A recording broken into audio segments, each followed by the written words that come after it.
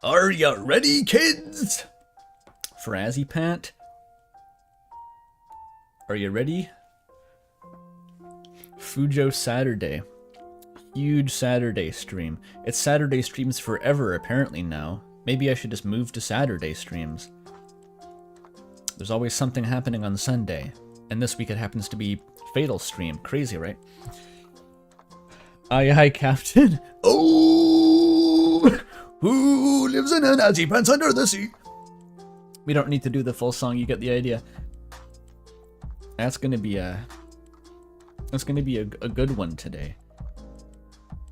It's gonna be wild. I'm smoking Actimel. I'm snorting ibuprofen. I'm huffing antiseptic fumes. I'm on that healthy shit. I'm going in for my ritual Nordic detox charcoal bath.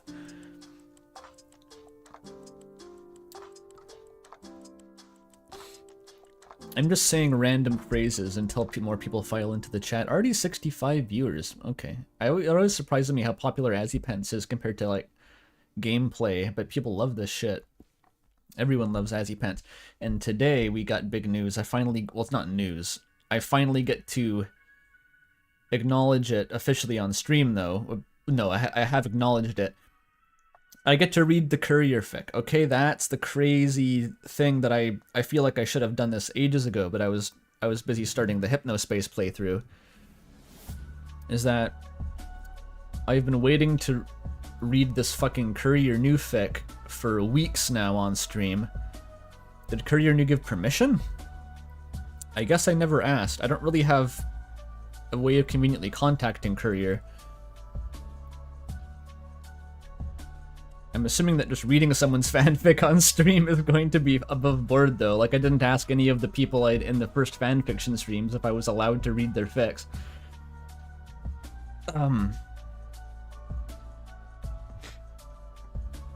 It would have been nice, I guess, yes.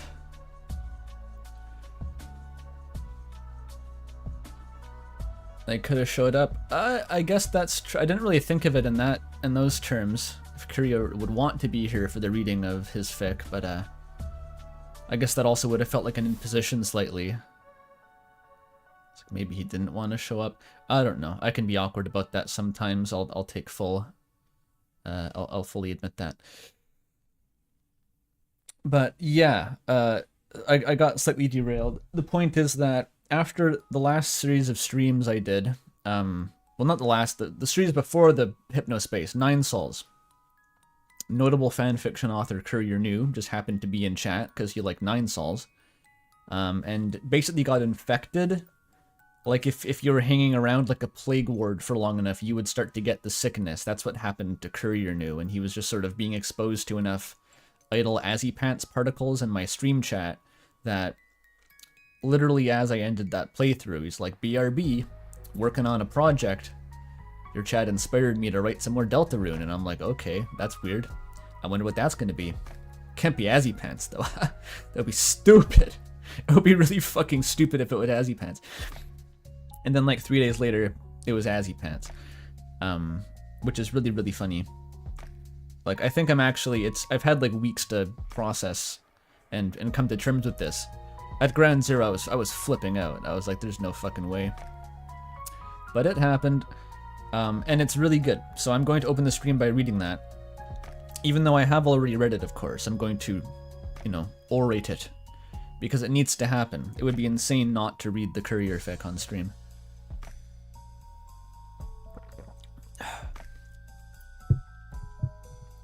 What, you found a In Stars in Time Azzypants crossover on AO3. That's fucking worrying. That probably comes from my Discord server. I can't imagine that not being from my server. I haven't heard about it, though.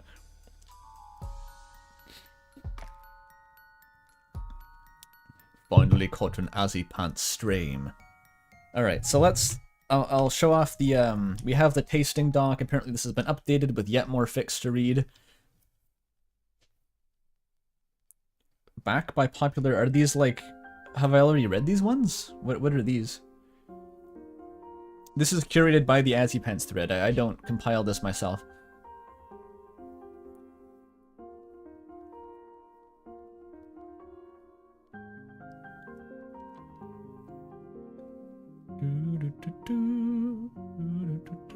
it's updates to fix that I've read already. Okay, okay. Interesting. Do I remember these? Was Going Home Again the crossover with like Night in the Woods and stuff? Or no, that was Homebound, I think. Where they had gone to the pizza dimension. Unavailable until September. Like, I love these fucking... What does that mean, dude? Alright.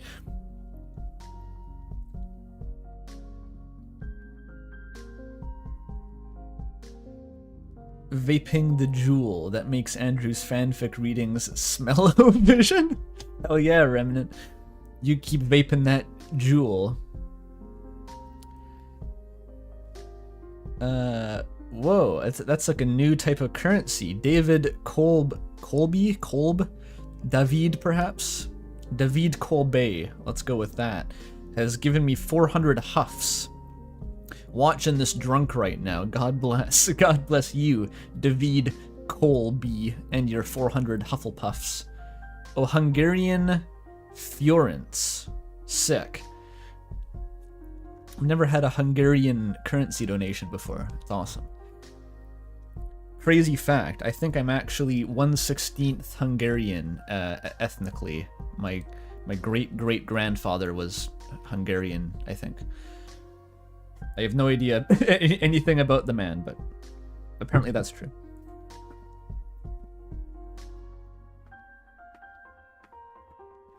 Okay. We're gonna start. The intros to the Azzypants are always pretty long, because it's kind of a more casual, just me talking to the camera, except there is no camera.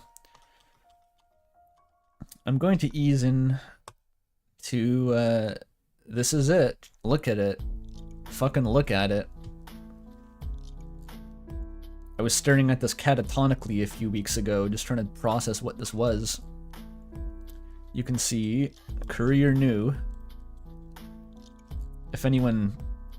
Maybe this will make it click. This is Courier New's first work.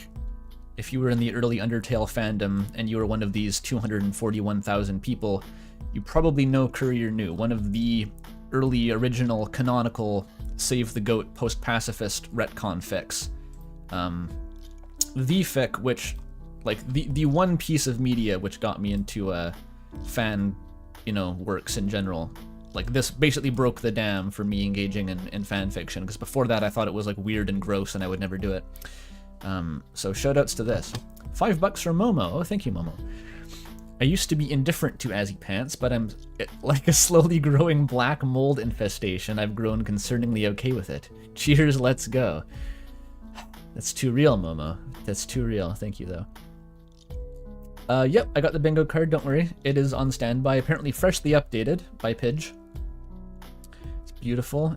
Is that Sona? Was she up there before? Oh yeah, another piece of crazy news, unrelated to Azzypants, but the creator of Kissy Cutie, the other notorious fanfiction within my community, they joined my server a few days ago, and there was like an immediate impromptu Q&A thread made. I've never seen a more active thread in the server. Like, they were more popular than I've ever been within my own community. It was nuts. And yeah, they were just like answering people's questions for like over an hour, I think. And they actually made this piece of art, which, let me find that real quick. It was really nice. A lot of insight into how Kissy Cutie got made. Luckily, they don't appear to bear me or Toffee any grudge for kind of like roasting their game a lot on stream, because they acknowledged that it was like a really kind of down and dirty amateur effort with like it was barely holding itself together through the production. But look at that. That was made by the creator of Kissy Cutie. That's a Sona. It's lovely. I was very happy to see that. But I'm glad that's come full circle, and like the author of the game doesn't have to remain as this like mysterious entity who may or may not be pissed off at us for exposing their game to a wider audience. It's nice to know that's not the case. But yeah, it sounded like during the production it was like They were arguing with the artist constantly about different takes and headcanons, and people were leaving the project or refusing to do things, and I was like, ah, yes. Yes, it's a fan game. It reminds me of my own dog shit terrible experience working on fan game. I guess they're all just like that. They're all just complete organized chaos, and this one actually managed to hold it together enough to make a product, which is amazing, honestly.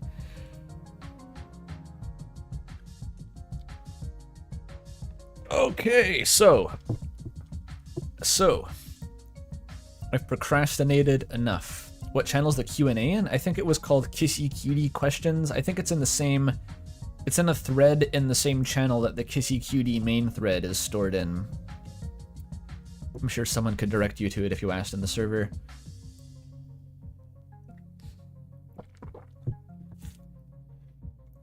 Alright. Here it is, Scatterplot. The newest courier fic. The first courier Deltarune fic in like over a year, I think. This is an Undertale Yellow fic. It's very good, actually. Another Undertale Yellow fic. Courier Undertale Yellow is significantly better written than Undertale Yellow, unsurprisingly. For all the merits that game has, the story wasn't the most coherent. Where is it? This is the last Courier Deltarune fic. It's a Caddy and Chris summon Gaster in the basement thing, which was surprising, but it's from 2022, so like almost 2 years ago. That's crazy. We revived it.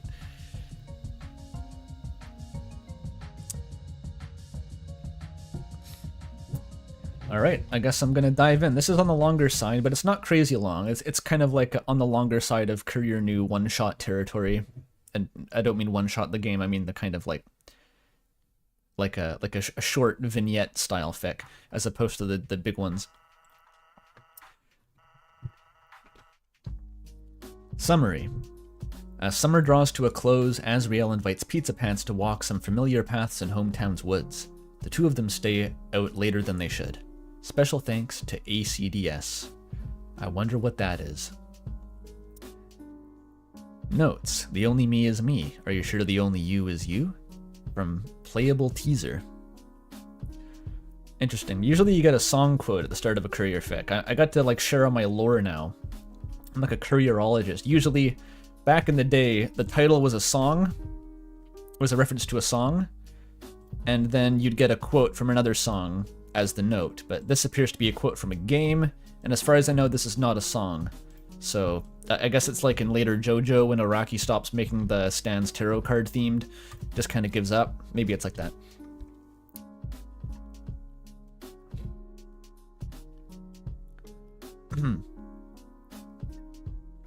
There I am, Gary, there I am! There you are. Every day here was much like the one before. Flour in every crevice, dough gumming up his fingernails, the acrid stink of the oven and its blistering heat at his back, the tooth-rattling clamor of the soda/soft-serve machine underscored by the crummy box fan that ran 24/7 to feebly push away the heat.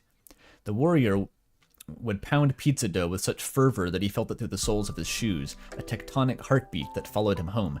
The fluorescent's wasp-like buzz overruled even the pizzeria's usual dim, and they were always much too bright. Tooth, says Pidge. Tooth. You're gonna call it the orbs like the GDQ audience?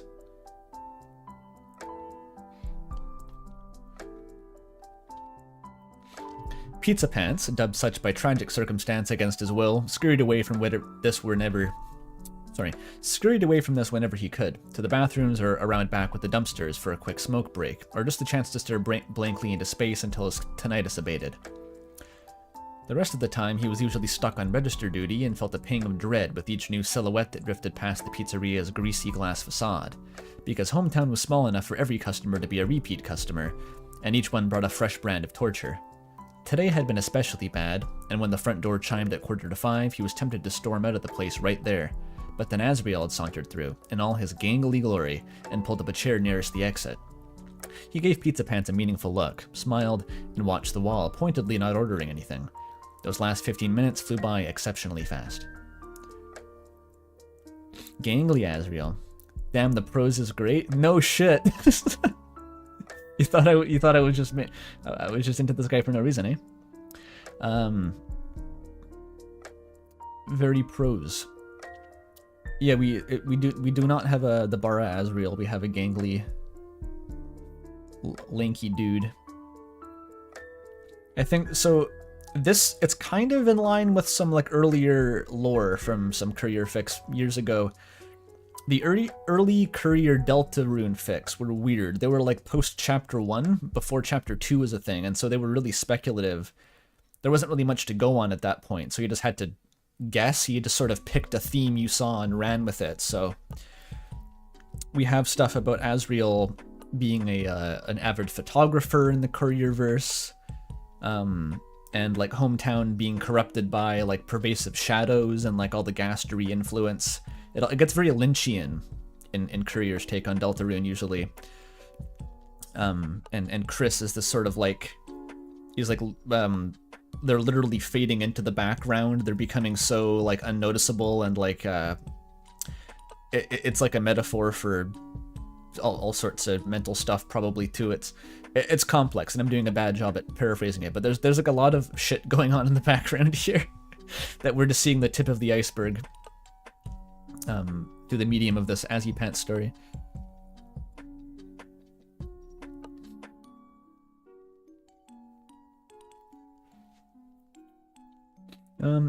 He wrapped up, clocked out, and severed himself from the front counter, then walked up to the table. Asriel glanced at him like he just noticed he was there. Fuck, which one is talking here? I gotta parse this quick. Howdy means Asriel, right? Howdy, he said. Come here often. Funny guy. You show up just to practice your one-liners. Is that the burger? Maybe I should go with the more Brooklyn kind of thing for this one. A more let that sink in vibe. I don't know. Yeah, funny guy. You show up just to practice your one-liners. I was actually planning to stop by the lake. What took him with? Like this? He asked. I look like they scraped me out of the oven. You look fine, Pete. Asriel stood up. And up. Half a head taller than him, even if he didn't count the horns. Up to you, obviously. I'll wait outside. At least we can split halfway if you'd prefer to go home. And with that, he left, Pizza Pants rolling his eyes at his back. Asriel Dreamer turned agreeability into a martial art. Pete, I know. I'm gonna have to work back into the Brooklyn Pizza Pants. It was always on the knife edge of working or not.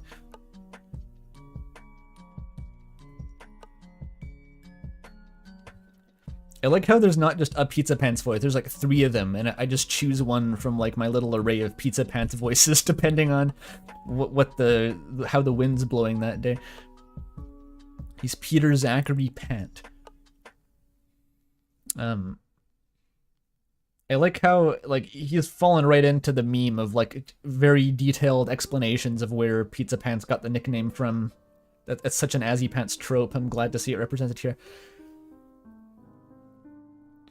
He'd always been the golden boy of hometown, effortlessly avoiding the myriad social pitfalls that opened up beneath lesser people's feet. In grade school, he was a straight-A student whom all the adults doted on and all the kids befriended, despite showing off the kind of bright-eyed preciousness that would turn a normal child into that would turn normal children into martyrs of bullying. And then his growth spurt had come and hit him like a train. Unlike his parents, Asriel was skinny as a beanpole, and when he was talking to people, he'd often lean to the side as though blown by a strong wind. His sense of coordination only manifested when he was running track, and yet everywhere else, that skewed lankiness somehow enhanced his charm. Quick-witted, good-humored, endlessly patient. It was like he'd been born into some magical nexus point of popularity. It was completely unfair. Or at least that's what Pizza Pants had believed until recently. They fell in line beside each other on the sidewalk. The streets were quiet. Most people headed in for supper around this time, and aside from their footsteps, there was only the occasional distant car engine or birdsong trill. A sunny day.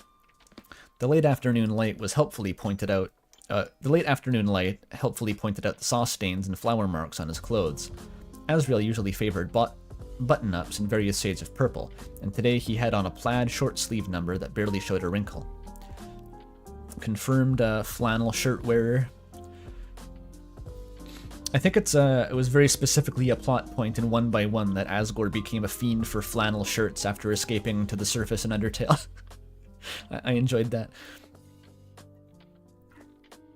He's yeeking a little bit.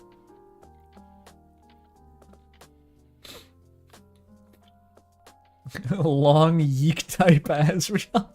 It says he's the most charming guy in town. I don't see how that's yeek-like. What the hell is going on here? Yeah, he's not wearing green. I think there's at some dusty corner of the canon, there's like a purple Oriel Mumu styled windbreaker jacket that Chris inherits or something that used to be Asriel's, but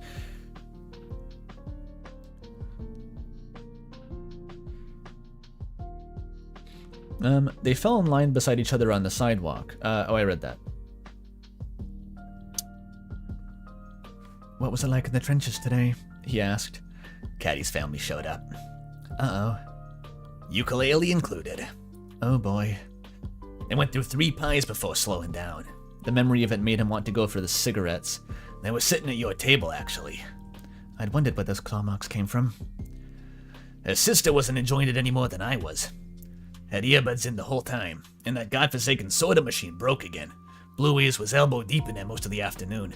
He's the only one who knows how to fix it, but I don't know, he seems weirdly, intimate with that thing. Sorry, Pete. Better you than him, right? Better him than you, I mean, haha. I think when I first read this actually made me laugh pretty loud. getting intimate with the soda machine. The fucking mental image is too strong.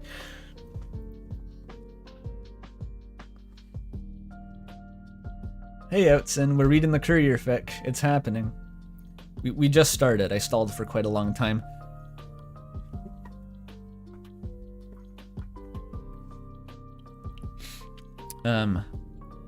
Better him than Burly McMuscles, at least. One time he took a crack at it when Undine was around, and she decided to pitch in. I scrambled out of there so I couldn't get caught in the blast radius. Next day the place was still standing, but there was some real suspicious dents all around the walls.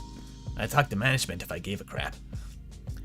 They had reached the intersection. As they turned the corner, Asriel silently looped an arm around him and pulled him close. He rested his cheek against that bony shoulder. This threw me for a fucking loop when I read this for the first time. Because it's ambiguous, and you don't expect it. Most of these fics start with, like, establishing their relationship, but this is like, oh shit. It's just like, they're already a couple, deal with it. I love it. It had started with the nickname.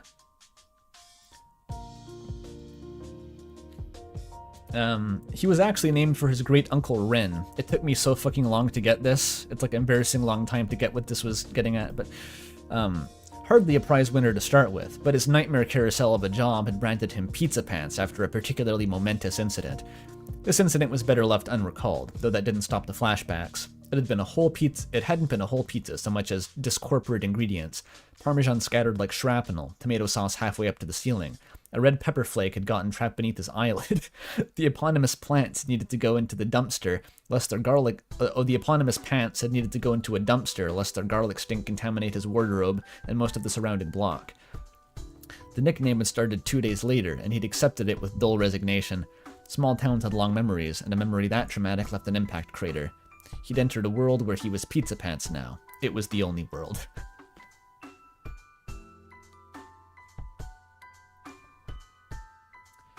What's it getting at? Ren as in the one with Stimpy. That one.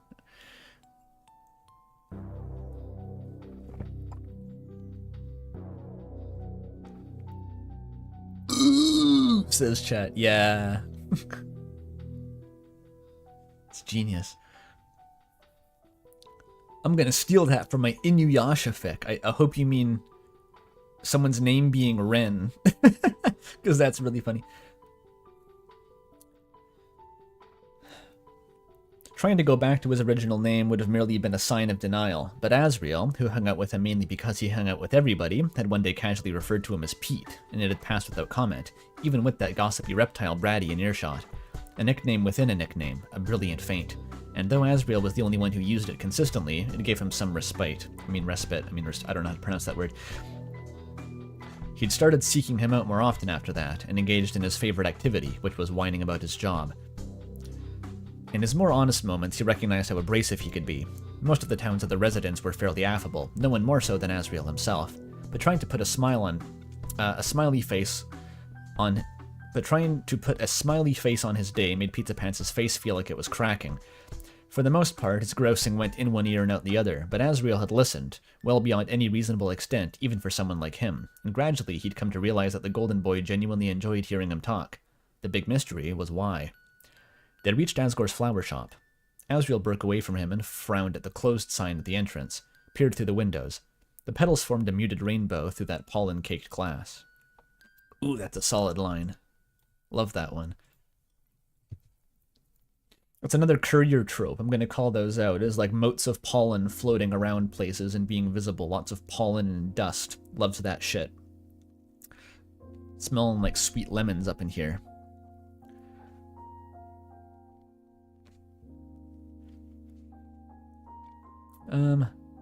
Want to hang around? Pizza Pants asked. Nah, he's probably back at the hospital. Let's go. The truth, Pizza Pants had decided, was that Asriel listened to him because he wanted the distraction. After all, he had problems of his own, much as the community at large wanted to ignore them. And those problems had a clear origin point, which was soon going to become much clearer. Chris Dreamer, his beloved little sibling and hometown's resident cryptid. The Dreamer and Holiday families had been the two poles on hometown's compass, the points around which everything else had revolved, and they'd been close-knit, even when the Dreamer's newest edition had broken out of their shell and made a pastime of benignly terrorizing everyone else in town, and the Holiday kids in particular. Chris had still been generally liked, in their off-kilter way, and their obvious attachment to Asriel had been endearing, no matter how much they traumatized people. But then one day, out of the blue, Des Holiday had ambushed them with a plastic bat and teed off on Chris hard enough to lay them flat and send a tooth flying, along with a whole swarm of ugly rumors.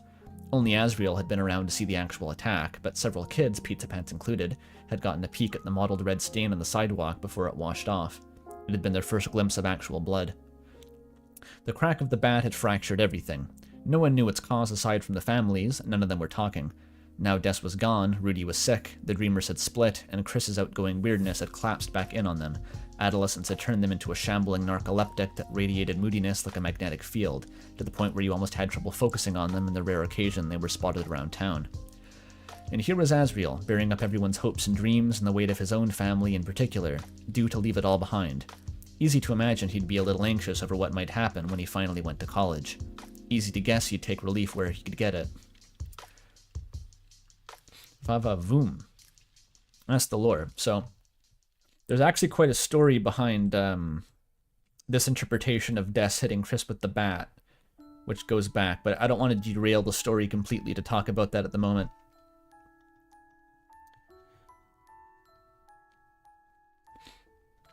It's slightly based on, like in Deltarune, it is known that Des hit Chris with a wiffle bat at some point. It's not really implied to be as violent as it is here, but again, I'll explain. I'm your tour guide here.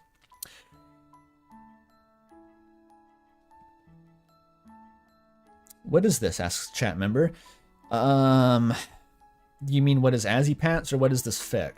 You want to know what Azzypants is? It is the ship between Asriel, Dreamer, and Pizza Pants in Deltarune, the only true interesting ship in the game.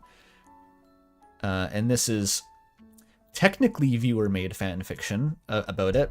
Technically, he is a viewer of my streams once.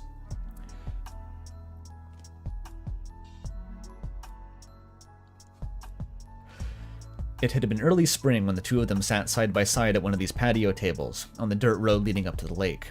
Pizza Pants had stubbed out his latest cigarette mid-rant when he'd felt Asriel's hand close over his, and he noticed the way he was looking at him, and all his words dried up.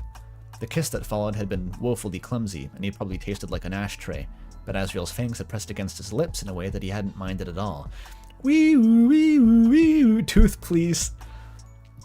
I actually asked, I had to ask, if Courier had read Let That Sink In.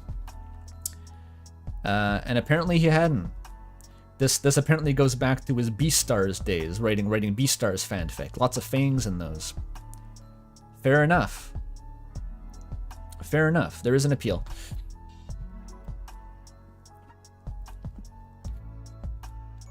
The relationship had never gone further than occasional necking in town's secluded spas, and he didn't expect it to. Nor did he expect it to continue past this summer. Doubtless Asriel would find better prospects than a neurotic aspiring actor who always smelled faintly of garlic powder, but he didn't mind. Under all his lofty hopes for himself, he recognized that life was probably going to continue much like this, a handful of tolerable moments and a sea of grating noise. The lake was empty too, the only movement from sunlight dappling its surface. The shore was pocked with litter from careless visitors. Pizza Pants trod a cigarette butt underfoot as he got out his lighter and lit up one of his own. When he and Asriel had started going steady, he'd expected the smoking to be a problem, but surprisingly, Asriel didn't mind it. Like dragon's breath, he'd teased once, and Pizza Pants had accepted the compliment without reading into it too closely. Everyone knew about that overdue library book. That's awesome. As an erotic aspiring actor? To Asriel, maybe.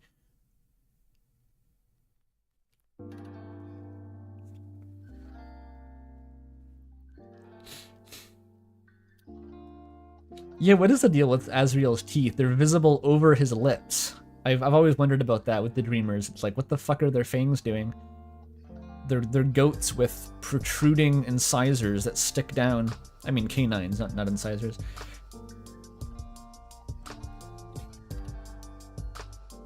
Burger Pants auditions for Lords of the Locker Room 6. No, that's a mental image. Those are flaps of skin. Who knows? I like the thought that they're fangs even though they're goats.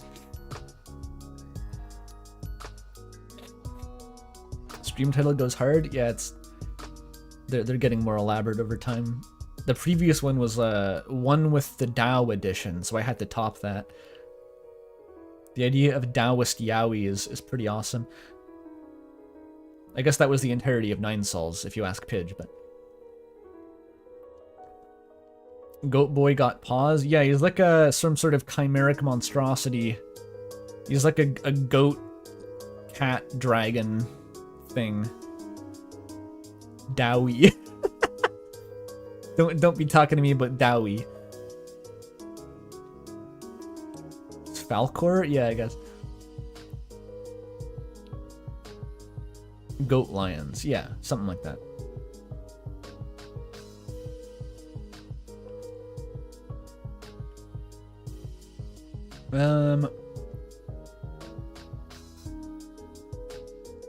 Where was I?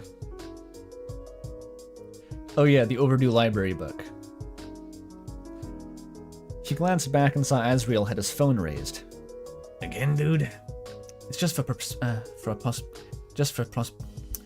Reading things in Asriel voice can be unusually difficult sometimes. Just for posterity. I think you got enough posterity for the rest of the time by now. Asriel compulsively filmed everything, to the point where a decent chunk of his allowance was earmarked for memory cards to hold all the clips. And most of them were borderline unwatchable, amateur to the point of inducing vertigo in unwitting viewers. Pizza Pants scooped up a rock from the shore and took aim. Here, let me give you something to really look at. I'm looking. He let the rock fly and it skipped 4 times. He fist pumped. Hot damn. Tell me you caught that. I did. He peeked around the phone. Might have been more focused on you, though. I got your good side. Man, can you look at, man, you can look at the Okay, I apologize deeply. Doing all the prose, the narration is, meaning the voices are like going rusty in between. Man, you can look at that anytime. He blew smoke and watched the setting sun. At least for the next, 3 weeks? Yeah, Asriel pocketed his phone. Getting colder. They went quiet for a bit. Cigarette smoke uncoiled over the water. You all set to go? Pizza Pants asked. Barely getting started, really. We'll start to seriously pack up in the next couple of days. Asriel stood up next to him, or stepped up next to him. For now, I'm just bouncing around places. I like to hang out. I don't want to get ready to leave too early, is the thing. It'll be weird if I'm still hanging around the house with all my stuff and luggage. I getcha. Still, something to look forward to. Finally getting a break from this place. Sure. I'm a little anxious about it, but... He cleared his throat. That's how it is. Earlier in the year, Pizza Pants wouldn't have tried to cross this next line, but he figured the two of them had gotten close enough to make it acceptable. How's, Chris handling it? He asked. Asriel shrugged. There was something helpless in it. I don't see them around much, do you? What, at the pizzeria? They're smart enough to steer clear of that hellhole. What do you mean, you don't see them around? Around town, I mean. When I get home, they're usually in bed. We talk at dinner a little, then they go back to sleep. I can't blame him. Most days I get home so zonked I can barely watch TV without falling over. He hissed smoke. Do yourself a favor, Az. Skip straight to being a track star, the president, or whatever. Don't bother with the service industry crap. I'll keep that in mind. The cigarette burned down. The setting sun had almost made it to the tree line. Asriel studied it for a moment, then reached over and patted Pizza Pants on the shoulder. Hey, come with me a sec. He glanced over. To where? There's nothing around. Nothing obvious, at least. Asriel walked astride the lakeshore and then jabbed his thumb toward the woods, smiling wryly. Chris and I used to stomp out there pretty often. Want to check it out? His cigarette drooped. Check what out? The woods, full of wood stuff. Nothing else in there besides the creepy bunker. There's a couple trails I remember. They're probably all overgrown by now, but we should be able to make them out. It won't take long, I promise. Pizza Pants shonks it. What's he mean Outson? Thinking going insane with illustrations in PDF formatting?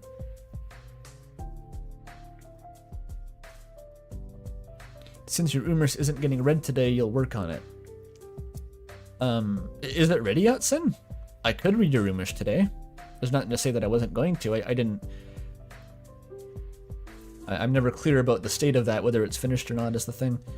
I haven't really looked at any of the list even, like I've just gone straight to our big main attraction here.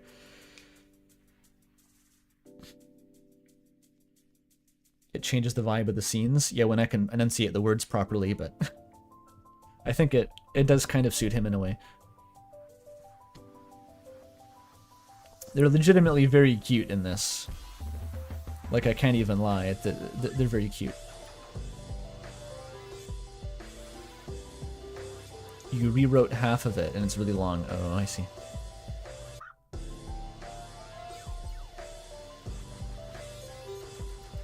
They're always cute? Well, they're especially cute.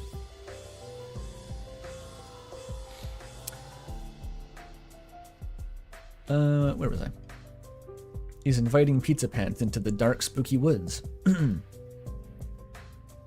Last stop on your nostalgia tour, huh? Asriel grinned in that irresistible way. You got me.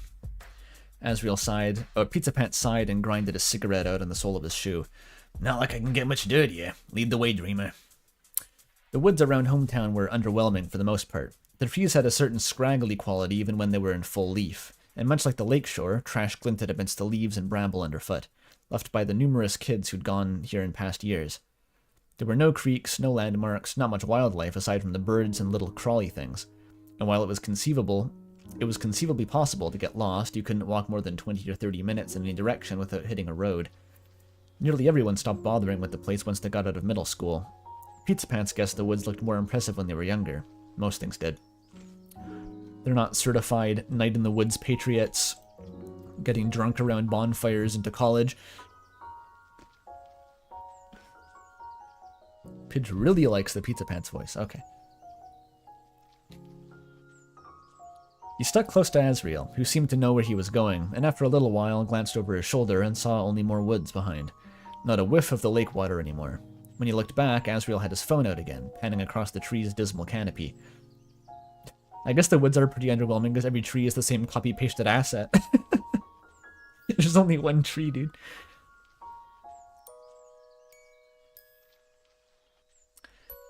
Man, put that thing away, Pizza Pants said. Haven't you ever watched found footage stuff in the woods? The funny guy always dies first.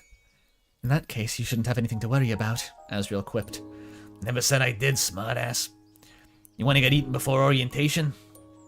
Asriel snickered and trained the camera lens on a tree that was sturdier than the others. One branch looked to have snapped off at some point, its sheared end weathered to ash gray. I recognize this one, he said. Chris climbed it when we were out here together. They climbed everything, didn't they? I still remember that thing with Caddy's roof. Chris's acrobatic exploits had in fact ended with Caddy's roof. They'd scaled the nearby tree and made the jump onto her rooftop, and were able to bask in the glory of their achievement for about 2 minutes before realizing they didn't have an easy way back down. The problem had solved itself, in a way. Toriel had been called and rushed over, and the grounding that had followed had been epic, for both of them, because Asriel had been there to film the big moment. 5 pounds, Great British Pounds, from Cunningham Fan 1. Thank you very much. Azzypants, Azzypants, Azzypants. Very enjoyable shit. It's enjoyable. Azzypants. I like that one. Excellent. Courier referencing RAM? What do you mean? The name of his alt account is already a RAM reference.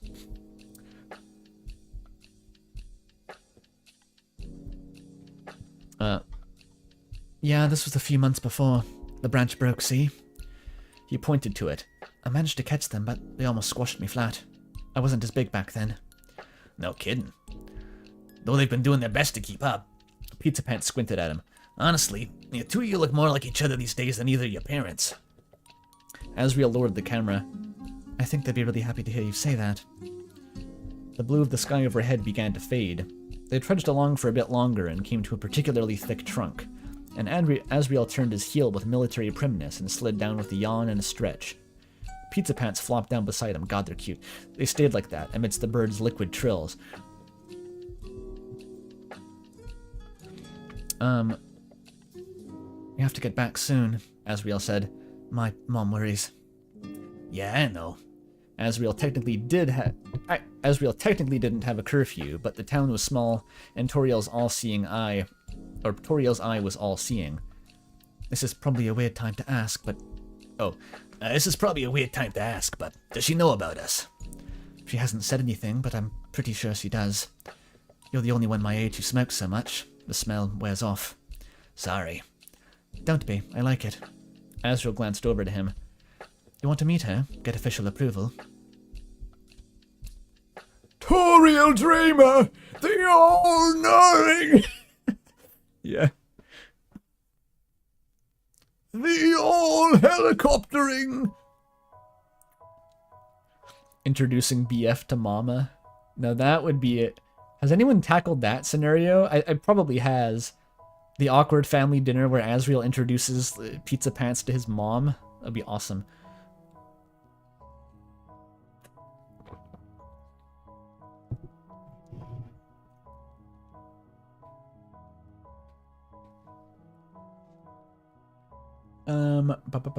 Where was I? Asriel loves that smoker breath. He's just a freak like that. He loves his weird face and the way he smells bad. That's the appeal.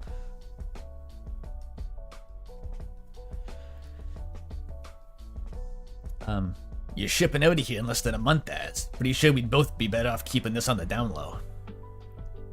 I think you're shipping right now, Pizza Pants. He had, in fact, gone through that scenario in his head a few times, only for his imagination to hastily shut down. Toriel had taught grade school in hometown since time immemorial, so she still loomed large in the minds as they got older. The lady was sweet as the pie she consistently baked, but everyone just had to look at her ex-husband to confirm she had a steely side. You really wouldn't have much to worry about, Asriel said brightly. Chris likes you. That counts for a lot. How the heck can you tell? I barely talked to him. It's the way they look at people. You learn to pick up on these things if you spend enough time around them. That's how I always knew the way they teased Noelle wasn't anything serious. Yeah, I think in another one of the fics, there's a mention that Chris always looks at you side on if they actually like you, and if you're pissing them off, then they'll just stare at you creepily. It's all consistent. It's all lore.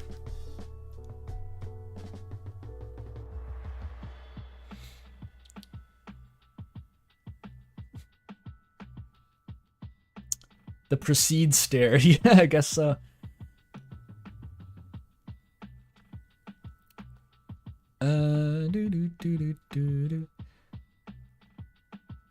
The way they teased Noelle. Yeah, but Pizza Pants looked away, staring down at the untidy earth. A lone spider scuttled from leaf to leaf, and he watched it go. A question rose up in his mind, one that had no doubt occurred to nearly everyone in town, and had never been asked. And he wasn't sure if it should be asked now. and he wasn't sure if it should be asked now, but there wouldn't be a better moment for it. Hey, the thing that happened with Des and the bat. If you don't mind telling me, what did Chris do to make her hit them like that? Oh, I don't know. I don't really think she ever meant anything by it either. Asriel's voice remained light. It was probably good for them, to be honest. Let them know they were crossing a line. He looked up sharply to Asriel's faint, nostalgic smile. What? What? Asriel, she knocked out one of their teeth, didn't she? I mean, I wasn't there, but it was showing off to people for days. Asriel blinked, and a number of expressions suddenly passed over his face like bad weather. Puzzlement, surprise, shame. He looked like he'd gone too far out on the tree branch himself, and had just heard the snap of it giving way. Right, he said. Of course. Though, I thought we were talking about something else. That's my bad. I shouldn't have asked. And he shouldn't have. He'd never seen Asriel caught flat-footed like that. It made his gut twist. Does anyone else get a bit of... I don't think that's a normal lapse in memory there. I think that's hinting at something. It starts to get Lynchian now. Oh, it super does. Y'all aren't ready for where this fic goes. Like, if this was... you were expecting this to continue on until the end? Oh boy.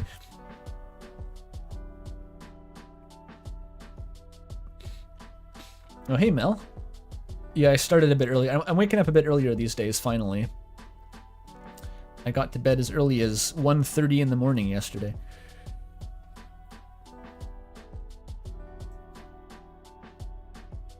A Gaster particle passed through his brain. That's interesting. I'm going to refrain from, like, I've gotten a bit of authorial commentary on what this fic is kind of about, but I think it would be like a bit of a spoiler to bring that up as I'm reading it. I can talk about that afterward, but I'm just going to let it play itself straight here. And by which I mean play itself extremely gay.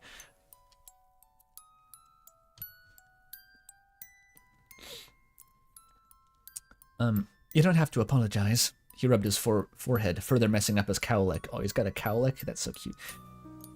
Des, she used to bop them with that stupid bat all the time, like a dog with a newspaper, you know? Chris would even start to howl like one when she brought it out. Noma thought it was funny, but then... We don't have to talk about it. Sorry, Pete, it's been hard for me to focus on anything lately. Can't think straight. Join the club, he said. Guess all this college prep's hitting you harder than you thought. Sure, that must be it. Asriel leaned against him, his horn slightly scraping the tree trunk. I just want to rest my eyes for a second, okay? Then we'll get along. Jostle me if I doze off. Consider yourself jostled, he said. And Asriel snorted and closed his eyes. A minute later, his breathing steadied. Pizza Pants felt its rhythmic pressure against his chest. God, they're cute. He took out his lighter, and was halfway to reaching for his cigarettes before thinking the better of it. Better to let the guy rest. That moment of confusion had been genuinely alarming. Evidently, he'd been more accurate in his estimation of Asriel than he first thought. There were definitely a few cracks beneath that easygoing exterior. It's interesting how, like, the relationship is characterized here, where, like, they've been together for a while, but, like, Pizza Pants still doesn't really feel like he knows Asriel that well. Like, they've been kind of just, they haven't tried to go too far below the surface, I guess, just because I think they're maybe both thinking about it as, like, kind of a temporary fling, and they don't really want to get too involved before they have to break it off, maybe. I like that. It feels kind of interesting. A bit more specific of a dynamic, I guess, is what I'm trying to say.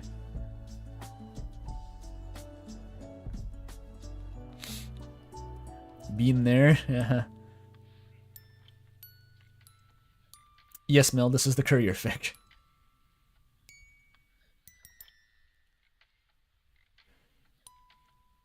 Hey, Roserade, you just finished 1 by 1 on your flight the other day. Hell yeah. All 70,000 words, I think. A hefty boy. Where was I? It's not like I'm perfect either, he muttered. The sunlight was still golden, the skies beginning to bruise. A light breeze picked up and made the trees rustle, and that sound lulled him down to sleep. Ruh-roh. Okay, I'm gonna seize this opportunity to go on a quick piss break. I don't usually have to piss so early into streams. Oh well. I'll be back in just a minute.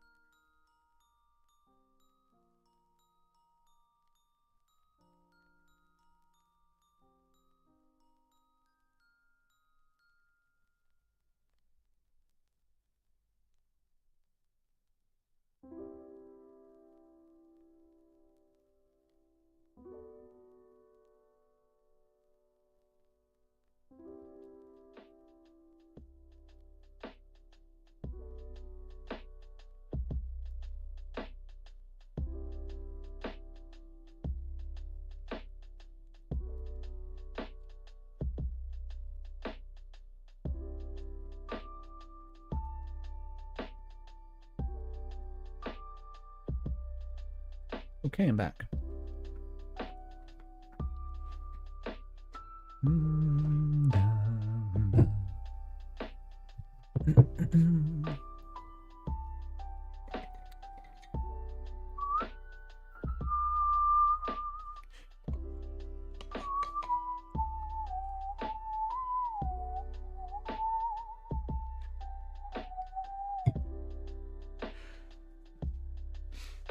If no one else got me, then Lo-Fi Beats to Stay Determined To by Lewis Plays Guitar got me. Okay. That can go away.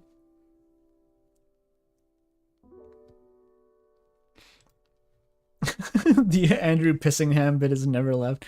Thanks, Toffee. Umarangi is your personal favorite for the vibes? I almost have no memory of what happens in that one. I remember that it was it's a courier fic, if people haven't heard of it. I think it's Asriel coming back from college in Deltarune, but it's like immediately just goes to this like surreal kind of Lynchian nightmare. There's not really many plot events, I think. It's just kind of a bunch of crazy imagery of like the world ending and things collapsing into darkness. Kind of sick, though.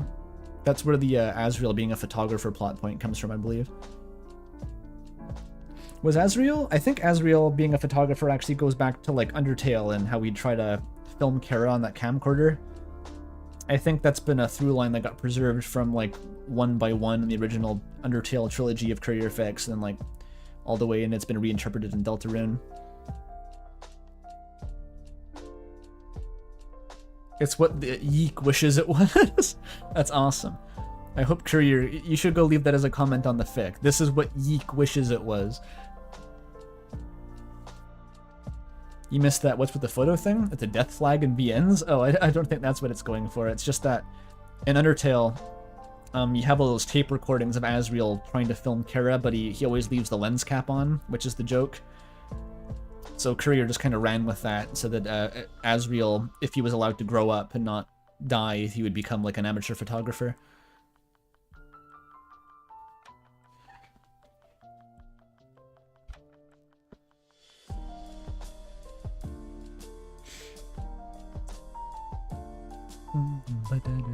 Okay. Pete, get up. He stirred and opened his eyes to the woods sunken in twilight. The horizon, if the horizon were visible, then there would be only a sliver of sun now, stained rose pink, but there were only the trees, their silhouettes rendered ambiguous in the purple gloom. God, that was not the take, but oh well. Asriel's fur almost glowed in that murk. He was shaking Pizza Pants' shoulder with some urgency. Hey, Azzy, he said, slurring a little with sleep. Rest well? I wasn't supposed to fall asleep. I told you to wake me up. What? I thought you were being cute. You were cute. He pushed himself off the tree trunk, flexing the stiffness out of his neck. What's the big deal? Never mind, it's fine, but we need to go now. Asriel paused, adding, I'm going to miss dinner. Pizza Pants' first reaction was offense, followed by resignation. Of course, Asriel thought that dinner with his family was more important than spending time with him. This was just a fling, the two of them creeping around until he left town for better things, maybe referenced later in awkward conversation until they finally parted ways for good. But Asriel's coiled posture and the way his eyes were darting around made him think twice. There was something he wasn't telling him. Maybe there were more problems at the Dreamer household than he was letting on, but Pizza Pants didn't ask. This was the unspoken compact of their relationship. He could grouse and grump and whine all he wanted, and in return, Asriel listened and commiserated and kept his own troubles to himself. That's kind of the, it's one half of the let that sink in dynamic. Because in LTSI, it was like neither Pizza Pants nor Asriel liked to open up to each other, and that was the foundation of the relationship dynamic, was like just like total comfortable non-communication, which then goes disastrously wrong when they actually need to communicate something finally, but this is like a one-sided version of that, I guess.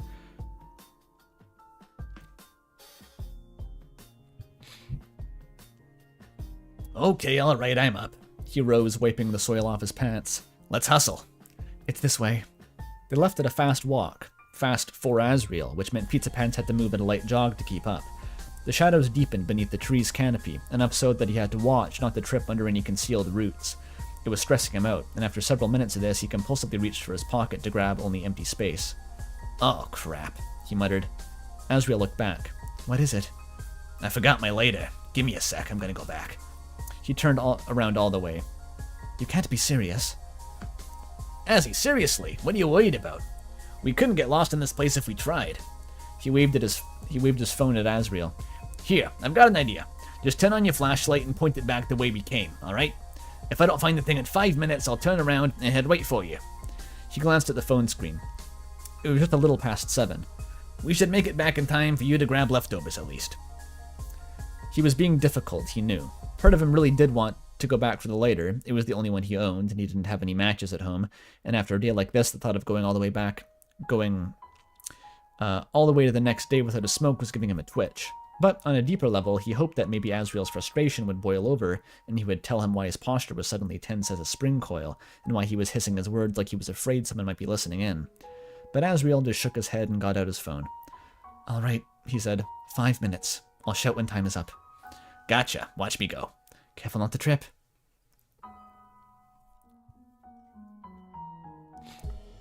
Pizza Pant's putting his foot down.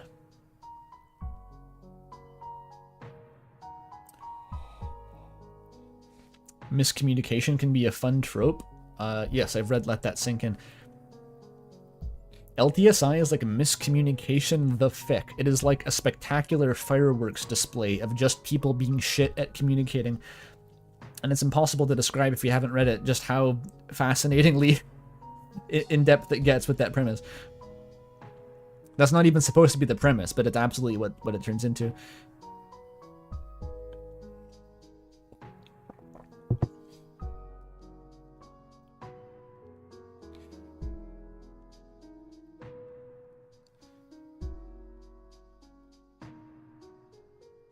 Pidge can't handle the praise, yeah. It's not even like the misunderstanding trope where like someone walks in on a situation and obviously misinterprets it. It's like Asriel and Pizza Pants locked in a room together. All they have to do is talk, and they still can't fucking manage to do it. They're just like completely talking over each other's heads, and neither of them gets it, and it's just like chaos. It's beautiful.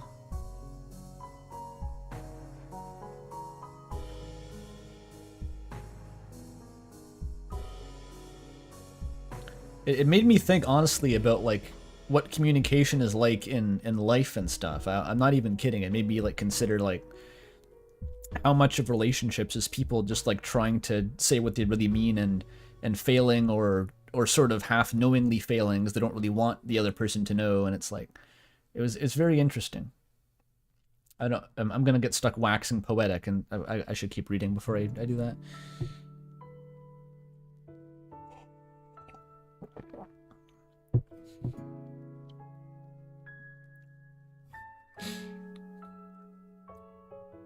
LTSI is life-changing, yeah.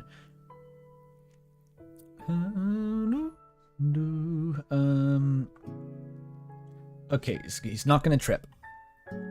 It took less than a minute of slogging through the bramble before he turned his own phone's flashlight on. The half-light here, Dark Souls 3 reference, was almost worse than full dark. Deltarune reference, It fuzzed the edges of everything, played tricks on his vision. The phone's hard white light solidified the ground again, and he glanced back to where Asriel's own light, glinting between the trees like an ersatz star.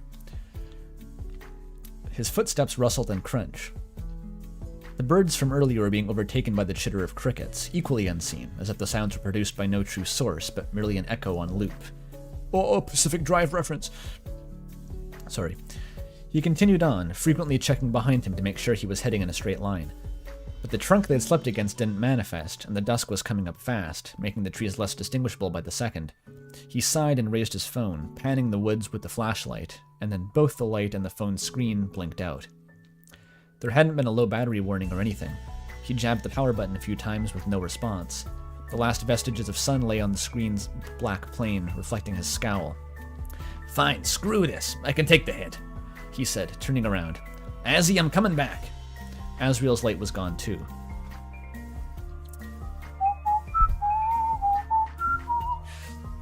Uh-oh.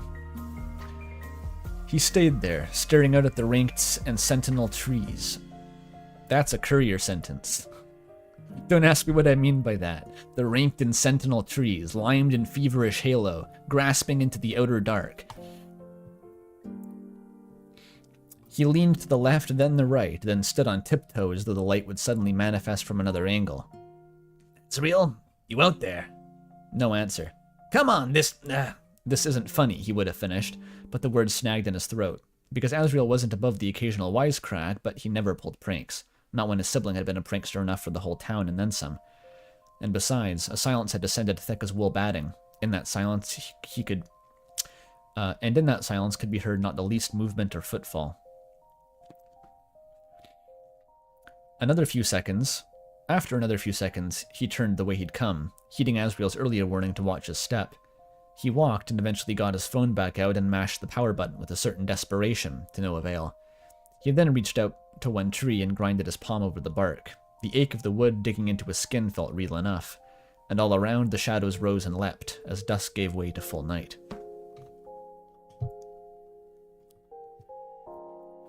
At work, he'd practiced himself at cultivating a certain numbness, keeping his thoughts at a remove from the inane. Oh, Elden Ring reference, at a great remove, Ronnie says that. Maddening, at a remove from the inane, maddening grind that occupied most of his day. The skill now rose up again, as he picked his way through the darkening woods. I love this take on Pizza Pants, like his jaded customer service mindset is actually coming in clutch to keep him calm in like a horror scenario. That's like a good, it's like in Darkest Dungeon when the character gets afflicted with, like trauma, but then like the positive aspects shine through and they become like extra brave or something instead of cowering. He's got hidden depth, Pizza Pants. Azzy X Pants X Rani. I mean, after the Tarnish hooked up with Blythe and ditched her, I guess she's single still.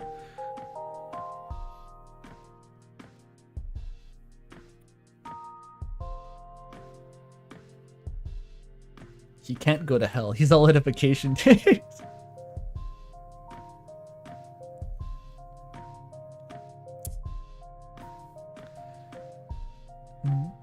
Where was I?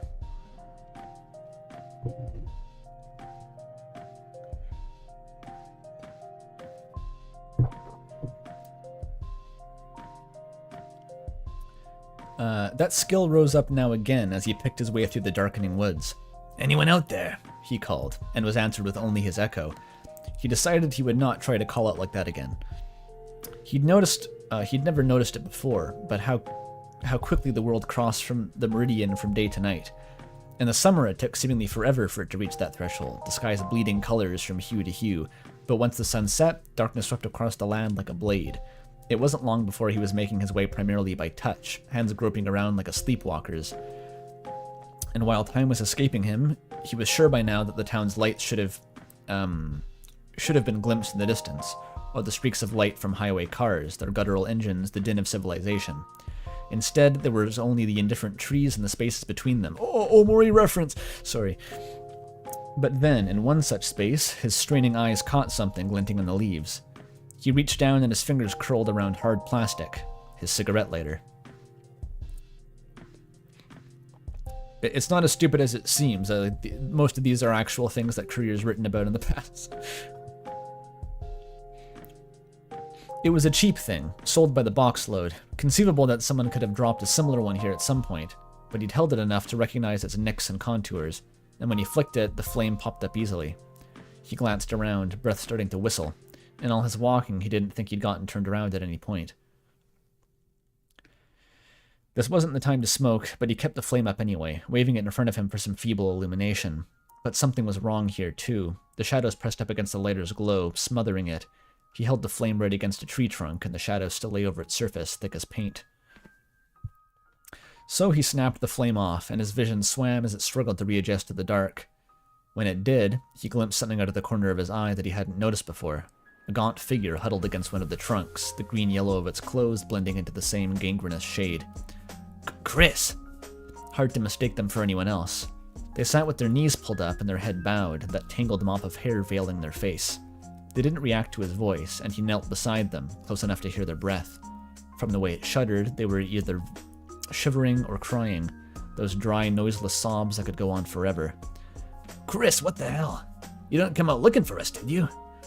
For a moment, all his dread earlier was erased by fear of what would happen if they didn't make it back to town. Toriel's reaction would be apocalyptic. But they still wouldn't raise their head, and now he saw how filthy their clothes were, their fish-belly pale skin glinting through the rips in the fabric, how their hair was clotted in rat tails by the dirt, leaf fragments suspended in its tangles like dismal jewelry. How long have you been out here? He asked. But then he heard footsteps. A ways off, their pace uncertain, but unmistakable in this quiet. He could make out the crackle of every crushed leaf. He sighed in relief and turned toward that sound. Finally. Hang on tight, Chris. I think that's your brother coming. He raised his voice. Azzy, I'm over here. Move your butt. No one answered him. There was only the footsteps growing louder. Azzy, say something. Still no response. Asriel? Branches snapped and undergrowth rustled. The footfall's tempo had become regular, more confident. Slowly, he rose and maneuvered himself between Chris and the noise, staring wide-eyed into the darkness. He couldn't make out anything past this little clearing, but his newest visitor was approaching fast.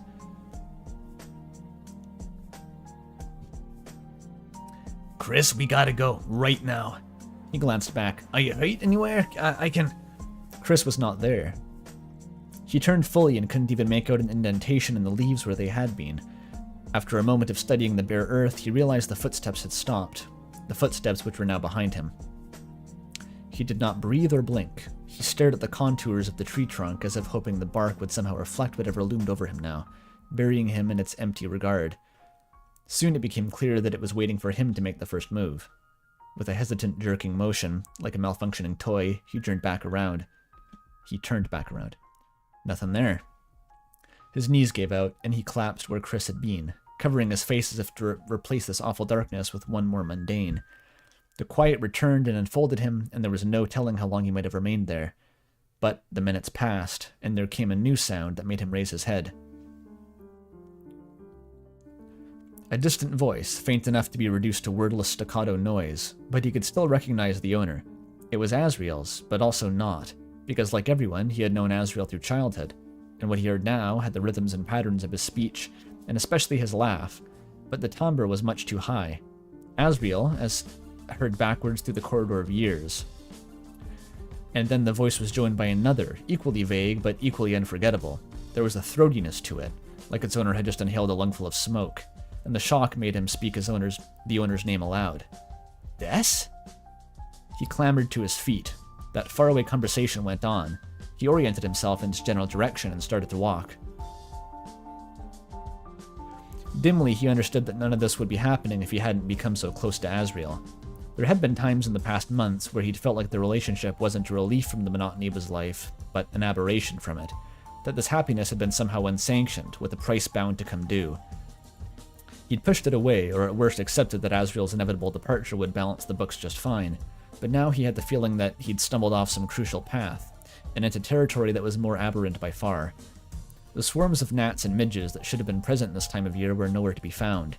He heard nothing except for that displaced chatter, but thought that sometimes there were only footsteps mirroring his own, and at one point a tree branch broke with a gunshot suddenness that almost made him jump out of his skin. The sky overhead was black as a cavern ceiling, with neither stars nor moon, yet the darkness was not deep enough to blind him, or rather, it was not uniformly deep, forming instead a spectrum of dark from ash to charcoal to vanta black that wavered and writhed in anemone frenzy. He felt shadows dripping down his back. He watched from every direction. He felt watched from every direction. Ooh, that was a doozy paragraph. Anemone frenzy. It's another courier sentence. Remember, kids, always be limed in feverish halo.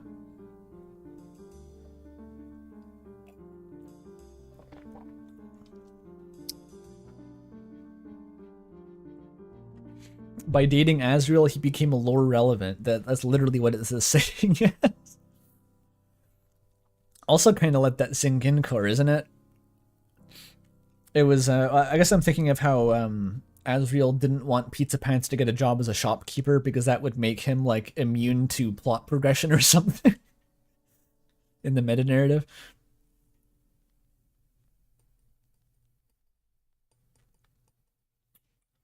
Yeah, it's fascinating. Like, people were talking a lot about what this fic was about when it came out on the Azzypants thread, and there was a very stark divide between people who are familiar with, like, the Gaster lore and those who weren't, mostly Pidge.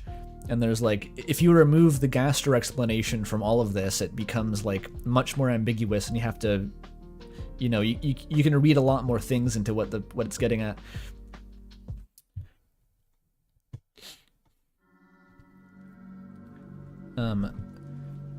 Oops. Ooh, the one-shot music started. I think this is a bit more tonally appropriate for the fic, honestly. Or, honestly, the Echoes of the Eye might be best for this. Hang on.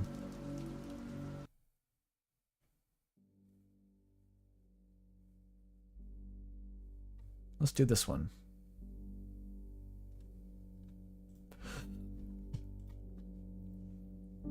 The voices at last faded, and his heart sank, because his surroundings hadn't changed at all in all that time.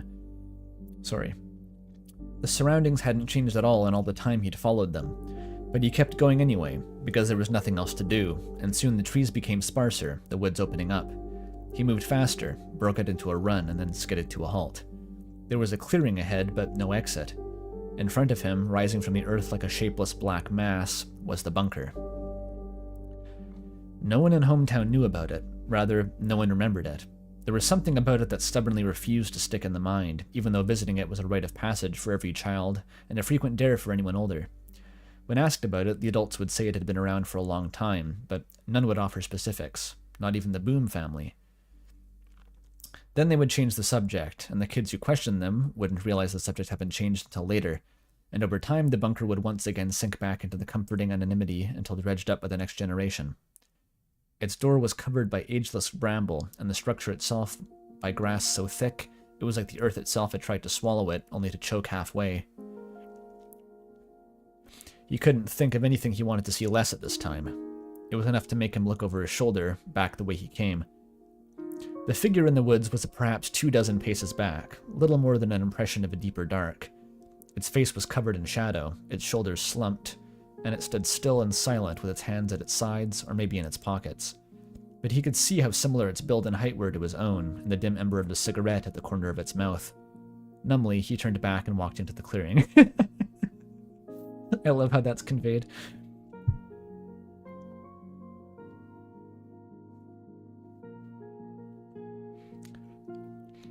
David Lynch is just like budging into the stream chat now. He'd emerged at the side of the bunker and circumnavigated it slowly, as if the structure might bite. The path that led from its rear into town was consumed by still more trees, but otherwise the clearing was the same, if leached of color by this unnatural dark. Then he rounded the corner to its entrance, and Asriel was there, the Asriel who greeted him earlier today, staring at his double doors with the mesmeric intensity. Neither of them moved for a time, until Asriel twitched and turned his head. "Pete?" he whispered. "Is that you?" "I think so," he replied. "Is that you?" Asriel stumbled toward him, and he resisted the urge to back off, because he had a shell-shocked Paul that was every bit as unnerving as anything else he'd seen tonight. But he stayed put as Asriel reached out and gingerly touched his face, and led to a shocked wheeze when he grabbed him and pulled him in, squeezing tight enough to compress his spine. "You're real," he said, claws digging in. "Finally something real." "As I can't breathe." Sorry. He released him and stepped back. "Did you see anything out there?" "I'm not sure." Forcing down the memories of those spectral visions. Did you?" "I don't know. I don't know what I saw." He paced away, clutching at himself like he'd suffered a chill. This place was never right after dark, but we should have had time. I wasn't supposed to. He whirled back, fangs bared. "You should have woken me up." "Wait, you knew this would happen?" "I didn't have to. I could tell anyway. The way Chris stares sometimes out there, looking at..." He gestured wildly at the encroaching shadows. "But I couldn't ask them what they saw. I didn't know what to ask. I don't know how to talk to anyone anymore. They almost know something's going on. How could they not tell?" He was pacing madly, closer to the bunker door. "But all of us keep acting like everything's the same and nobody's fooling anybody. They don't listen. We don't see. Nothing's getting better. There's always more. I don't know how to say to them." He grasped his ears and pulled hard. I hate it here. I hate this town. Those last words came out with a serrated edge, loudly enough to echo. He watched Asriel stand there, gasping, felt his own chest tighten like a clenched fist. This fic is like good. Yeah. I guess that's something we have in common, he said weakly. Asriel cackled, high and jagged like he was coughing up broken glass, and then turned and slammed his fist against the bunker doors. The hollow boom made him flinch, and when Asriel spoke again, his voice was toneless and hoarse. This is all my fault, he said. I shouldn't have brought us here. He remained like that, head bowed in front of the door like a child in time out. Pizza Pants approached him, cautiously, and laid a hand on his shoulder. When Asriel turned to face him, his eyes gleamed wet. I don't care what you say, Az. You had no idea this was going to happen, and I wouldn't have believed you if you'd told me. Not even if you'd found a way to say without sounding completely nuts. Asriel sniffed and wiped his face with his forearm. Why were you so calm? You know why? You want to know why? He took Asriel's hands in his own, looked him in the eye, and spoke with great sincerity. Because my life's been this way too stupid to end in the middle of a haunted forest. That got a giggle out of him. Much too shrill, but still a far cry from the unhinged laughter he'd spit up a few minutes ago. Pizza Pants smiled too, despite himself.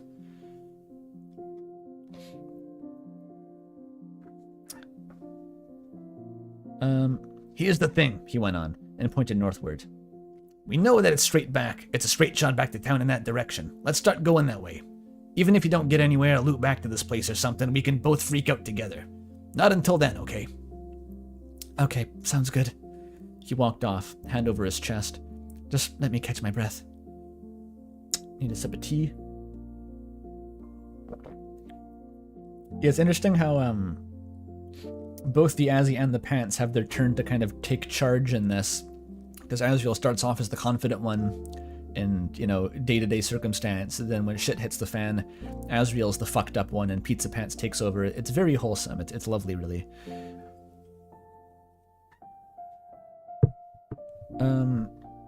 Yeah, the bingo card. We should do the bingo card before I forget.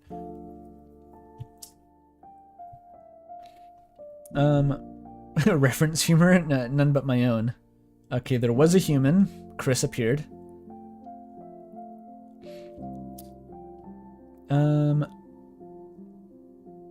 Bodily fluids. Non-English word? That's a tough one to describe. I don't recall anything like that. Oh, I sipped. This is a free space. Come on. Perversion? Does Asriel being into Pizza Pants' cigarette breath count as perversion? I think that might. Character gets renamed? Oh yeah, we got the Pizza Pants name. There was no crush in this one, interestingly. We skipped straight to the relationship part. No manipulation. No death. No color coding. There is smoking. There is some kissing. I didn't see any spelling errors. Outfit description, I guess we got the purple flannel. I wasn't really holding out too much hope to get a bingo on a courier fic. The dragon breath, I think that might count. Actually, okay, if we... this doesn't have any footnotes, but if it did, we'd have a bingo here, and probably. I think this is going to be a pretty easy row right there.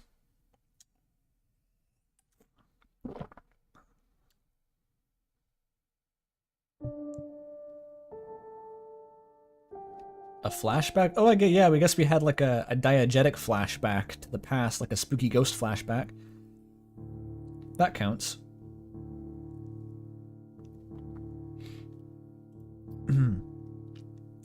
Toriel was not implied to be homophobic.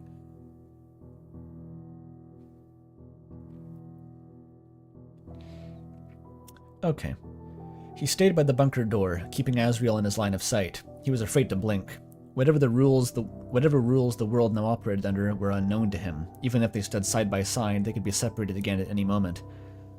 Then something else caught his attention, behind him once again, at the very edge of his hearing. He wanted to dismiss it as a hallucination, but Asriel turned around at it too.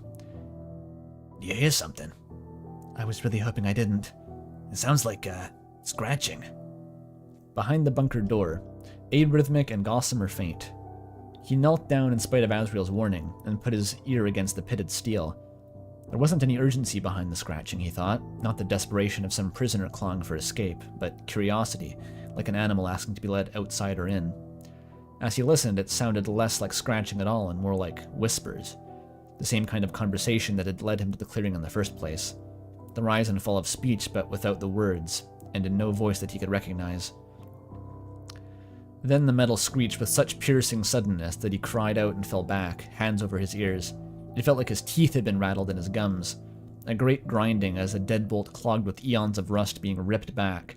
It sounded again and again, the entrance trembling with each impact and shedding bramble like rust, and rust like flurries of dander.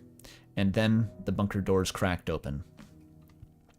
He only had the least glimpse of the other side before Asriel hauled him up and pulled him out of the way.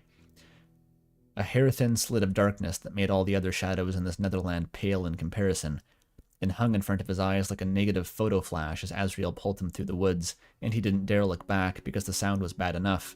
Sound that was not sound at all, but a consuming pressure like a vice grip on his skull, roaring anti-tinnitus that grew louder and drew nearer, but at the core of that noise he thought he heard something else, a separate vibration, thin and pained and dreadfully alive. To his horror, Asriel looked over his shoulder. "Chris, is that—" "Chris isn't there, you idiot," he shouted. "Just run."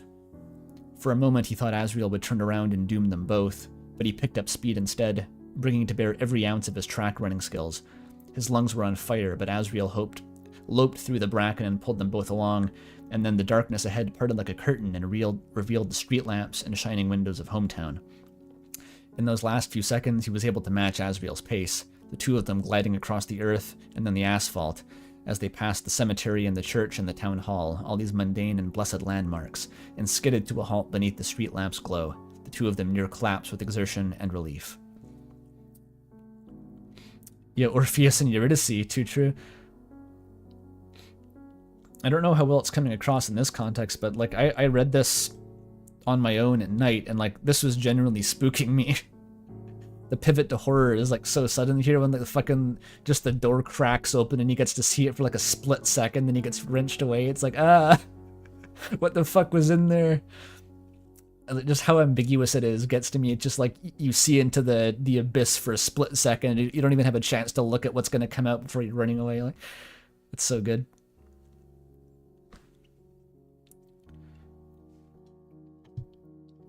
That's just such a frightening image. It's like a door that's supposed to be closed, just opening into blackness out of nowhere, and just, oh shit, like, you don't want to be there.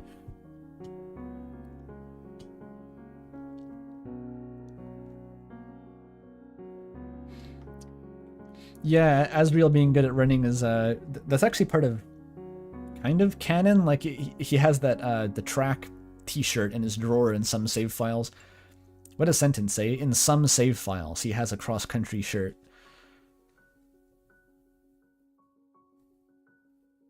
He literally peeped at the horror.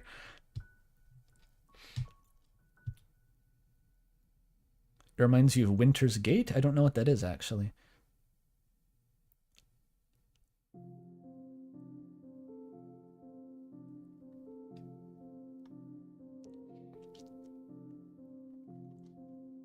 Is it gone? Asriel panted. He looked back and saw only the familiar roads and the woods, the path to the bunker wide open as ever. "Yeah," he said. "Whatever it was, it's gone." Asriel let out something between a laugh and a sob, and then rustled out his phone. His shaking hands fumbled it, and it clattered to the pavement. And before he bent to pick it back up, Azzypants noticed the screen had come on again. He checked his own phone. It was around 9:30. It had felt like years. "Gotta call Chris," Asriel muttered. "Make sure they're okay. They have to be okay." Whoa, hold on a second. Just look at all these texts. Mom's gonna kill me. Stop. He knelt down in front of Asriel and blocked the phone screen with his palm. "What do you think they'll do if they hear you cracking up like this? Deep breaths first, yeah?" They tried to demonstrate. Or he tried to demonstrate and only produced a hacking cough. God, these freaking cigarettes. Okay, you're right. Thanks, Pete. He pulled himself up by the lamppost and leaned against it, breathing deep. "Could you hang around until I'm done?" You couldn't get me out of the spot if you hit me with the truck. I'm not going anywhere. Knowing someone named Pete must be interesting, because you could say, like, do it for Pete's sake, unironically. Just had that thought. Asriel smiled gratefully, but Pizza Pants couldn't quite return the gesture. He thought of that filthy and forlorn shade in the woods, to say nothing of whatever Asriel had heard when the bunker opened. He was white-knuckle as Asriel put the phone to his ear, listening to it ring once, twice. "Howdy, Chris," Asriel said. "Did I wake you up?" Pizza Pants remembered to breathe. He only caught half the conversation, Chris's voice faint enough from where he stood to be reduced to noise. "Yeah, I know. I was hanging out with Pete and lost track of time. Mom must be... I figured. Not sure I want to read those texts."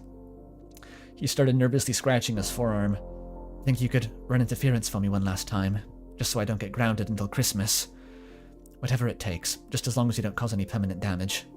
The bath bombs, you still have those? Where do you even... Actually, never mind. I don't want to know. Hopefully it won't crack the toilet this time." He looked at Pizza Pants apologetically. "What? Who was I?" "Pete, like I said. I told you." He sighed. "Yes, I mean Pizza Pants. Yes, that... Chris, he's the only one in town, and you know it." Now his expression gained a hint of panic. "What were we... just, doing normal stuff, being normal together." Pizza Pants gestured at him incredulously. Then Asriel smiled in return. Fucking golden mental image there. "What the fuck, Azzy?" "What's so funny?" he said. Okay, don't rub it in. Just wait 5 minutes before you get to work. See you soon, Chris." Being normal together. He's insane.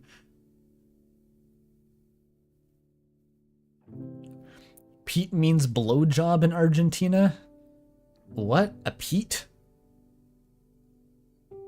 Like, how does that even get used in a sentence? Getting some Pete at the frat party, like, what?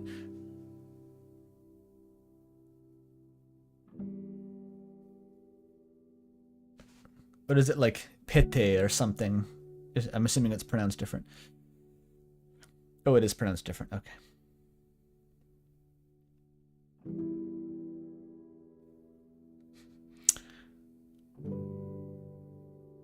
Kid named Pete. Yeah. It's funny. His name isn't Pete, and not even his nickname is Pete. His nickname is Pete. Pete is the name, his nickname isn't.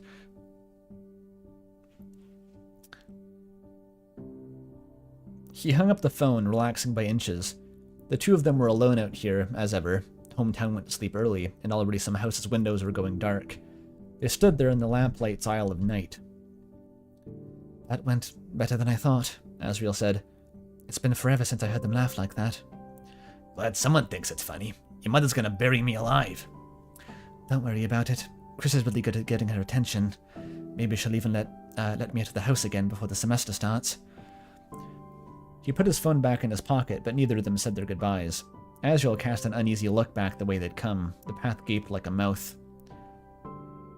"I know it wasn't actually them back there," he said. "Well, it was and it wasn't." Pizza Pants said nothing. "We went out there when we were younger. The four of us, me, Chris, Des, and Noelle. We were messing around in the woods, but Chris wanted to see the bunker. I think they were doing it to scare Noelle, or maybe to show her there wasn't anything to be scared of. It wasn't always so easy to tell with them." He shook his head. "But when we got there, they had some kind of seizure. Fell to the ground, moaning. I'd almost forgotten about it, but the noise we heard back there, it reminded me of how they sounded." He hissed air between his teeth. "This kid can't catch a break, can they?" They shook it off after a little while, but Noelle was in hysterics. Des was furious too. I'm pretty sure she thought they did it on purpose.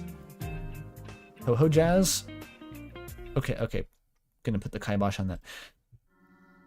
We're going back to one shot.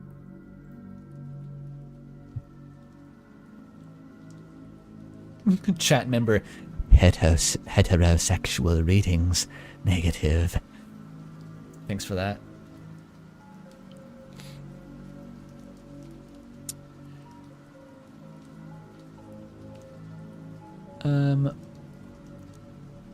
I'm pretty sure she thought they did it on purpose. That might have been the last time we all hung out together. Somehow it slipped my mind until tonight. How do you forget something like that? He looked back to Pizza Pants, all the levity gone from his face once more. He looked exhausted. I don't really hate hometown, you know, but this place has been going bad for a long time. Am I really supposed to leave you all here to deal with it? A silence between them. A mundane silence, not the smothering absence they'd both endured. Power lines hummed and crickets chirped their incessant tempo. Pizza Pants took out his cigarettes and the lighter that had brought them so much trouble. The flame leapt, caught. I think some of us are tougher than you give us credit for. He blew smoke, stirring back the way they'd come. He's pulling out his badass face for this one. Can't go to hell, mollification days, little buddy. This was only like 3 times as bad as my average workday. 4 times tops. You don't have to act tough for me. Why not? I want to be an actor, he said dryly. I'll be alright, Az. Chris might have trouble adjusting for a little while. But it sounds like they've made it through a lot worse. He shrugged. Hell, I'll look after them if they want to hang around me. At least I can make sure they watch where they step after the sun goes down. He had been holding the cigarette between thumb and forefinger, and was about to take another drag, but before he could, Asriel plucked it out of his grip with his other hand and gently turned to his face so they were eye to eye. Asriel was kissing him before he quite registered what was going on, and the two of them had become more experienced since their first time on the lake path. The hard curves of his fangs rolled and scraped across him as the kiss went on. He smelled like laundry detergent and soft earth. Finally it broke off, Asriel's hand still on the back of his neck. The fucking teeth, dude. Always the teeth. Go for it, Azzy. Go for it. You're really amazing, Ren. The Ren name comes out now. That's so suave. You delicately replace the cigarette. Don't forget that before I come back, alright? Sure, okay, he squeaked. Asriel waved and then walked off in the direction of home. By the time he reached the end of the block, he'd become chiaroscuro, the night swallowing the purple of his shirt and leaving only his ivory fur, suspended in the black until that too was gone. Chiaroscuro, also a courier word, but I know this because as some sort of book report in school, we had to read The Tale of Despereaux, which had an extensive segment devoted to explaining the meaning of this word, which really stuck in my brain apparently. It means black and white.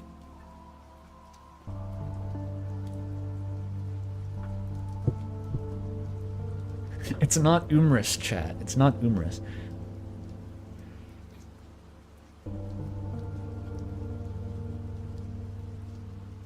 There may have been a silhouette reference.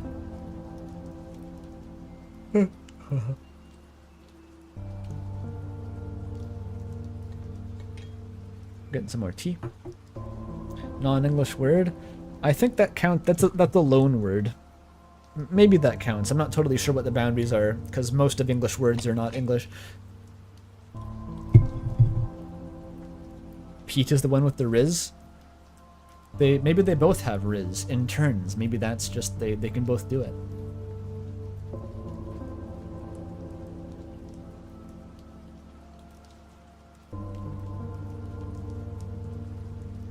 Yeah, it's Italian, I think.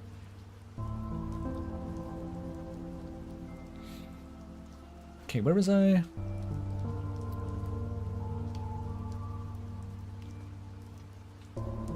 Right, there it was. He stayed there for perhaps another full minute before his fingers started to sting. He then remembered the cigarette in his hand and hastily dropped it and ground it out. His mind was still fizzing, wide awake, but the rest of him was one big ache.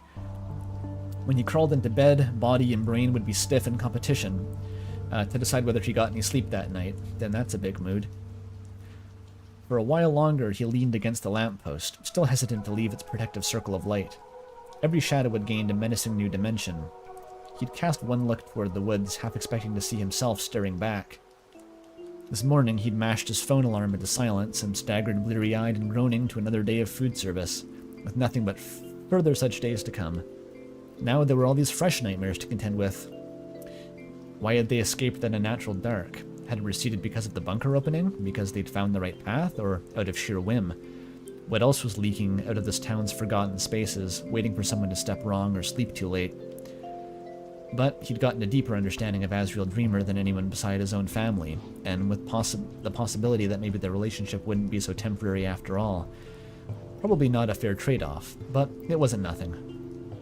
The street lamp's bulb hummed overhead. He stood on the threshold between its glow and the darkness on the pavement, and took a step forward. Then another. That's a fun event. You might be weirdly accurate.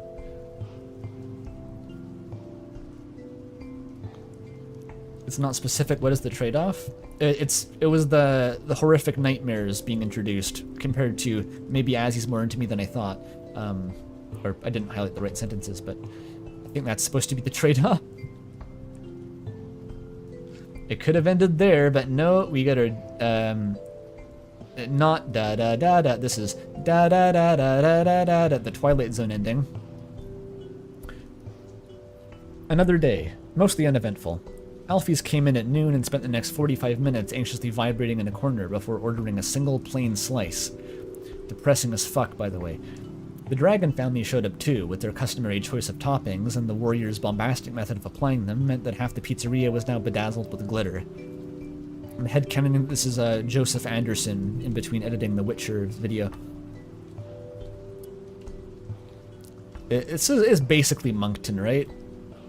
Hometown like Vermont. It could be Moncton. Pizza Pant spent the rest of the day out of sight, trying to get the stuff off his clothes before clocking out, with Blueear's usually cheery goodnight at his back. That guy's enthusiasm was a nail file across his soul. No, that's not Susie's. That's the the dragons at the QC's diner. Talk about hoarding treasure or something. I forget. It's always a bit awkward to refer to monsters they don't have a name for. Like, is it polite to refer to them by species? It's all you can really do sometimes.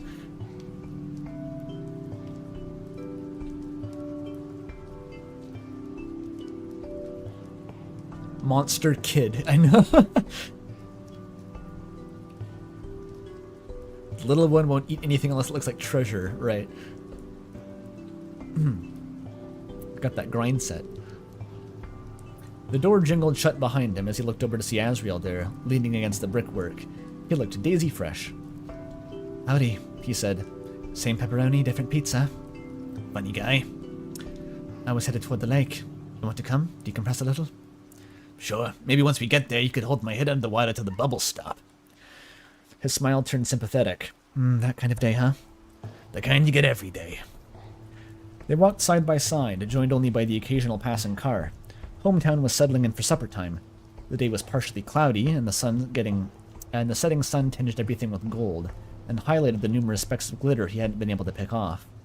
Their shadows stretched long on the ground beside them, Asriel straight-backed, his bent like an apostrophe. Getting dark earlier, Asriel remarked. I'm sure is. Time flies. At least it's not as hot anymore. Must be tough at your job with that oven and everything. It sucks, but once it gets colder, the freaking mascot costume comes out. You can't win. They passed Asgore's flower shop. The sign said open, but Asriel gave it a fretful glance and kept walking. The lake was empty when they arrived.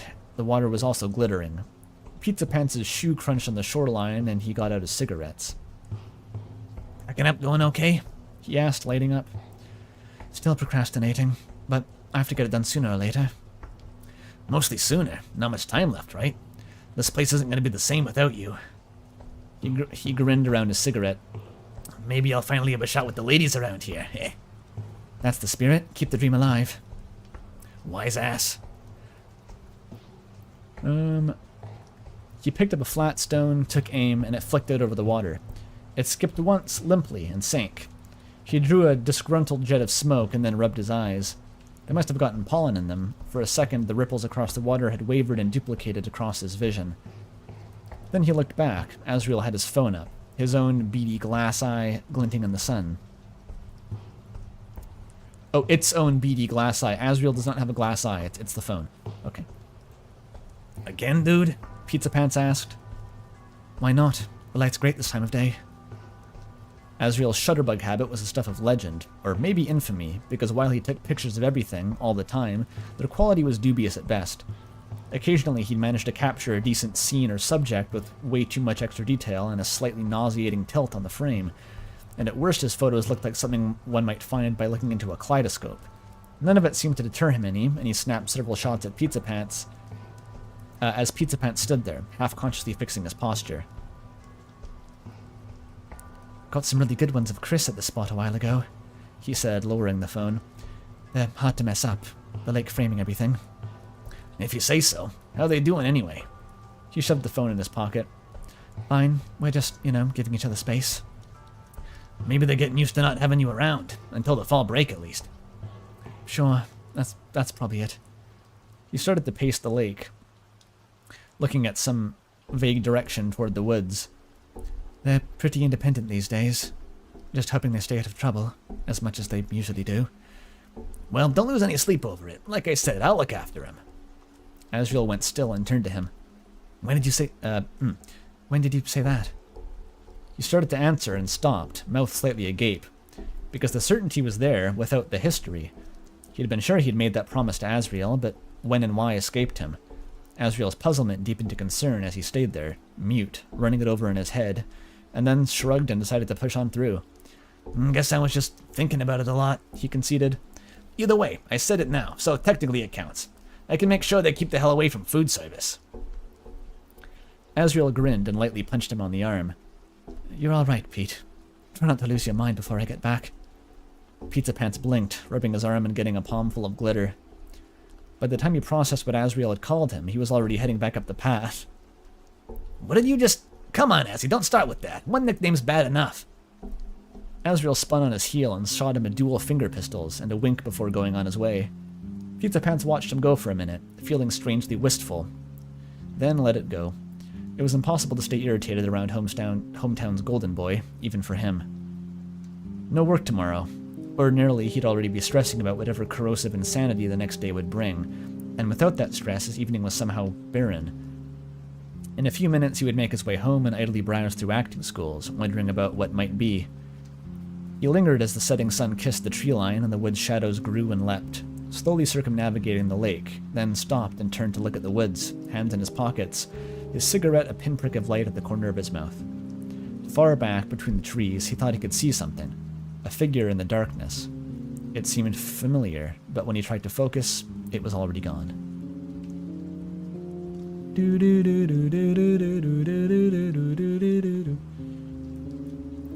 Honestly, kind of a chilling ending. That very upsetting. That really upset me. So there's a lot to unpack with that, clearly. There's a lot to unpack. Yo, $5 from Pidge, thank you. Thank you so much. Brooklyn Pants is the best Pants voice. It kind of is. I might try to continue it. It really is excellent. Yeah, let's unpack. So, there's Gaster shit going on here. I wonder if I should read the comment first, because Courier had an interesting kind of comment on this. Shoutouts to, whatever's going on here.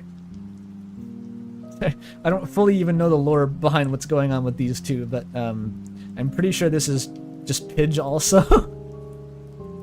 I kind of want to keep it a mystery. I kind of don't want to know. It's great. Doopy-doopy-doo. Okay, here's... I asked about a few things. One thing that stood out to me in this fic was the bat incident. Because I remember before, in Courier's fix, that was like a weird plot point that stood out, was he had this really, like, weirdly intense take on that one little line about Des hitting Chris the Wiffle Bat, where, like, instead of being a playful bop, it was like she actually knocked one of their teeth out, and it was like this dramatic incident. And, like, I never knew what to make of that. I was like, that doesn't really seem in line with what the game was going for, and it gets brought up in this again, but given additional context, and so I asked about that. And sure enough, it turns out there was sort of an external reason for, like, for the bat incident being integrated. in the first place, like back in his earlier fics. But then apparently I was not the only one who thought that was weird and out of place, because I think Courier realized that it was kind of getting more and more obsoleted as more canon was revealed. Like, I think this was pre-Chapter 2, so after Chapter 2, the scenario became less believable. But, what does he say on the matter? When I was 5 or 6, I wandered in front of my cousin while he was playing t-ball and lost 2 front teeth because of it. I wasn't much thinking about the long term when I first wrote that into my DR stories, but decided to lead into it even as canon definitively leaned the other way. And when people in chat window kept bringing up Azzypants, I started to wonder how I could even make that work. And then I thought about how I could make that bat incident more ambiguous, and the story's engine started running. So you heard it here first. Like, literally, this fic came from listening to people run their mouths about Azzypants in my chat, and also wanting to make the bat incident, like, retconned into making sense again, or at least contextualized. And then that... It's been weird to write fics on and off for 6 years about a story that's still defining itself, and this was sort of an exploration of that, how existentially disorienting it would be to suffer in a fluid canon. There's some FF7 Rebirth in that content as well. Unfortunately, I have not played this, so I don't know what the relationship is. But I think this is the key to the fic. This is it. It's a take on, essentially, his own body of fanfic and how, like, the canon keeps changing around the early kind of guesses at where it was going, and how nothing is really concrete within fan works. Like, even the premise of the fic being Azzypants, a ship that is almost definitely not going to be canonized, I'm sorry to say, and reconciling that with, like, you can make this whole fan-made universe where Asriel and Pizza Pants are the OTP, and then in another canon, like the actual game's canon, they're never going to be a couple, probably. And because Deltarune lends itself so well to all of this meta commentary and thinking about the nature of fiction and how we interact with fiction, it's very natural to slot that in with, that's a lot of Gaster's theming. It orbits around when a narrative is retconned or changed, or characters are deleted or added to a setting, and how the world just conforms to that. The story reemerges in a new form after it's been changed in the mind of its author. And I think that's what it's all orbiting around, is like previous versions of events that were triggered by this Gaster bunker and this Gastery influence to sort of like become semi-canon. People don't remember them happening, or like their influence on the future becomes sort of obscured and ambiguous, and even the entirety of, like, the premise of Azzypants in the end of this fic gets retconned out because of the unstable nature of the canon. But it's sort of like a retconning of that being played off as a Twilight Zone stinger. It's really cool. It's super cool, I think. I hope I kind of conveyed what I meant, because it's like, this goes deep into what Deltarune is about, I think. This is like, goes deep into like device theory and all that. Molly talked about this for 7 fucking hours, so there's a lot to unpack about it, clearly.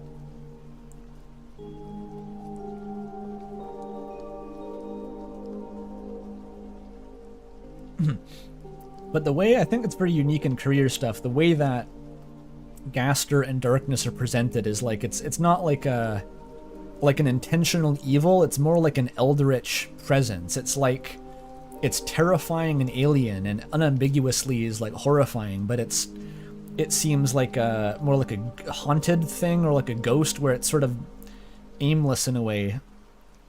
It doesn't mean to harm, but it's just kind of this gnawing force that's eroding the base of everything. Which is like, it's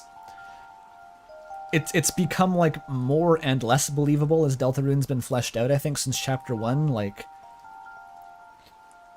the game, clearly the tone doesn't get as dark or as Lynchian as in this kind of body of work that Courier's made about it, but that undercurrent is only getting stronger, I think, of like the, there's something like a very deep underlying wrongness in Deltarune, which is growing and becoming harder to ignore, and that's very likely associated with Gaster and the concept of the dark, and it's just a really cool take on it. Like, it feels right, even if the specifics are kind of like they were early chapter 1 speculation and won't make sense eventually. The vibe is getting more and more relevant, I think. Oh, and the teeth lore, very important. One day I'm gonna read fucking Courier's Beastars fic. The Beastars Yaoi fic. One day. Why Gaster, though? Gaster is, I'm pretty confident, going to be the endgame of Deltarune. If you don't know why Gaster's significant, Pidge, I can't concisely describe it. It's essentially been built up since Undertale came out, like January of 2016. Or even before that. There's been an entire series of videos made just about how Gaster is significant to Deltarune, but it's all under the surface. You wouldn't really perceive it from just playing the game. You have to be like very tuned into all the aspects of it.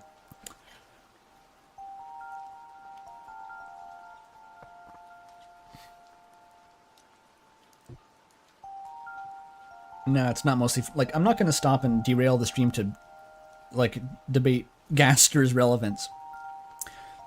I at this point take it for granted that Gaster is going to be relevant. If you need convincing, there's videos that exist to convince you. Like, this is very, very old news at this point, I'm sorry to say.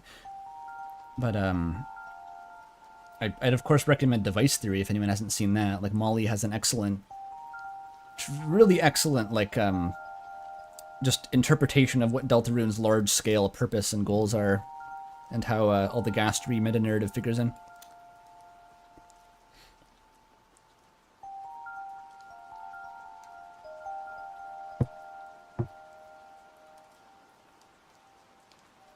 It's only 8 hours, don't worry. It's 8 hours. 8 hours well spent, in my opinion. Chat says, when you read my fic, you compared it to Courier new Deltarune stuff, and now I both see it, and I'm incredibly flattered. Hell yeah. Which fic was that? Can you jog my memory? I've read a lot of Azzypants fics.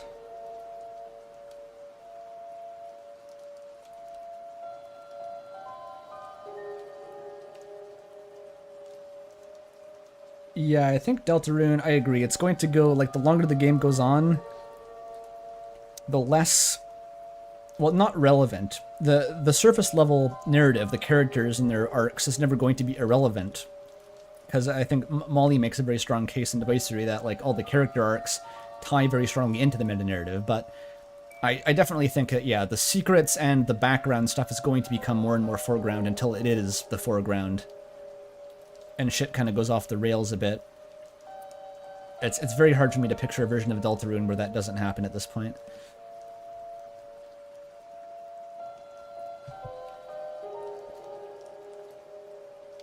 It keeps happening?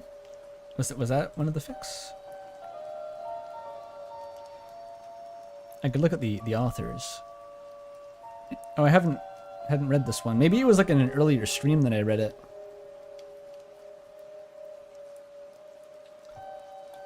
In which case, that was quite a long time ago.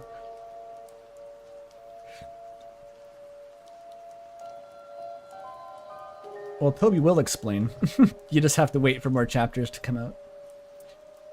What we're doing here, collectively, is essentially trying to jump the gun and sort of make some calls as to where Deltarune's going before it gets there, because it's going to be years before it gets there. But there's certain things that I am pretty confident in calling at this point. And whether or not you care is up to you. I'm mostly just along for the ride with Deltarune also. Like, there's a limit to what I actually want to predict about it. It's the meta-narrative that's probably the most interesting to me in terms of actually predicting where it's going to go, because that doesn't really imply anything about what specifically happens in the games. It just implies about what the game's overall kind of ideas and intentions are.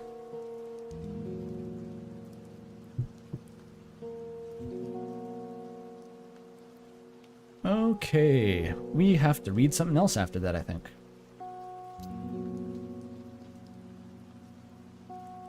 Maybe a bit awkward to start the stream off with that banger and then have to follow it up.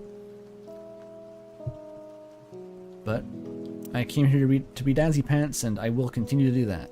Maybe first I'll go for a quick snack break and let my my brain reoxygenate for a bit. I think that sounds like a good idea. It's been 2 hours. Quick snack break and we'll be back, okay?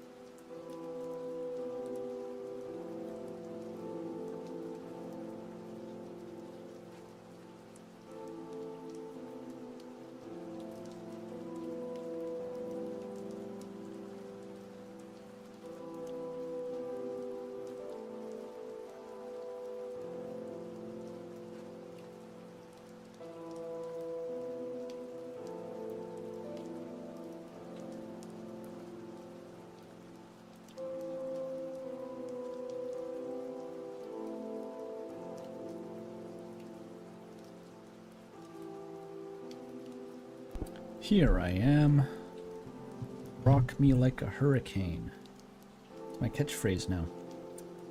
I got a bowl of pasta here that I gotta eat. Maybe I should mute the mic for that.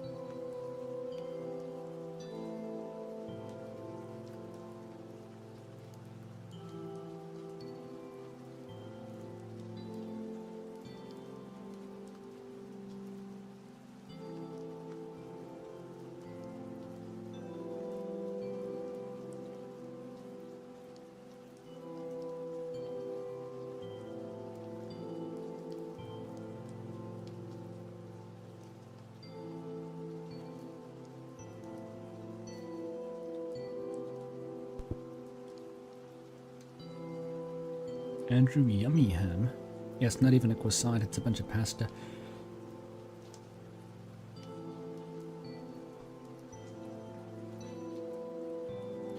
Pasta got kind of overdone. Its structural integrity is low, unfortunately.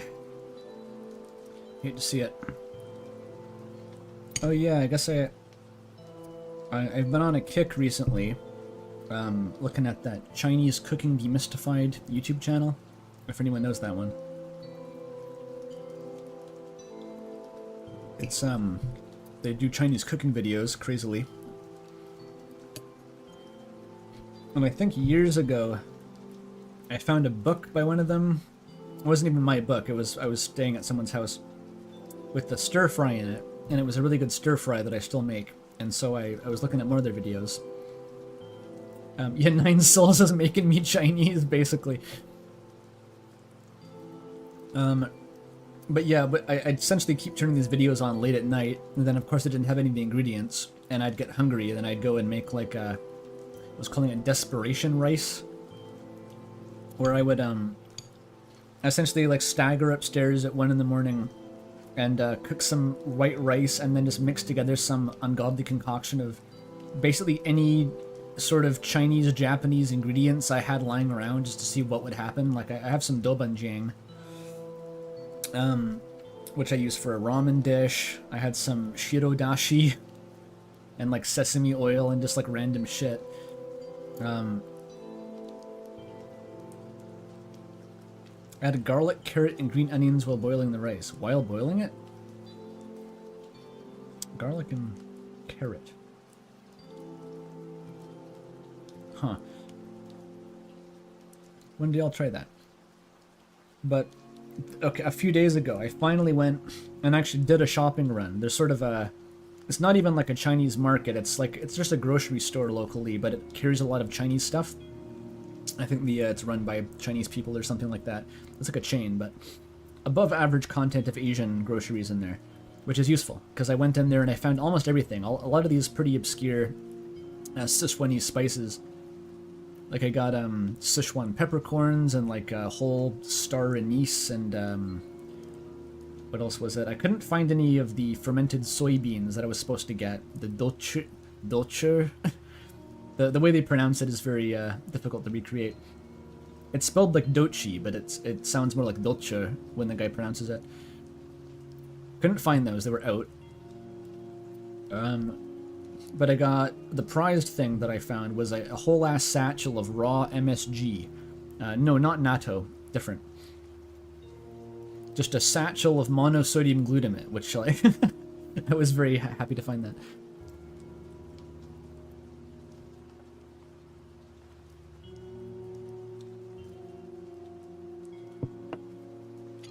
And yeah, I bought some tofu with it.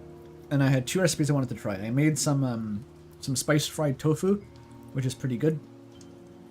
I ground up a spice mix, and you just put it on a slab of tofu when you fry it. It's very easy. I did take a picture of that, actually. Maybe I can show that on stream. Hang on. Where's my tofu?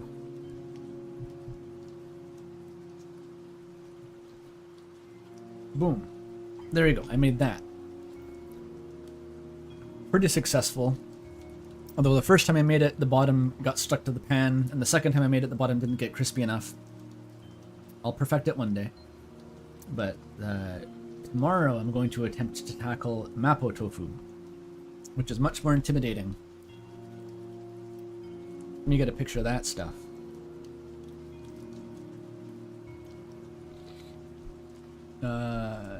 Image, new tab. Where is that? There, that stuff. Which is, it's tofu braised in like chili oil, basically.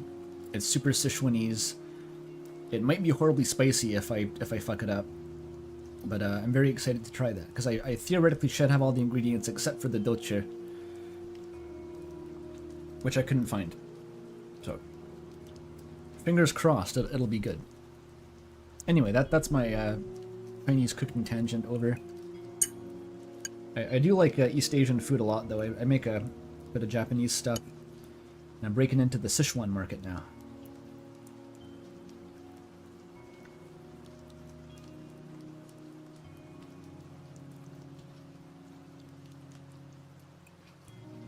Tofu and Mama Liz's chili oil. Now you make this chili oil yourself.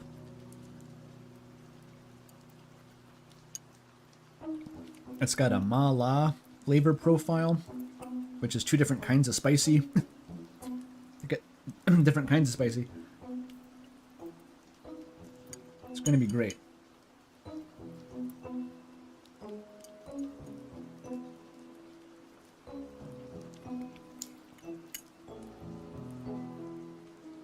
But the main ingredient is yet more doubanjiang, which is like I think a root of a lot of Sichuan cooking. It's like a fermented bean paste with chilies in it.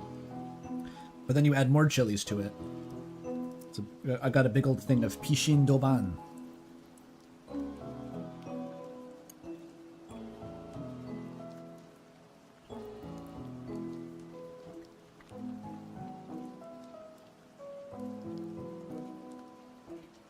Yeah, to make the chili oil, you just take chili flakes and you fry it. That's all you have to do. There's a bit of an art to frying it, I think, but I don't know.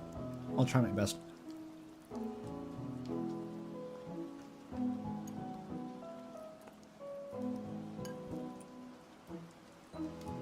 Because it's pretty easy to get Chinese food where I live, but it's not like...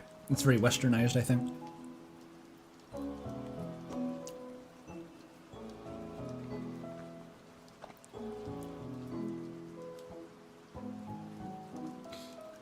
Do you have a shoyu ramen that takes a day to make? Are you boiling the pork bones? Because if you're making your own stock, then yeah, it's going to take a day to make. If you skip that step, it's more like an hour.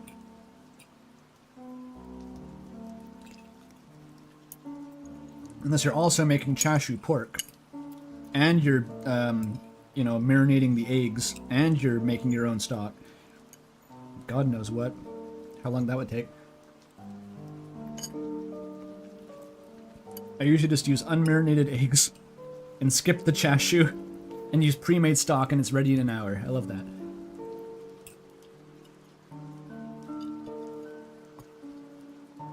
Okay, I finally finished the pasta, thank God. It's quite a long break, but I needed a bit of a break.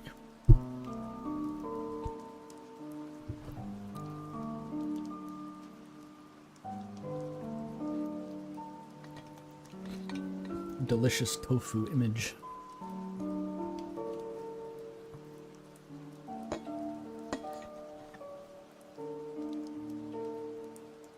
Hard to find pork belly in your area. Yeah, a lot of the cooking uses pork belly. I might have to find my own place to live before I try making pork belly, because I think my family would refuse to touch that. My mom in particular has like a great fear of pork belly.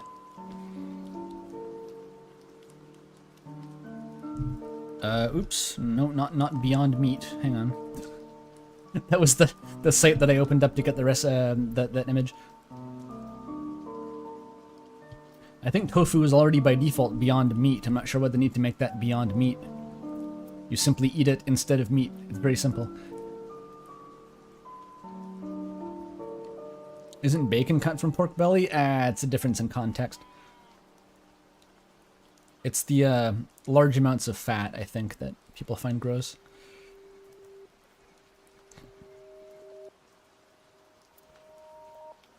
Tofuer than tofu. Yeah, we can go back to Azzypants. Excuse me. Here we go.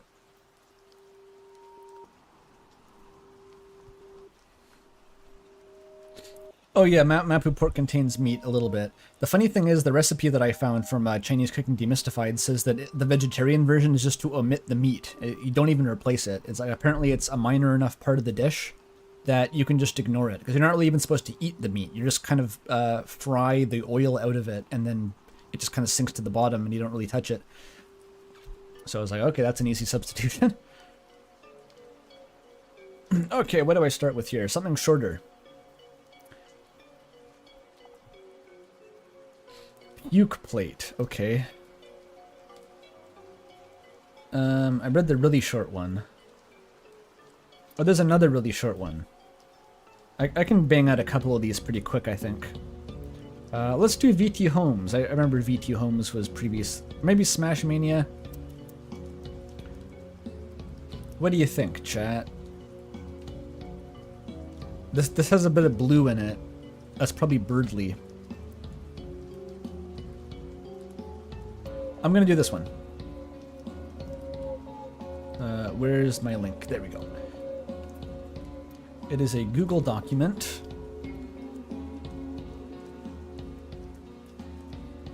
Is that big enough? That might be distractingly big. I think that's the best size.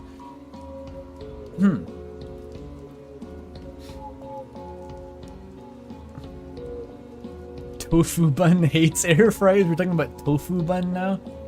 I don't know anything about tofu bun.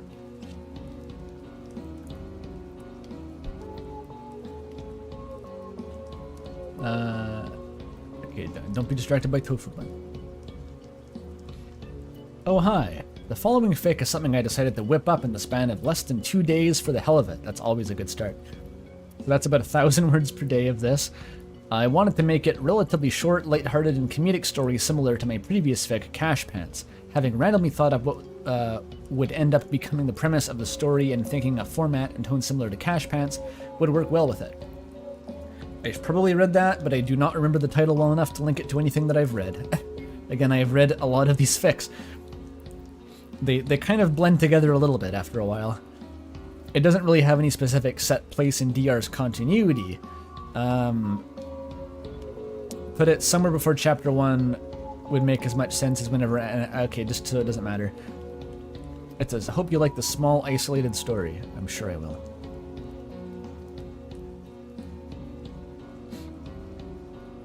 The bingo. I should fill out the bingo. Did Courier have a footnote? Courier doesn't usually do footnotes.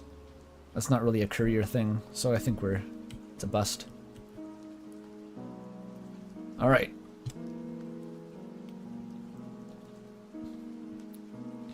Oh, it's the one where Pants found money and it was Cash Pants. That's vaguely familiar.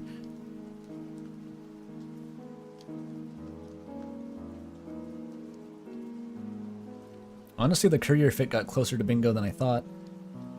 Considering, you know, he's out of the loop on the usual tropes, the vomiting and puking on shitting on each other. Maybe not shitting on each other, that hasn't happened yet. It's not really an invitation either, by the way. Alright, let's see. Asriel started studiously double-checking every card he had in his current hand, praying that his opening play would be a good one. That's when it hit him. A full house, consisting of 2 jacks and 3 sixes. Something about 2 jacks. I'm not going to go there. The struggle to keep his reaction to a minimum strained his eyelids, desperately twitching in an effort to instinctively widen in surprise, the rest of his face obscured by his cards. He looked over at Pizza Pants, seated across the table with his face similarly obscured save for his eyes. The young dreamer gazed at his partner, not knowing whether his noticeable eye twitch came from a familiar feeling of excitement or if his hand had failed him. Damn it, I can't get a read on him. Asriel desperately searched through Pizza Pants' eyes. What do you mean he can't get a read? His face changes location on his head every time his expression shifts. Like his whole bone structure changes. Asriel desperately searched through Pizza Pants' eyes, trying to glean any sort of hint on what he's feeling through his eyes alone. Of course, now is the only time I can't tell how he's feeling. He could either have a royal flush or a single pair of threes for all I know. As much as he wanted to deliberate over any and all possible outcomes, all he could feasibly do was hope for the best. Yet suddenly, before he even had the chance to make a call, he saw his acting adversary start to pick up a card from his hand, moving just enough to see the muscles in the corner of his mouth stretch to a bold, knowing grin. Stretched like past the breadth of the cards, like a full, like half-foot wide slasher smile. Asriel's confusion was compounded as Pizza Pants grabbed the card between two of his fingers, slamming the card down in the center of the folding table with an imposing thud. It's like a fucking Yu-Gi-Oh game. That's when it laid bare his greatest weapon, the wild draw 4 card. Wait, what? That's a feel. So you're playing poker and you get hit with draw 4. Ah, how's it feel to get crushed out of the gate, golden boy? Pizza Pants uttered with a poised smirk plastered across his face. Any prior tension and excitement that Asriel exhibited was quickly replaced by a bout of sheer bewilderment. Honey, we're playing poker. Why are you using an Uno card? Wait, I shuffled the deck myself. How did you use that card? It's called sleight of hand, Azzy. Something a simple man like you wouldn't understand. The confident cat uttered as his boisterous grin stretched by an uncomfortable-looking 6 inches. It is over half a foot wide. Wow. That's a big grin.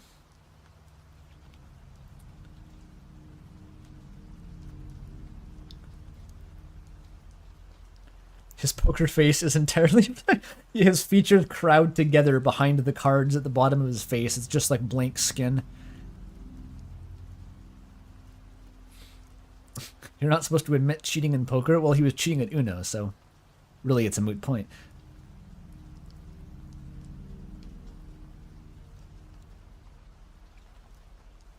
Asriel then looked at his over at his drawers, where he had previously stored the cards. He saw Chris, gripping an off-brand glue stick in their hand, haphazardly bonding together normal playing cards with Uno cards. He then shifted his focus to the floor as he noticed a small pile of augmented skips, reverses, and draw cards messily decorating the space at his sibling's feet. With the colorful symbols on the front and the generic red fractal-esque pattern on the back, the would-be victor stared at his opponent at the corners of his eye. What was the angle here, guys? What was the angle? Not even bothering to turn his head back to look at him straight on. Asriel's thoroughly unimpressed leer caused Pizza Pants to fidget in discomfort, sweating bullets as he immediately darted his eyes over to Chris. Psst, little buddy, he knows. I already gave you the goods. Your job's done here. Make a run for it, quick. He scream-whispered, causing the young human to quickly scramble out of the room at near incalculable speeds, but it was still calculable, just barely. 2 king-sized chocolate bars visibly peeking out of their back pocket, followed by a quick, forceful slam at the door. You bribed them. Well, I mean, Pizza Pants' nerve-wracking grin started shrinking to the center of his face. And I thought this would somehow work flawlessly. And you thought this would somehow work flawlessly. I mean, Flashbacks of the Jevil-X spam effect? Yeah, true. You trust the chemicals in your brain to tell you they are meaningless chemicals. Now will you fight or will you die like a dog? His face compressed further, now half of its original size. Yes, and I hoped I was just going to go with the flow. Why is it so hard? It's a very unique aesthetic to have the dialogue in line with the prose here. Or whatever. It's not actually called prose. It's whatever you call not dialogue. Is there an English word for not dialogue? You'd think it would be prose, but that's not what prose means. The black text. And you thought this would somehow work flawlessly. Yes, and you hoped I was just going to go with the flow of play and with the flow and play a card that doesn't even... Look, I just wanted to do something cool looking, alright? I'm total ass at card games. Alright? Asriel's cold gaze broke down to a relaxed smile, a warm chuckle accompanying it. I'm surprised you went that far. We only set an 8-cent ante. 8 cents. You can't even do that with Canadian money. It's quantized to nickels now. Is it narration? I guess so. I guess I picture narration being something a bit more specific, but yeah, it is narration probably.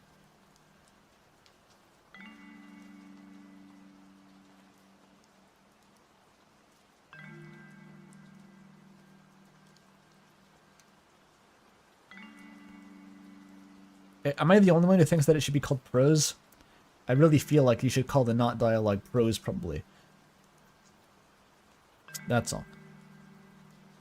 Because what prose actually means is not poetry. But like, when are you going to get poetry confused with just a normal story? Like, those don't cross over, really. But I think the dialogue is also prose, right?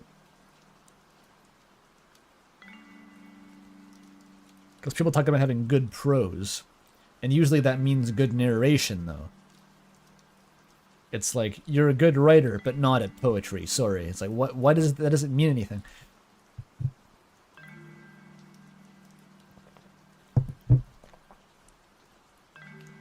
Prose before hose? I agree. Picture that in some sort of book club t-shirt, you know? Prose before hose.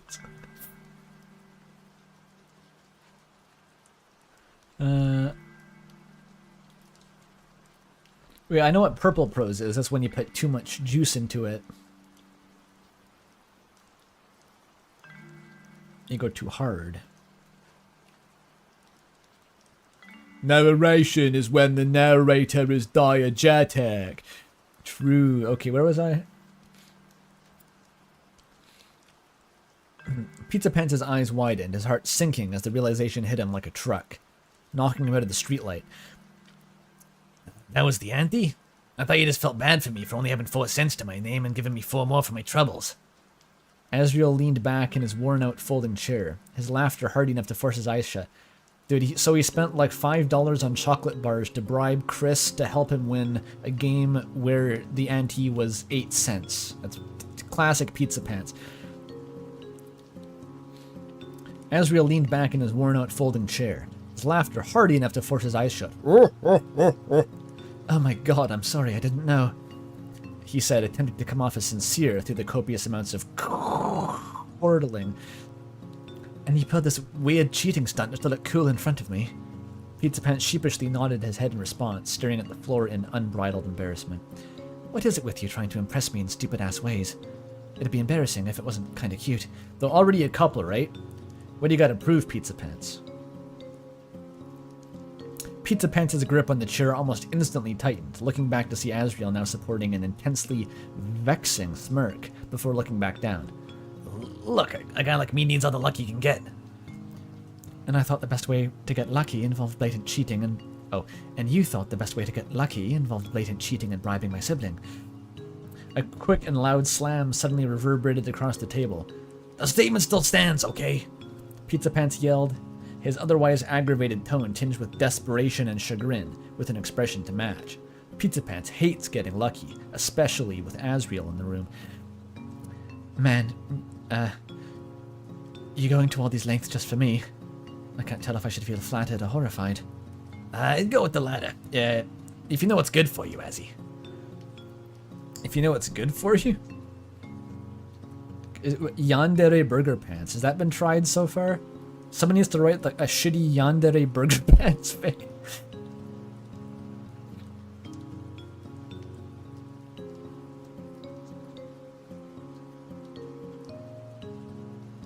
Couples do be like this. Fair enough.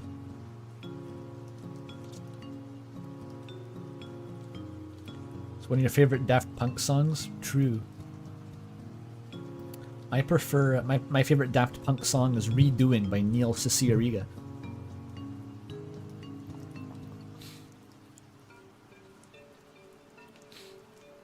A single mildly threatening bluff was seemingly enough for his surface-level confidence to return.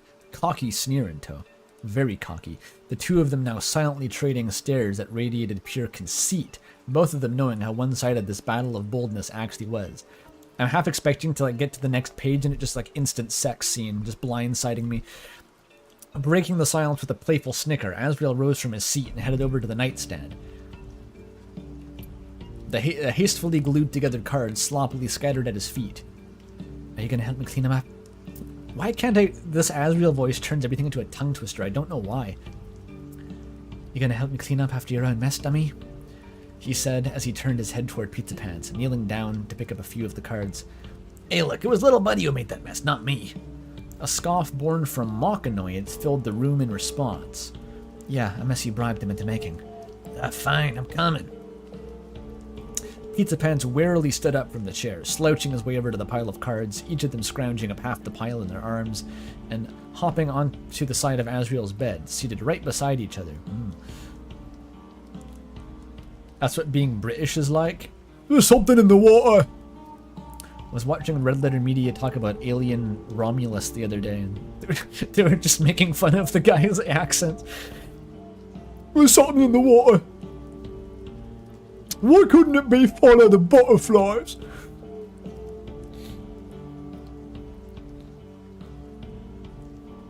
Where is I? They each started delicately peeling apart each set of cards, scraping off the pieces of glue that had managed to dry out. That's not worth it, guys.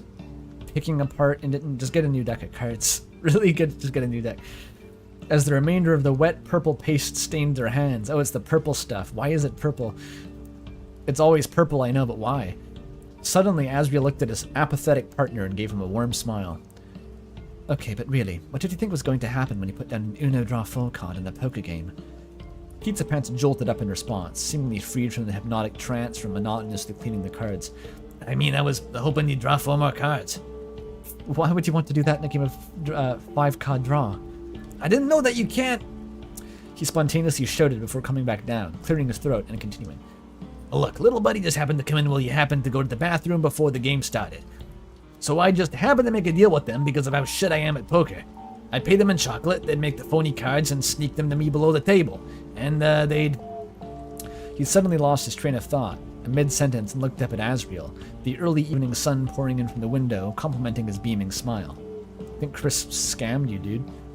Pizza Pants could tell that his insane ramblings were being listened to, yet he still knew that he was digging his grave even deeper, reflecting on how stupid his plan was in retrospect. You're probably just going to beat yourself up over this now, huh? Pizza Pants' accent is becoming more like yours? You talk like this, chillin' Lillian? What the fuck?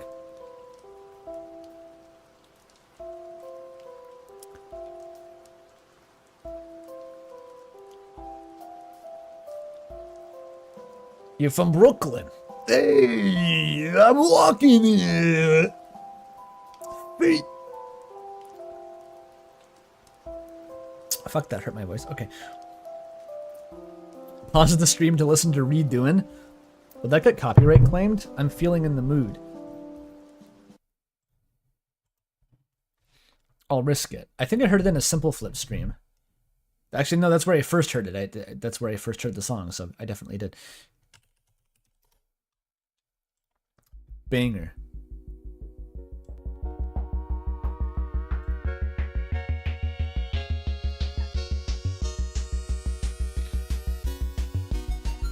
This is a fucking vibe.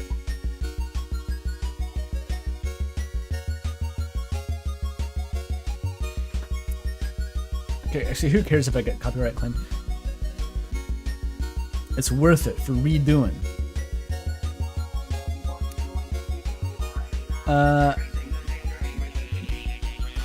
Asriel asked before playfully plopping his head on Pizza Pants' shoulder, his cheeks becoming further flushed from the sudden gesture. Well, if it matters to you, I thought some of it was pretty smart. Your little scheme did throw me off my game, so that's got to count for something, right? This is probably too loud to hear me over. Succumb to the Redoing.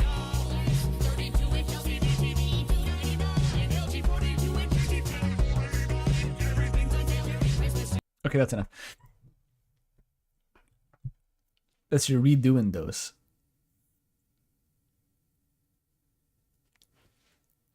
Really beautiful chord progression, honestly. I had to go learn that on the piano after I heard that for the first time. I'm like, because I didn't know what original song it came from. I was like, damn, that's a nice chord progression.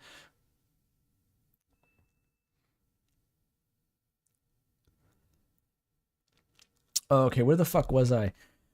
Hearing the sudden words of encouragement coming from him, Pizza Pants looked down at Asriel, his chin neatly perched upon his shoulder, his smile exuding a level of kindness and sincerity he could only dream of receiving from anyone else.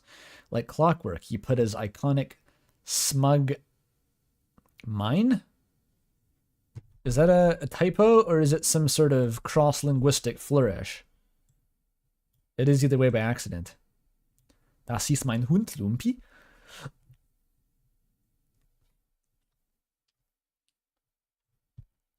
Okay, let's go through our bingo card. Kind of like nothing so far. There was a human, on-screen human. Chris happened.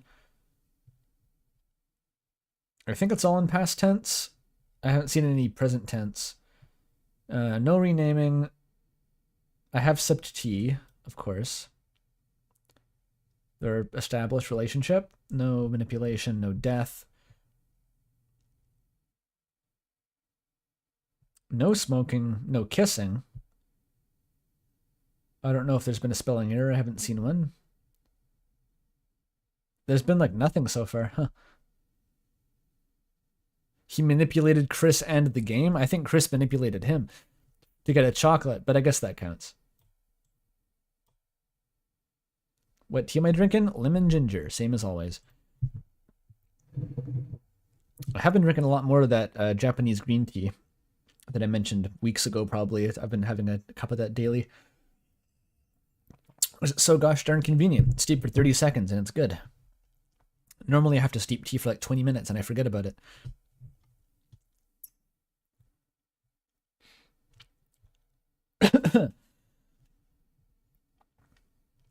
He put on his iconic smug mine, albeit with a unique hint of modesty. Come on, ass, don't pity me like that. I could have just told you I barely know how to play poker and left it at that. No dumbass scheme to impress you required.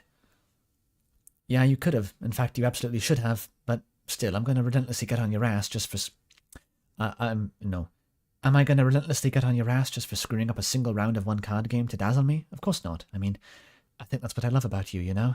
That you're a fucking moron. I ad-libbed that last part. Asriel briefly stared at the floor aimlessly, seemingly lost in thought for only a few moments before looking back up at Pizza Pants.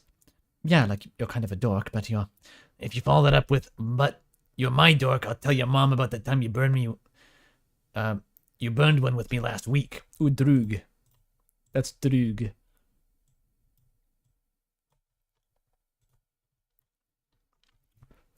Asriel... Oh, the music's. Oops. There we go. Asriel chuckled before lunging at him, his head at his side as he ensnared him by the midsection. He learned that in high school football. He used to play college ball, Jack. Cutting varsity.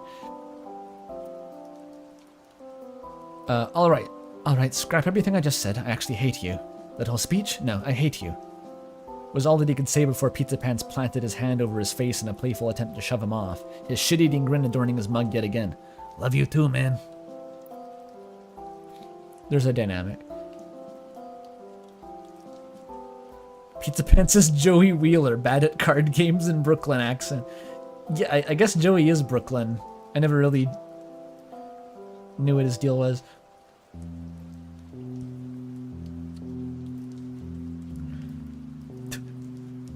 We need an Azzypants Yu-Gi-Oh crossover, dude. That would be awesome. I want Seto Kaiba to be a villain in an Azzypants fic, just because. Just to see what would happen. I want Gozo Boro to be a name I have to read on stream.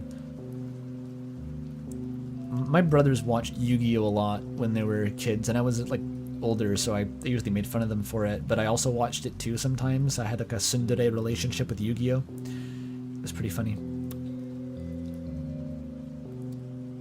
Seto Kaiba stole Pizza Pants' grandfather's soul. Definitely. Looks like you're going to the Shadow Realm, Chris. Oh yeah, true. That's more of an Elden Ring reference these days.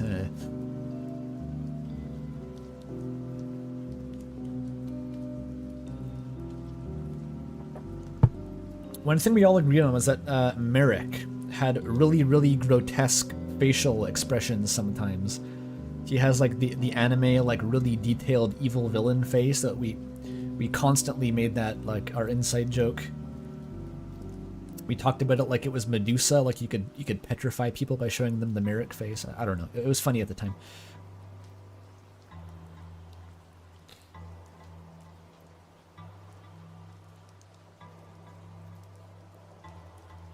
Give me an hour, I'll turn the Red Muffler Man Yugi versus Kaiba video into an Azzypants fic. I don't even know what you're referencing, but that sounds awesome. Asriel, finally letting go of Pizza Pants. That was all one paragraph, by the way. This was the first paragraph of the fic. Okay. So it was on a chapter break. After finally letting go of Pizza Pants, sat back up and looked over him once more. Alright, tell you what, we'll just play a regular round of Uno. How's that sound? He gently placed his hand on Pizza Pants' shoulder, waiting for a response while his usual inviting smile coated his face. It's kind of a weird way to describe it, like yeah, plastered his face. Well, I'm not that much better at Uno. I mean, I actually do know how to play it correctly, but don't worry, it'll be fun. There's something simple and fun to do with the sunsets. Pizza Pants turned to look at him, his shaken expression slowly shifting into a content grin. As opposed to a content grin like Mr. Beast would make. yeah, let's do it. Before they knew it, half an hour had passed them by. The orange glow of the sunset had begun to settle onto the serene dark blues and violets of dusk, and the pair of monsters had started one of many rounds. Asriel looked at his current hand and spotted a sinister grin from ear to ear.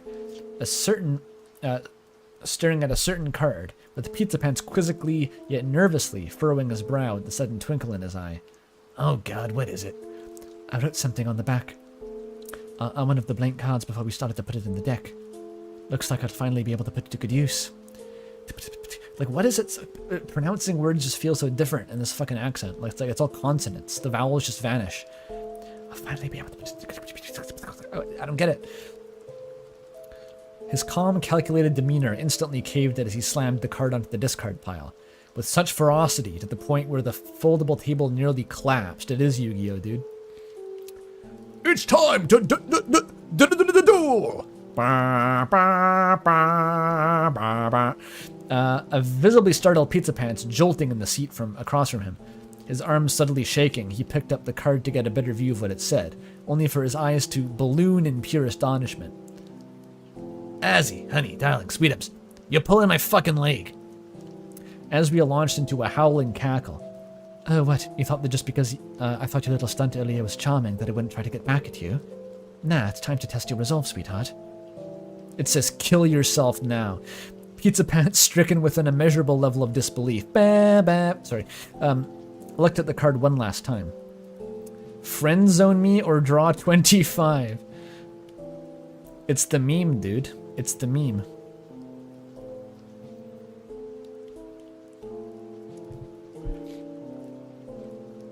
Oh, that would have... Alternate timeline, marry me or draw 25. Weirdest fucking angle.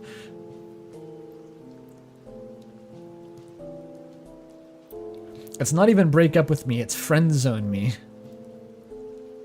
He's trying to soften the blow or something. It was only 30 seconds later when he began to anxiously shuffle through his 31 card deck in hopes that he finds something, anything that could be used on the discarded red 4, staring back at him. Unbeknownst to him, he had very little time to choose before he suddenly felt a pair of lips gently press against his forehead, looking up to see Asriel lunging across the table to give him a small peck, mustering a bashful half-smile in response. Don't worry, Barry. We both know I've already won. Yeah, rub it in, golden boy. You know I'll get you next time.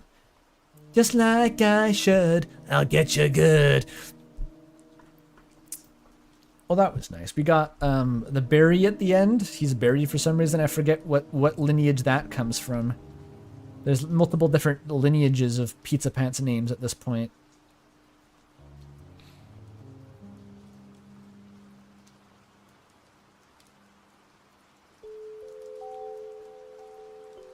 That's pretty cute, yeah. He's dating that. No. The joke is that he drew 25 to not do that. It's a meme. It's like a photograph. It's a 2-panel setup.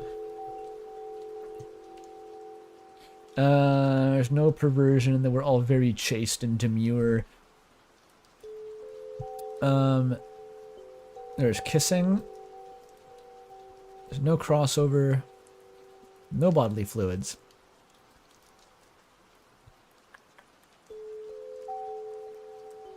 I don't think that's an abrupt ending. It was clearly just a kind of a one-shot vignette. And color-coded. Okay. Well, no bingo this time. Oh well. Should it's Sui vows made in cheese. I read that one before, right? Oh, that's where it comes from? Tybalt, the Prince of Cats?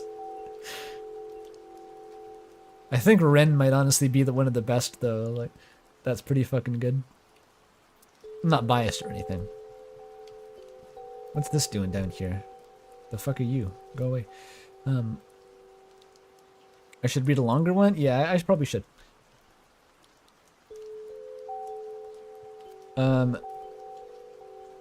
Okay, they're getting really long, though.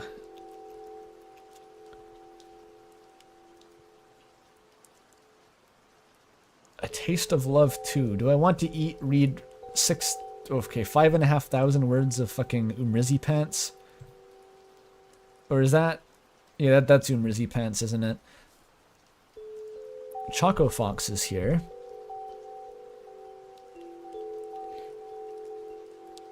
That's 10,000 words. That's 10,000 words, dude. I'm not totally sure about that. This one's even longer, though. Is there a 20k one? Like, oh, that's 20k, you're right.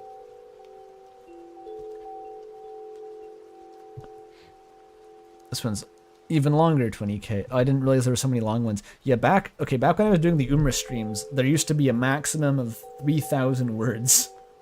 And that has kind of gone out the window over time, but I'm still going to prioritize ones that are at least somewhat short.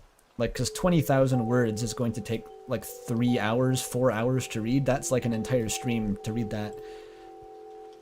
I'm not sure if that's reasonable.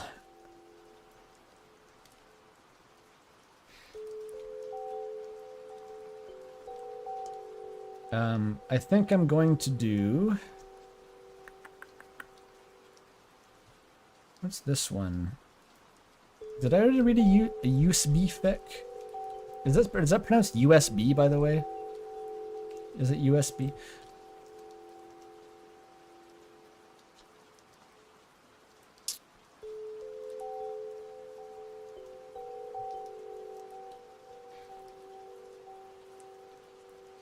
Everyone's frothing at the mouse. I know, but like, the queue keeps getting longer at a rate that's faster than I can read it, so it's... You kind of have to assume this is what's going to happen. I can't make miracles. Okay, I'm going to go with either this one or this one, probably. I think Wim's in chat, right? I see Wim right there. Starry Night. 8,000 words is on the long side, but it's not going to actually kill me. Let's try this.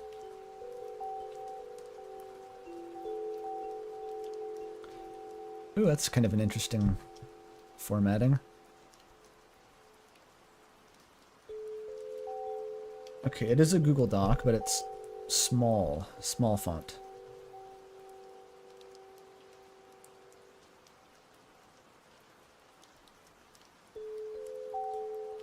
It's got 6 chapters. Introduction, Chapter 1. Sights and Smells. Asriels' eyelids opened with the lightness hitting it, prompting him to look at his alarm clock. 6 in the morning. He woke up 1 hour before the usual, probably since today he will present to his parents someone very special to him. Oh, is it gonna happen? We get the awkward fucking the dinner with Toriel? I was just talking about this earlier in the stream, actually. Someone who he recently started dating, the love of his life, and crushed since childhood. Pizza Pants. Okay, let's start off. We have a mention of a crush. This one, obviously, I've already sipped the tea, I'm pretty sure.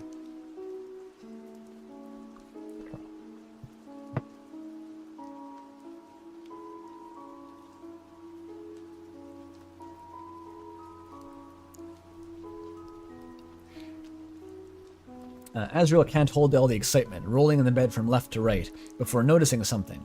Strange, Pizza Pants is already up. He usually delays getting up in bed. Asriel decides to investigate the feeling of cold floor as he walks to find the man, the pants, the Pizza Pants, in the kitchen. He is alone, with one hand on the head and the other holding a beer.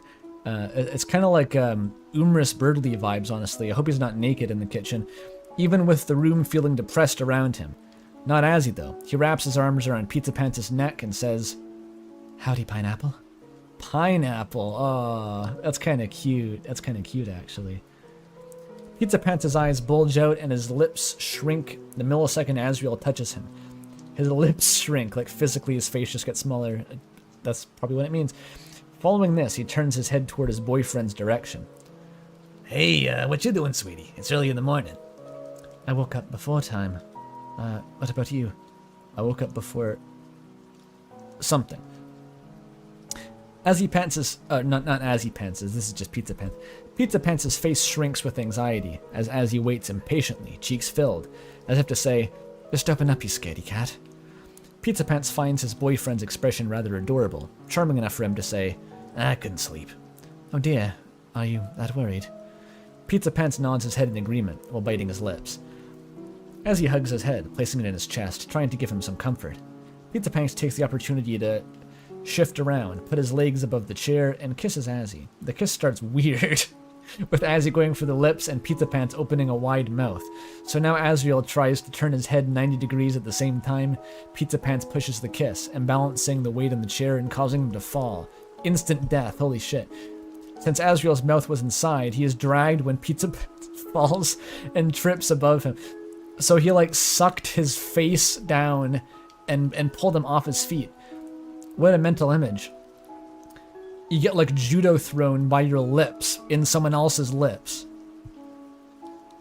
That's advanced. Okay, we have a kissing though. We're rapidly building up a second column bingo here. I'm eagle-eyed waiting for a past tense verb, by the way. This is all in present tense so far. But I'm waiting. It's very hard to keep a fic in present tense without lapsing into past occasionally. It's the German suplex, using only lips. Noted, noted.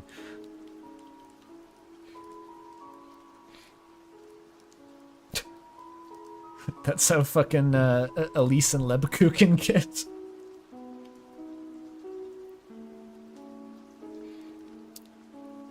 Okay, where was I? They fell and both died. When Pizza Pants falls and trips above him. Now Azzy's face is covered in saliva and Pizza Pants is smashed against the floor, both of them touching their faces. Their eyes meet in this awkward situation, causing them both to laugh. I feel like you'd lose teeth in that context, like ow. But also we got saliva, that's a bodily fluid, good. After eating, what does that mean?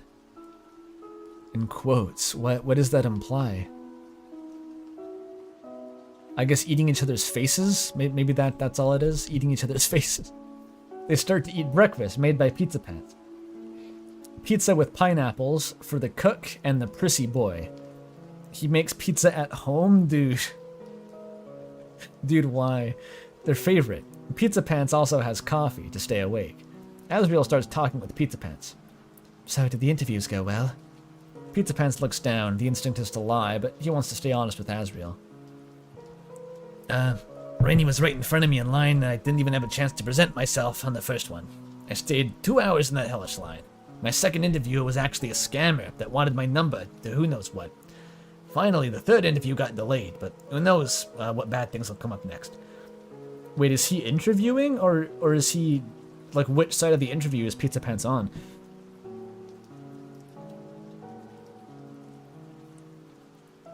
Or maybe are there contexts where you can show up for a job interview and there's like multiple interviewers?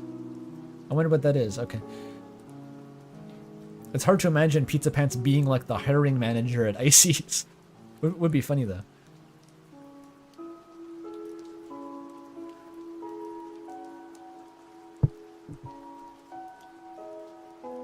That's a thing at job centers? Huh. I've only done a couple job interviews, and they've both been kind of solo things, so I don't know.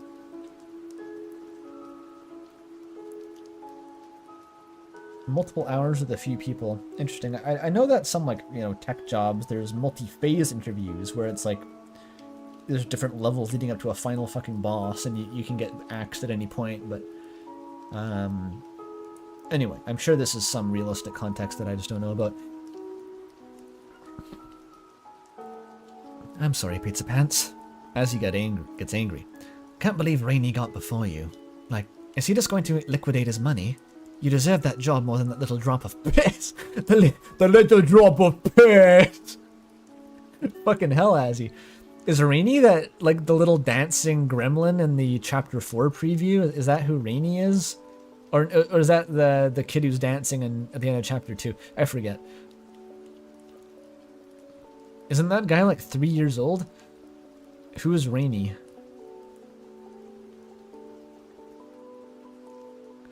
Pizza Pants has an infatuated smile, looking at Azzy get a little violent.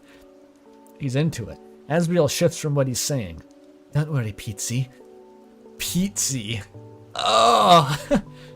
Oh! Pizzy. That's horrible. Maybe it's pronounced Pitsy. Pizzy? Pissy. Pissy Pants. Pizzy Pants. I'm assuming it's Pizzy. You still have one more to go. It's like they say, third time's the charm. Is the third one his interview with Asriel's parents? And besides, I'm sure the other two are already bad, stinky jobs. Not more stinky than Icy's bathroom, I guarantee. Asriel puts his head on the table, feeling sad for his boyfriend. Then he raises his face to look at Pizza Pants, changing the subject. Do you remember that one time in high school? We were returning home and I became hungry, so you decided to buy me something. The only problem is that you barely had any money, so instead we walked around town searching for some place that you could afford for like 2 hours. And when we finally found one, all it had was some horrendous food with the worst smell ever. Asriel said with pure happiness. You got him a shit burger. You got him like a rat sausage from a street meat stand. Asriel said with pure happiness. Pizza Pants gets a short burst of excitement from remembering this. Yeah, the two of us were terrified to eat that, but I wasn't about to waste money. So I yelled, "This is fine, Azzy, watch!" And I took an enormous bite. It was soggy, but had some crusty bits and tasted like pest. Like pest. I've never heard that description. That's kind of livid, actually, or vivid, I mean. It was a miracle I could chew that at all. It was an even bigger surprise that you actually followed my example. I couldn't let my buddy down. You were so courageous, Azzy. You're the courageous one here, Pizza Pants. I would never have done that without you. He says, referring to getting food poisoning. I would never have poisoned myself without you. The name for me doing that is being stupid. Come on, it was a fun experience. Maybe, but it made you puke at me. And I'm so sorry, truly. Nah, it was my fault. He gets a little shy remembering the next part. And then you had to wrap your arm around me so I could help you walk home. Yeah, that's kind of cute, actually. We got vomiting. Where is it? Puke? Wasn't there puke? There it is. That's good. It's not really a flashback. They're talking about it. It's not a actual flashback.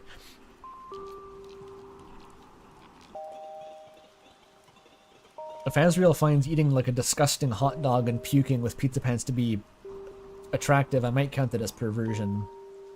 Borderline.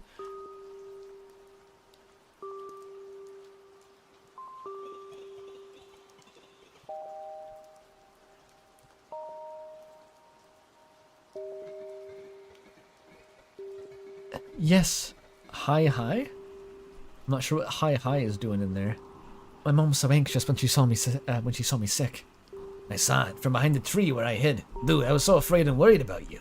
I stood there looking out. Okay, maybe it was a bit creepy, but like, no excuse really.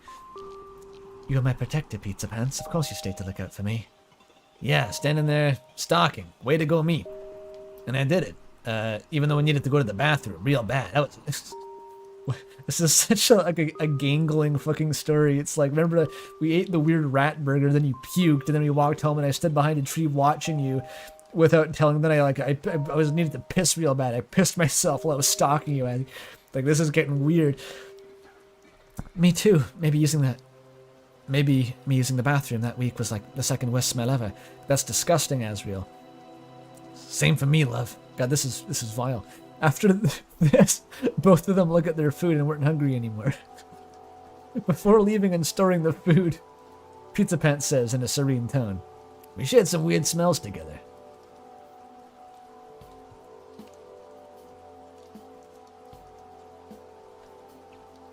Asriel looks at his partner, holding out laughter until Pizza Pants noticed what he said, causing him to make an awkward and in disbelief smile. This is when Azzy can't hold it anymore and laughs a lot. He lolls. Lots of laughter. Pizza Pants joins in the laughter. It gets so loud a neighbor yells to keep it quiet. A short time later, Pizza Pants gets ready for work and says goodbye to his boyfriend. Asriel holds his hand after he opens the door and says, "Take care." Pizza Pants acts tough and cool. I don't need any care. All I care about is about you. Asriel giggles and responds, "Hee hee." Oh, that's his laugh. It's a hee hee. Hee hee. Hee hee. You definitely will need my care if you're going to be smooth like this.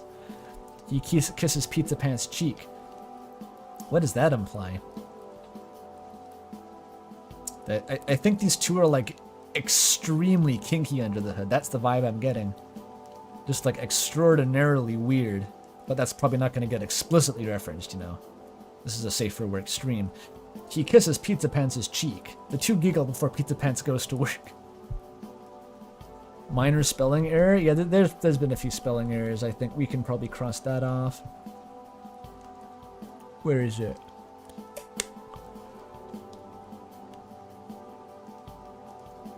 There it is.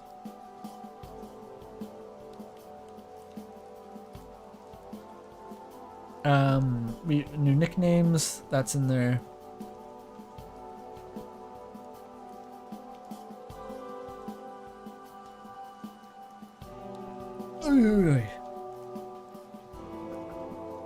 Chapter 2. It's Pants, my dear Toriel. Asriel doesn't really want to go alone into the house. The smell of pizza just melts his heart, so he decides to go to his mother's house. Where were they staying, by the way? Do they have their own place together? It's implying that they're in their own place. I didn't really internalize that.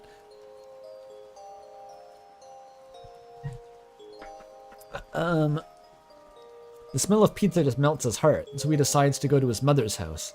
While walking toward Toriel's place, he passes through Sans' shops. And Sans. He passes through Sans? She's gonna move right through me on my way to you. That's what Sans does. They lock eyes and Sans speaks. Hey, lad. Lads? Is Sans Scottish, dude? What if I just give Sans the fake Scottish voice from the last Hypnospace stream for no reason, just for this one fic? Just for this one. Hey, lad! Like the fake Russian Scottish voice. Asriel becomes extremely annoyed just by seeing Sans. He gets annoyed, yet he tries to keep his posture. Hello, Mr. Sans. Just call me Sans, lad. Mr. Sans. Sans looks at Azzy, then closes his eyes. He knows Asriel hasn't gotten used to him and Toriel dating. Oh, that's why. Okay, that's good. I'm glad that I gave this really, really stupid voice to what's going to be a major character in the fic now. Ha ha ha. But he still tries getting closer to him. So, lad, where are you going now? Asriel compresses his lips and widens his eyes for a second before breathing out and responding. To my mother's homeress. Humorous? Is that like a humorous joke? That's like so crusty. I don't even think Sans got the joke, dude. That's really crusty. Haha, you're a funny lad. So your mother called me to her house. Why don't we go together? I don't. Come on, lad, I'm in no hurry. We can exchange our tibia bits along the way. You mean tidbits? Wait. He puts the palm of his hand on his face and continues. Better What? Who's talking? Yeah, great. This accent is awful. I know. It's a deliberately terrible Scottish accent. Don't worry. It's kind of how when Fred Knudsen in one of his streams with Jabroni Mike, he ended up doing a Scottish accent for a long part of it. And like, I love Fred Knudsen, but fuck, he cannot do a Scottish accent. It was really bad. It was vacillating between like vaguely Scottish and kind of like Russian sounding, and sometimes it was just English. It was kinda like this. The plural of whose is he's. Yeah, exactly.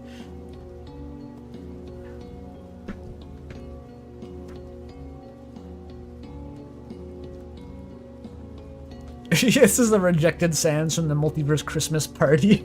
They don't let this guy in anymore. He drinks a whole bottle of whiskey and sets the place on fire. Starts hitting on himself, which that happens in the Christmas party anyway, as far as I know. If you know, you know.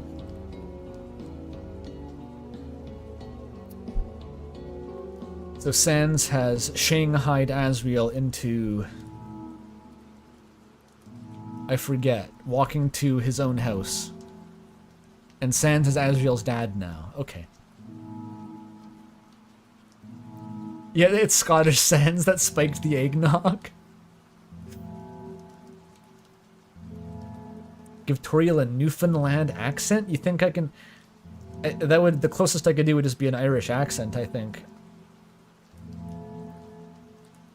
I don't really know the specifics of how Newfoundlanders speak. I want to say Newfie. I'm not sure if that's like a kind of a slur or not. I've definitely heard setups for Newfie jokes, kind of like it's always some ethnicity, right? Depending on where you are, someone is the butt of the joke. I don't really know why everyone has a bone to pick with Newfies, apparently, but that's a thing I've heard.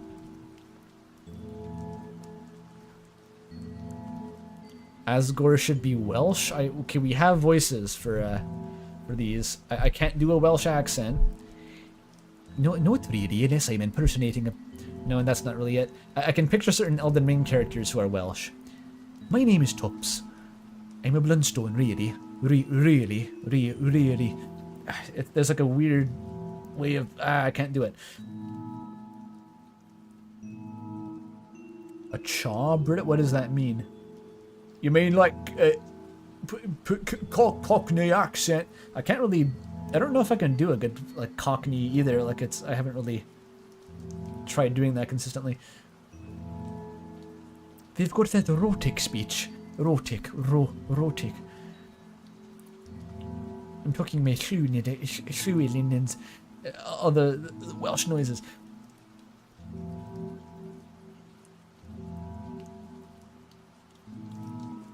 Yeah, Newfoundland dogs are pretty cute. It's funny, they have Newfoundland dogs and they have Labrador dogs. And the province is called Newfoundland and Labrador. It's like it's just named after a bunch of dogs.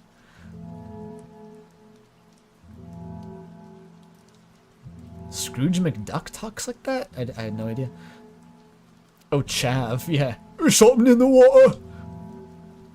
Just replace every consonant with a glottal stop. What? I know what you're talking about.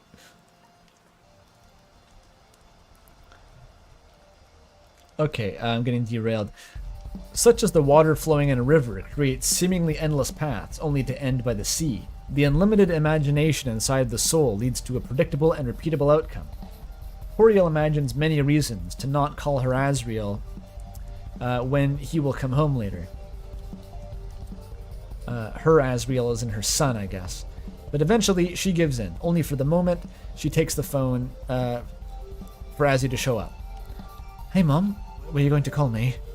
Toriel puts the phone back swiftly. What? I would never. She then runs toward him and gives him a hug. Asriel hugs her back and smiles. When they stop hugging, Sans pokes his head out from behind Asriel. The Soriel angle is a really unique spice to this. I love the awkwardness it infuses to every situation.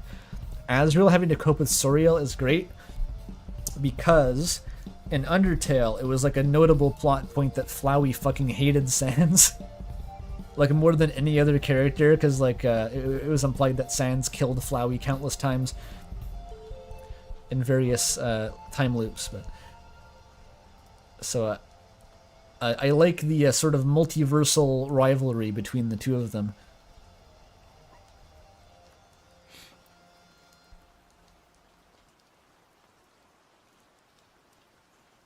New sub just found your channel. Love the content. That's awesome.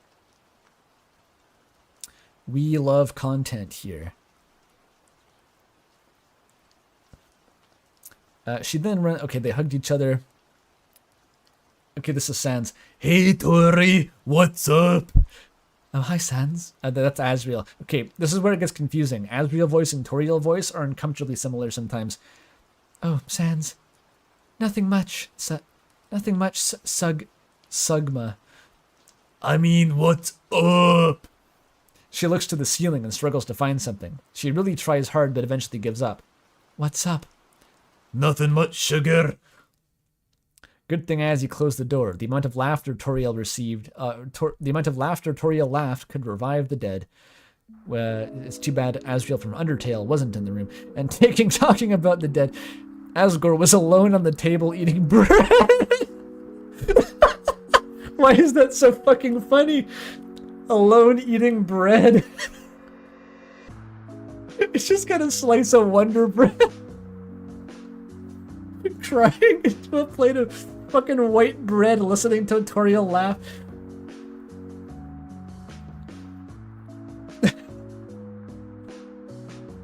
Damn, you live like this. Like, not even a baguette, just a loaf. Just a Wonder Bread loaf. He's just like chewing it like a cow, ruminating, just kind of like staring into the middle distance and mashing his bread up. The image is just destroying me, sorry. He just opens the door to Asgore's little like cuck chamber, and they gave him some bread to eat while they have fun in the living room. Oh no. Oh god. Okay. I gotta come down. Lightheaded. The boys are gonna eat bread in the back to escape fucking Sans. He became Scottish for the bit. This is Asgore's cuck grave.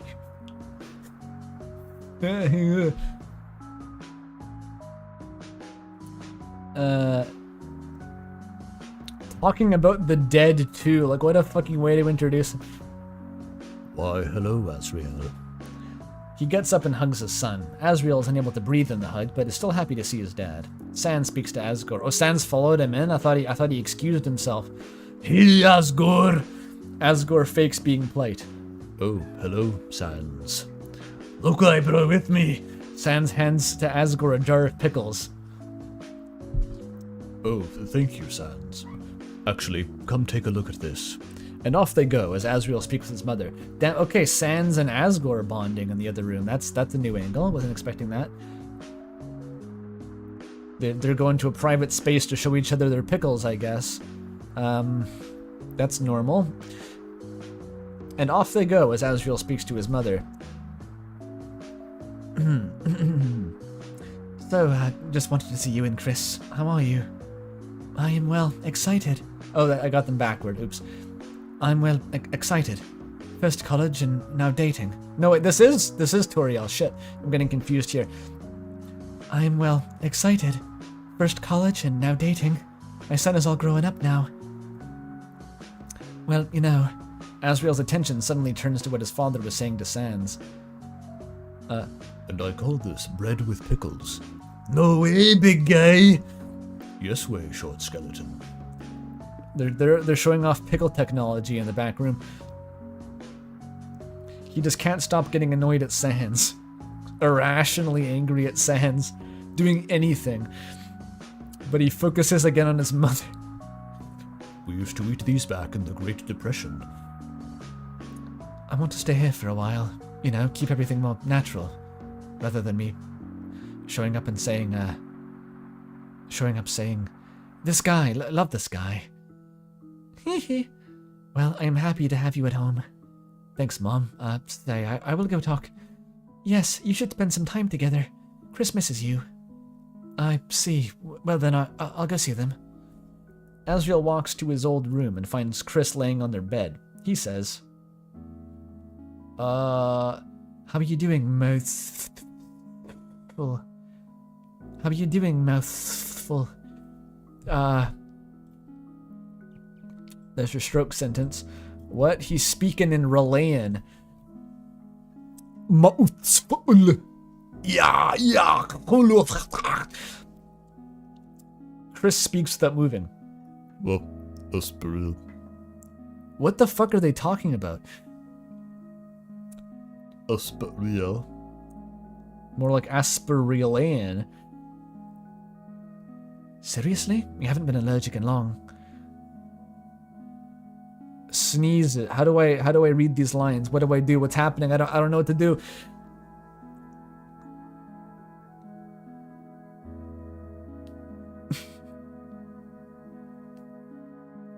Weird sibling nicknames? How do you pronounce them? Mouthful.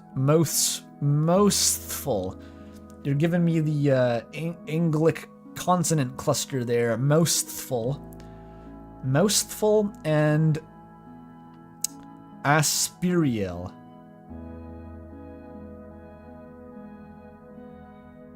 Should I sneeze?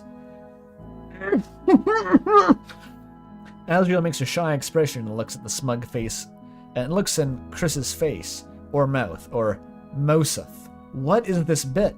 Asriel switches the topic. Have you been talking to your friends? Usually comes over every week or so. Noel's doing fine. I talk to Caddy every so often. So this is like post chapter 2, I guess, or post something. That's great to hear. Asriel remembers another one of Chris's friends. That annoying friend of yours who works in the library, is he still... I was gonna make sure. I made sure he's never gonna ask again. Asriel is spooked by these words. Thankfully, Chris... Oh, I know what Chris is talking about. I told him to stop asking last week. Or I would wave dash. Oh, wait, I see how this there's layers here. So Asriel thinks that Chris meant that they returned the book, and he's worried, but no, he's actually, I'm going to beat you in Smash Bros. If you don't shut up about the How to Draw Dragons bug. I get it. This is complex, though. This requires advanced knowledge of the subject matter. Silence. Chris refuses to explain. Asriel is still uncertain. No, he's dead. Noel and I murked them. Or that. Oh, maybe that's a Snowgrave reference, and I completely misread it. Maybe that too. Okay.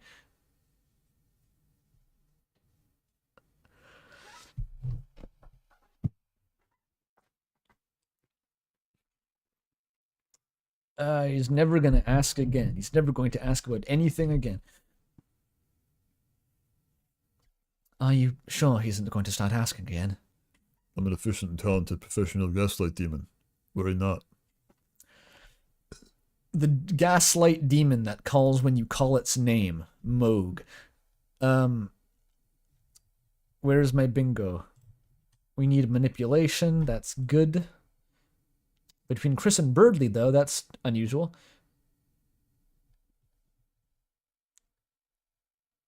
Human. Human has entered chat. That's a good X. Music has exited chat.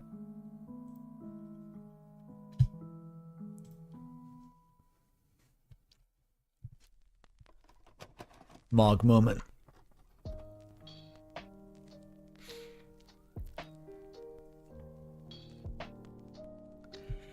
Where the fuck was I? The gaslight girl boss demon entity. Worry not. Asriel holds his laugh. He wants to be mad at Chris for joking about something serious. How serious is this? Yeah, that's why Mom told me about you going to visit him last week too, right? Chris opens their eyes before hiding them again to say, To play his new console. Got it memorized? Whatever you say, Chris. oh, that's the alibi. This is fucking complex. This is what it would actually be like to listen into a conversation between, like, two siblings who, like, you have no idea what their inside jokes are like, I guess. As he looks at his phone for a moment, Chris immediately gets mischievous. Boyfriend text him. Chris, I mean, no, not at all. I know. Look, he's working, okay? We just make small talk. I don't want to distract him. Doubt. Chris is, like, just speaking in fucking Zoomer slang. Chris had no chill. Asriel is very embarrassed at the moment, so he decided to hop out of the conversation. Oh, he decides. Sorry. Still present tense. It has not faltered. How about we, How about we go to QC's? We haven't been there in a long time. close to Icy's. Got it. Asriel's all flustered with a red face. Chris ignores their brother's feelings and goes downstairs. Press X to ignore brother's feelings. It's awesome. Chris, wait for me. The two explain they will leave their mother and walk to QC's. Upon seating, they both enjoy their hot chocolates and draw on the window, talk about piano, hide from Caddy and Brady, who randomly passed by, among other activities. At least until someone shows up. Hey, little buddy, what are you... Pizza Pants and Azzy lock eyes with surprised faces. Following that, Asriel screams... Why is he screaming? Chris! They hit the Pentagon! No. Okay, there's 3 people now. I'm not going to be able to tell who's talking easily.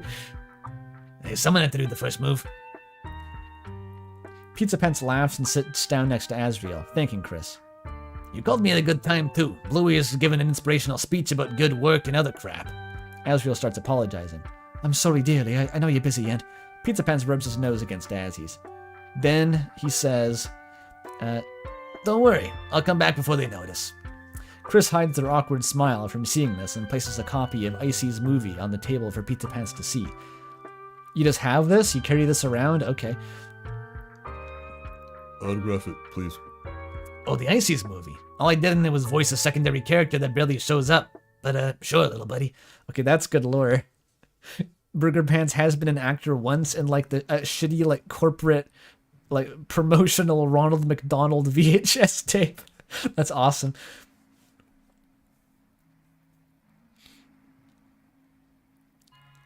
Azzy, they hit the second tower. I don't know why that came to mind so immediately there.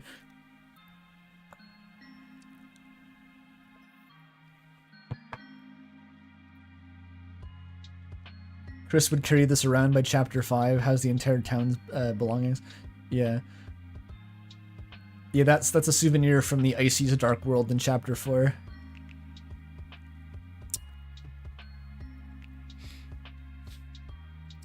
Here's from my friend, Susie. She loves the movie, but won't admit it. She loves your character. Pizza Pants and Asriel find this cute. After autographing the copy, Pizza Pants asks, You guys ordering hot chocolate? I think I'll ask for cold juice.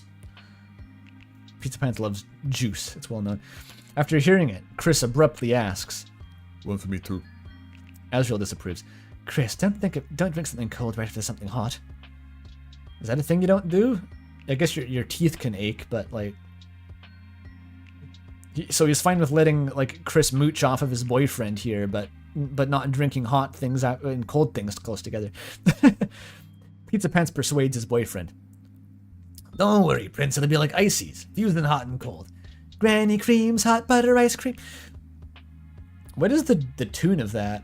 I was surprised I couldn't recall it to memory. It's in close harmony, okay? It's like a barbershop quartet. It's hard to find a melody in there. We call it Eat and Sip. Icy's pizzas are just cold, but if you want to buy them, that's okay. Azzy looks down and says, On me. Oh, Azzy's footing the bill, okay. Put hot butter in your orange juice. Delicious. There's an urban legend that it damages your teeth. I mean, it kind of hurts sometimes. It can definitely hurt your teeth like that.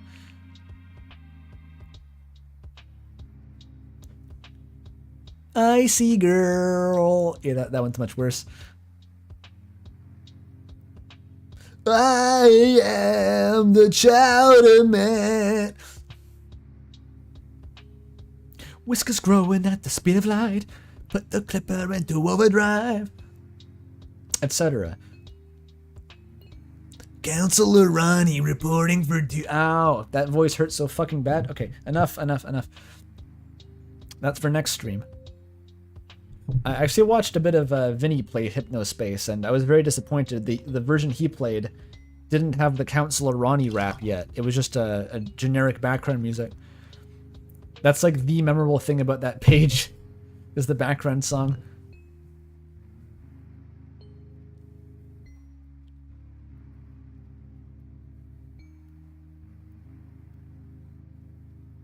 Shonking it.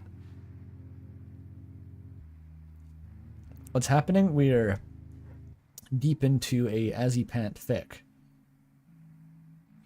I believe Burger Pants is going to be introduced to Asriel's family, and also Sans is dating Toriel now, and Asgore is there too. It's going to be awkward as fuck. I love the family dynamics though. It's good. It's good.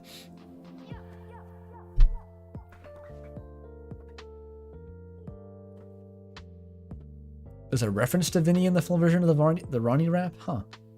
I don't think I unlocked that because the Drug Runner game was too hard.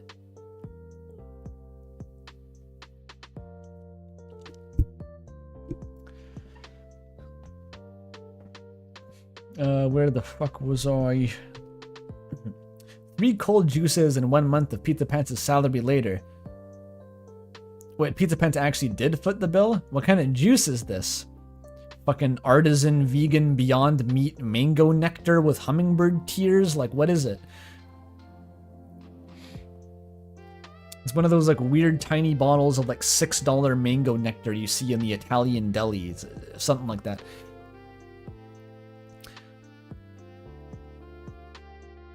Actually, my parents, I think, talked about seeing a $10 orange juice once at like a fancy resort. Ew. Or actually, that's any drink in Paris too. When I was in Paris, they any of the tourist areas have like essentially just the cafes are just there to scam you. Like they know that there's nowhere else to eat, and it's hot as fuck, and so you'll sit down and they'll charge you like $10 for a Coke. They don't give a shit. It's cheaper to buy wine and just drink wine all day than to order like water and Coke.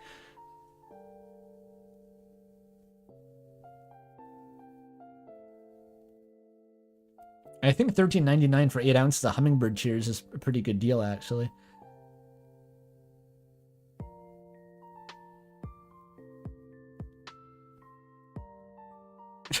I had a buddy named Vinny. He could stuff an entire pizza in his mouth, all without drugs. How the fuck does that go in the rap? That doesn't even rhyme. All my other buddies needed drugs to do that.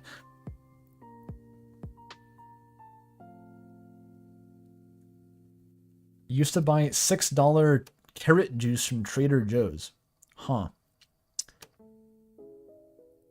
I guess there's no accounting for taste. Oh, it's diluted though. I see. 1 single hummingbird tear and 8 ounces of water.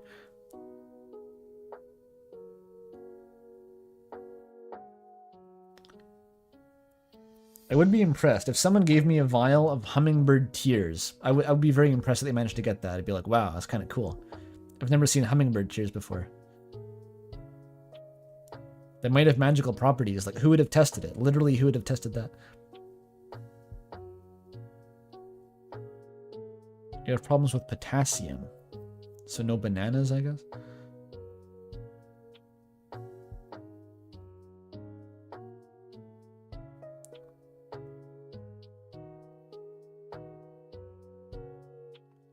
Huh. That's what's his name? Not even Gilgamesh. Beowulf drank to grow strong. He drank a liter of hummingbird tears.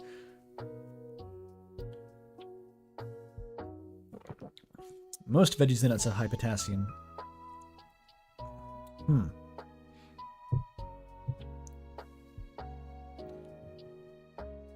Your teacher turned orange from eating too many carrots? That was a Magic School Bus episode.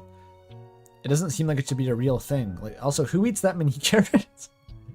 Are they that good? I mean, carrots are pretty good, but like, you're just eating nothing but carrots for days at a time? I guess if there was some dill dip nearby, maybe.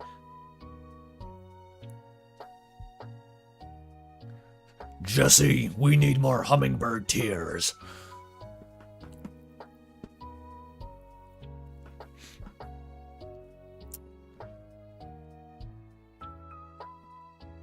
You know someone who died from drinking too much Coke? Well, that's less whimsical. Like over a long period of time, like diabetes, or like just drank so much Coke that it was like acute poisoning. How does that work? It's a bit concerning.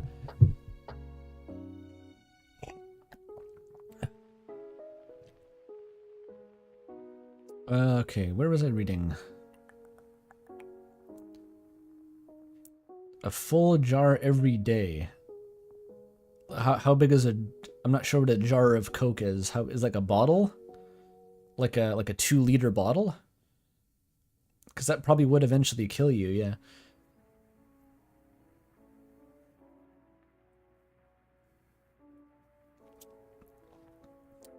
Oh boy, yeah, that's not good. Where was I?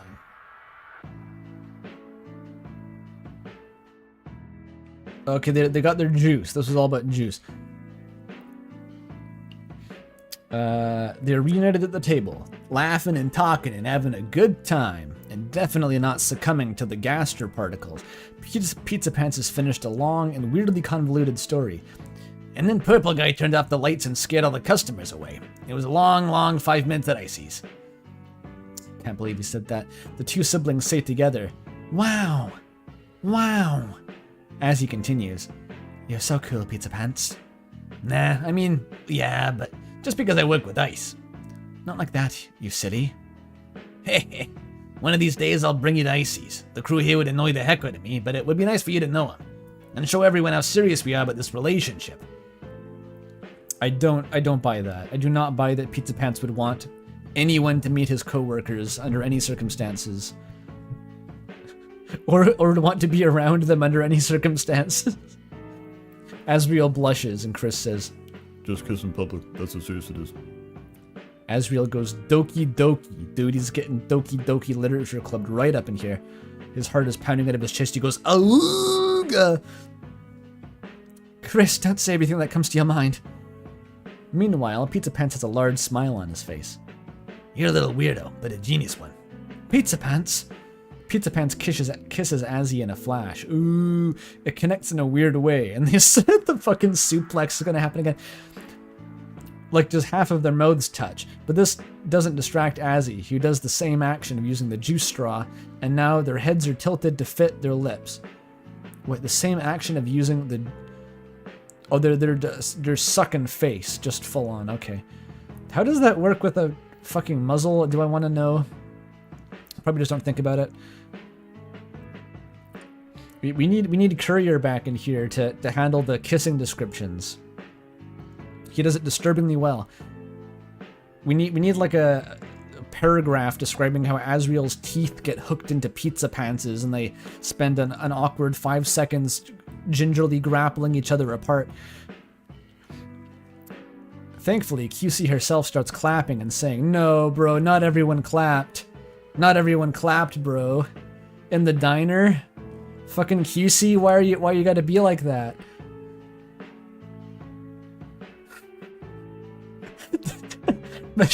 Their teeth get stuck together at the diner and the owner just starts applauding like I think I'd kill myself at that point. It's probably the only option, is just kill yourself. "I clapped when I saw it."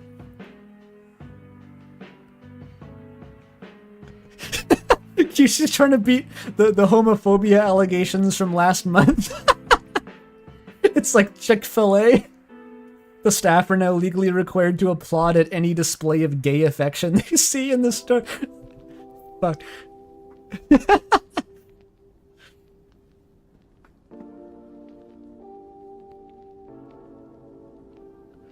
Oh boy. Congrats, Fluffy Kid! That was like Bulp from RTVS? That was that voice? Okay. They stop kissing and everyone else starts clapping. The whole restaurant is clapping. The three are happy, but the shyness still kicks in. Later on, when everyone stops looking, Azzy holds Pizza Pants' hand and says, you're such a tiger. Ooh.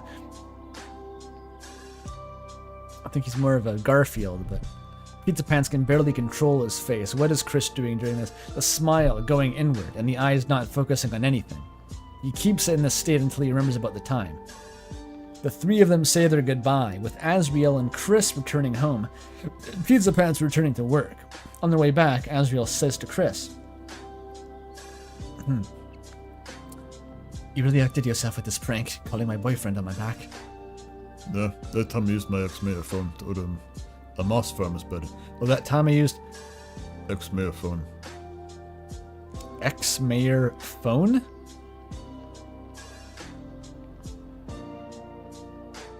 Ex-mayor phone to order a moss farm.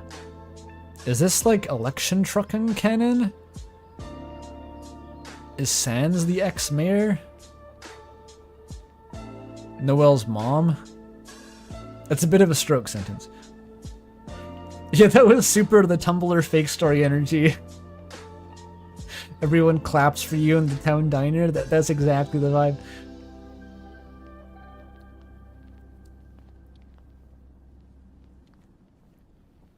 Don't even remind me of that.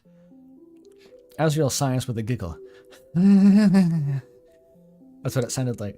Chris notices and gets happy. This time they decide to speak. You and Pizza Pants, good together. Especially if he never talks about chicks again. Agreed. I'm fixing him. And thanks for supporting me, Chris. You always have been receptive to other people's emotions, so I'm glad you understand me. This is a very unusual take, a rare Chris take within the Pizza Pants cosmology. I mean, Azzypants cosmology. Chris's eyes visibly show confusion looking at their brother, but Asriel's smile shows he really means it. Chris also smiles, happy with their brother. I can fix him. I'm just going to keep injecting him with the gay thoughts. I really want this to work. Pizza Pants is sweating bullets, increasing his attack by 12 involuntarily, Undertale reference, while thinking about meeting with the Dreamers later today. So much that he barely cleaned the floor, attracting the mention of one of his co-workers, Blue Ears, who comes to demand him to work. Or so he thought. Pizza Pants, I'm behind you! Pizza Pants' face shrinks so much it becomes a beam. He asks, What do you mean? You are Pizza Pants, the pizza comes icy! So really, you are Pants! Is he having a stroke? Is he okay?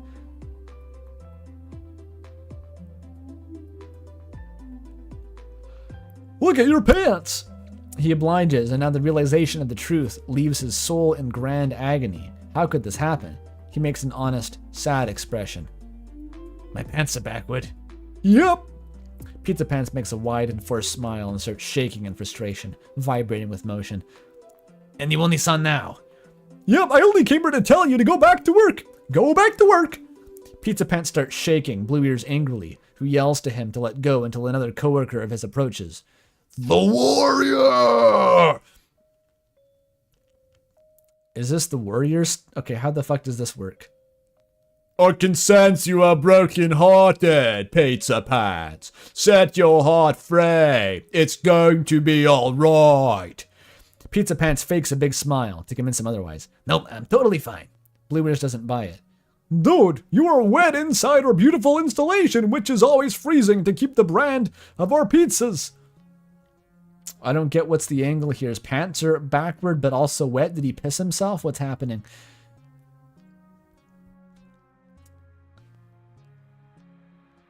And because it only has air conditioning, not a heater.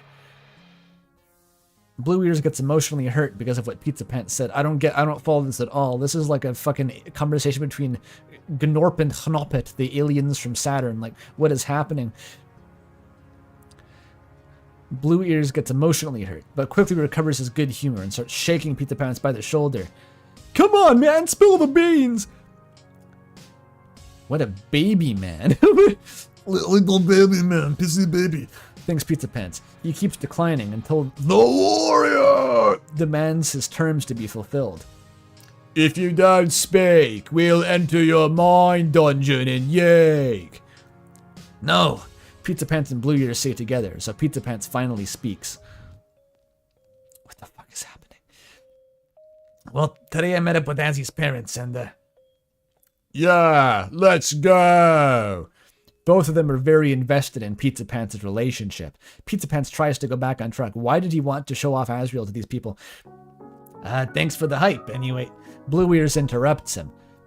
Thinking about how you'll meet up with Asgore, like, I wish you could bring me along.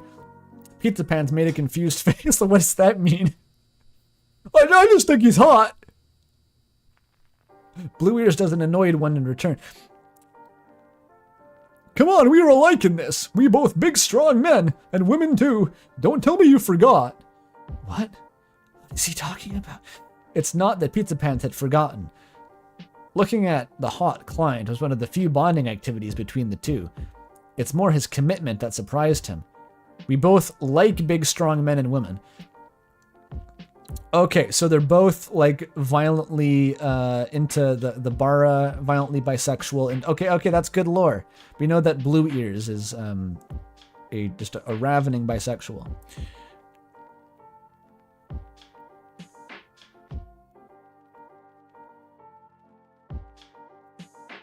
Just read, you will get it. Okay.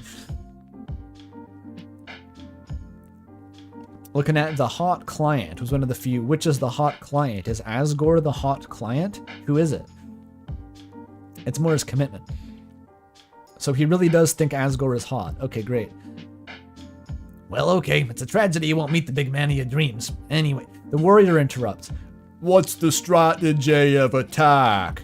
Go clad in fancy pants, demonstrate a skill, talk about your impressive test of endurances. You're talking about big, strong men, right? And the warrior's right there. He's right there, dude. I will not talk about any of my mistakes, the warrior. Pizza Pants stops, expecting to be interrupted again. Blue Ears and the warrior have dead serious faces, giving him the signal to continue. Anyway, Both of them interrupt him. This is a good bit. Oh, present. stop interrupting me. I was gonna talk about anyway. I mean, now. Blue Ears asks, Well, what did you decide to buy? Well, this is my problem right now. When I asked Azzy what I should pick up, he said, always from the heart. oh, fucking kissy kitty. But I can't do that. I'm no good at picking stuff. At this moment, the three pizza makers have a cold case on their hands, and it isn't a pizza this time. It's just that none of them know what to give the dreamers. Blue Ears gives a suggestion. Flowers for the big guy. Pizza Pants doesn't think that's a good idea. He's the flower king himself. If I pick one he's already got, or worse, one that doesn't consider adequate as a gift because of the language of flowers, whitey good orchards, something, people will start calling me don't know how to pick flowers pants. The Dreamer family loves flowers. The flowy pants, okay. The warrior responds. Then honor your name and pick a pizza. Pizza Pants says, You know what? Not the worst idea. I saw him picking free pickles at Sansa's once on my break, so clearly he likes receiving free food. Honestly, the same. Blue Ears had a problem with him saying break. You mean while not working when you should? Exactly. Blue Ears is heartbroken. Pizza Pants looks at the floor and sees an ant searching for some food. Now, Toriel. Everyone knows that she's quite protective of Asriel, and they also know Pizza Pants doesn't pass confidence. It's important to give her a nice gift so she won't judge me too much. Pizza Pants thinks. He then says, I'm trying to get into acting again, thanks to Azzy. Maybe if I was good at acting, it could be easier for them to accept me. very true.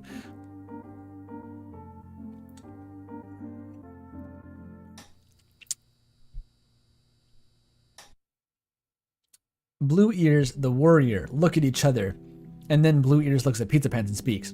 You're good at acting. Everyone knows that since high school. I was the janitor at the school, but even I knew that.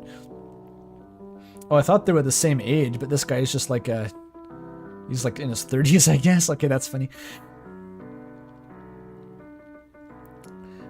And you did play like Margarine and Jalapeno, parents of the Messiah and Noah's Ark. What is this fucking deranged retconning of the Bible here, where it's like food themed? This is like Toriyama wrote the Bible, I guess.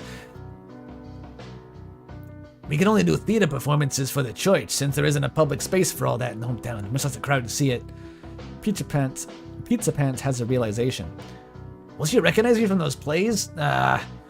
Pizza Pant is getting pale. Blue Ears starts shaking him so he doesn't faint. Meanwhile, the warrior gets motivated and decides to give encouragement to their co-worker. Gender-neutral warrior, that's awesome. Pizza Pants, summon the courage in you. I can't. Of course you can. Courage need not be remembered, for it is never forgotten. Pizza Pants takes a second to regain consciousness. Blue Ears tries to calm him. Remember that Azzy will be there for you. I'm sure that when he sees you two are lovey-dovey, or when she does, she'll be okie-dokie about it. What the fuck is okie dokie? Pizza Pants creates some fake hope inside. You know what? You're right. There's no way me and Azzy can be separated. Except by that gaster bunker, but we won't talk about that one. Blue Ears is happy to see Pizza Pants in a good mood again. That's right, Pizza Pants. First you get the job of your dreams, and then you marry the man of your dream. Soon you start having child. Whoa. Slow down, buddy. My next interview is like, Holy shit.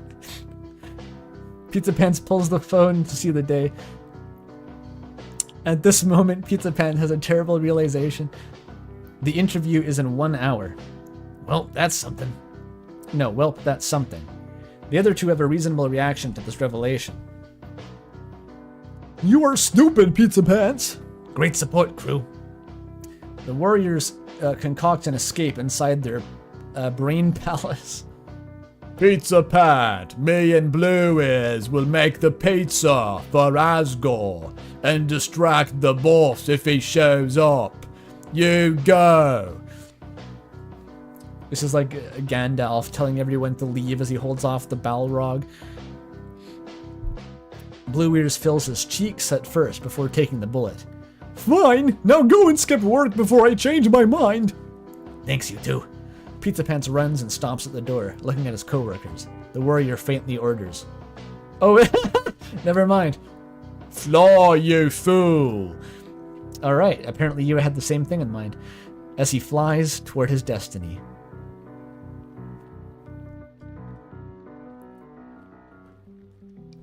The warrior better come back later. You shall not pass. Things I've shoved up my pass. Yeah, weirdly positive work dynamic. It sounds like the Burger Pants, the way he describes it in Deltarune, is like he'd kill both of them by pushing them into the pizza oven if he had a convenient opportunity.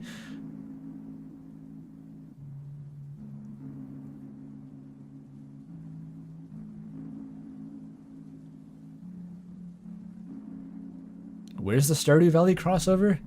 Ah, Pelican Town. I don't know. I don't know what that's about.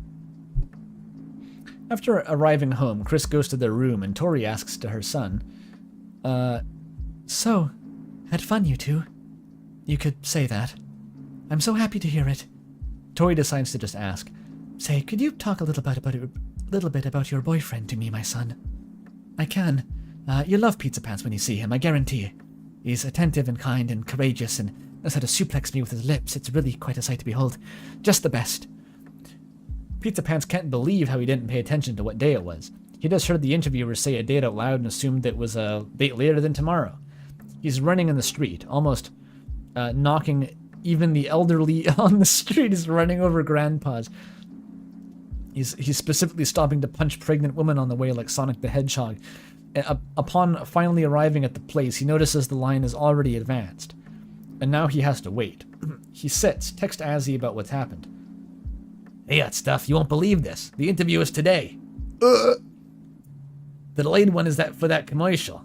I might get a little late, but I promise it won't be for long. Oh, is it like an audition? I guess that makes more sense that it would be a line. He's like auditioning. This is what Charles Martinet did back in the day, you know? Bibbidi-boppidi, I'm a Mario, wee! Then he got the job on the spot.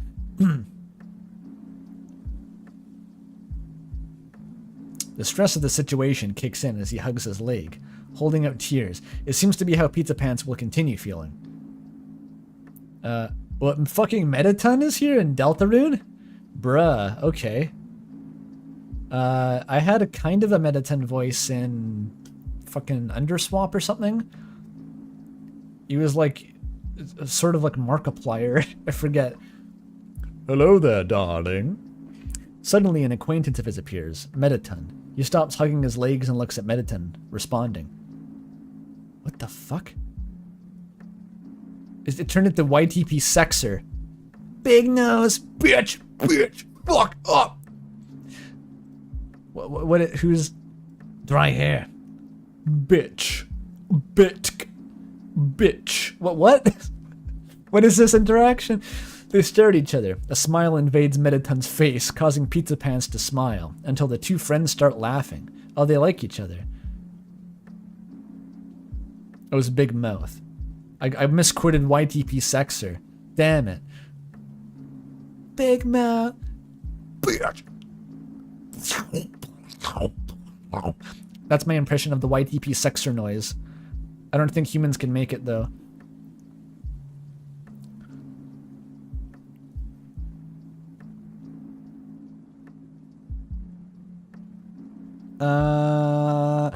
Causing Pizza Pants to also smile until the two friends start laughing. Pizza Pants is happy to see Metaton trying to get a job. Recently, he got a new body and has been searching to enter into acting. So this is like firmly post-canon here. We have like robot Metaton and everything. Well, Metaton is more interested in something else. Oh, well, Metaton is more interested in something else. Wait, what? No, he is trying to get into acting, but he's more interested in something else. Bogeyman. Bogeyman, tell me, why are you here? Shouldn't you be working? Was that the voice? That's like not the voice. What the fuck was the voice? That's like Coiffeur voice. Markiplier. How does Markiplier talk? Kind of like this. Bogeyman, tell me, why are you here? Shouldn't you be working? No, it's kind of like British Markiplier, kind of like this. Shouldn't you be working? And don't you have to meet the dreamers today with your prince? Better not get stressed before meeting the kins of your boyfriend, darling. I think that works. Okay, salvaged it. Pizza Pants looks down and says, Yeah, for both. But they delayed this interview and I forgot it was today. Pizza Pants' metallic friend can't hold the ho. At this point, the furry boy... Furry boy busting it down sexual style. Is he goated with the sauce? He might be goated with the goat. Is already used to his friend's insults and disrespect, but when he stops Pizza Pants, notices something unusual. He doesn't look as fab as he usually is. You anxious, Metaton? Me? Never, darling. Uh-huh. Well, to be honest, I am. Want to roll on the ground and cry right now. Oh, I thought that was a proposition. He was just saying that about himself. Like, what good will come from Azzy's parents meeting me? Best case scenario, they get in denial and think Azzy is just doing a little prank on them. And when they keep thinking that after we marry or something. That's why getting a decent job would be, well, it wouldn't make them like me, but I'd at least be able to bargain. Metaton giggles. This is a good sign, so he continues. All this is to say, yeah, we're screwed at this moment.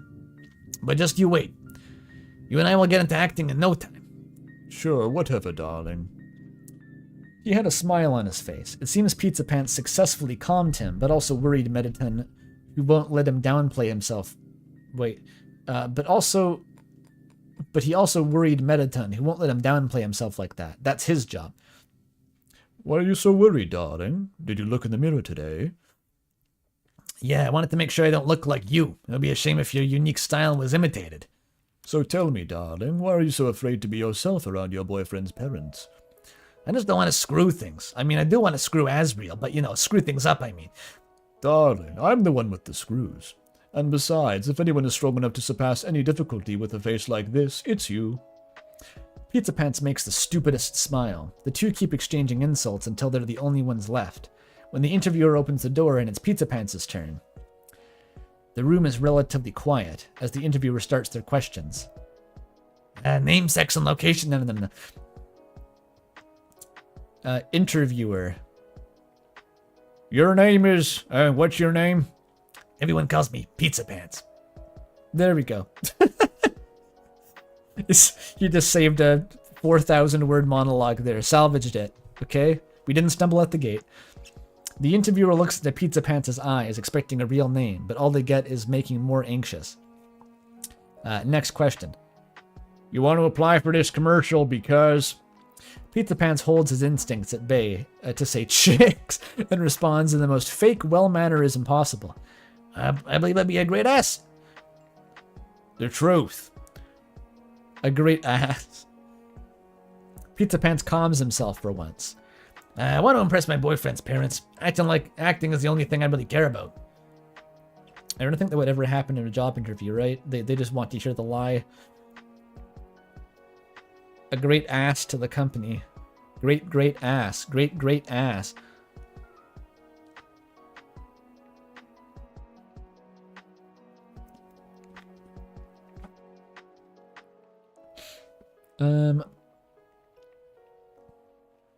I see. They blink for the first time since he entered. Why don't you impress me now? Pizza Pants starts doing the script. Everything seems to go well, with him hitting all the lines, giving his all, until the last part where the interviewer asks, Okay, so you signed in for all the roles, including one specifically looking for a lady comfortable with dresses. Yeah, I'm used to taking any role from school. So will you change, or... Wait, now? Why not? The wardrobe, you can use it. It's the red t-shirt, green overalls dress with the long hair wig. Red t-shirt, green overalls. Some, green Mario shit? What? Red t-shirt, green overalls, and a long wig. What the fuck is this describing? Is this Girl Luigi?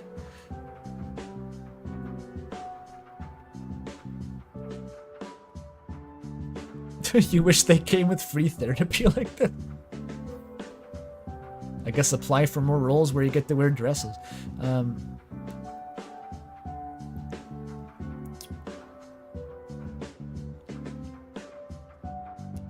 Of course, I'll go in a flash. No, wait. Just go.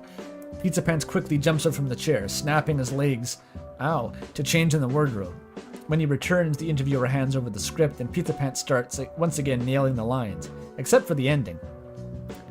Hi, Mike. This is Scarlet, being troll. He messes up the line. He should have said true. Mike and Scarlet.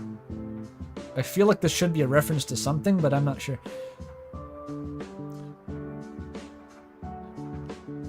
Trouble isn't a hurdle when you're true to yourself, so make your dreams reality.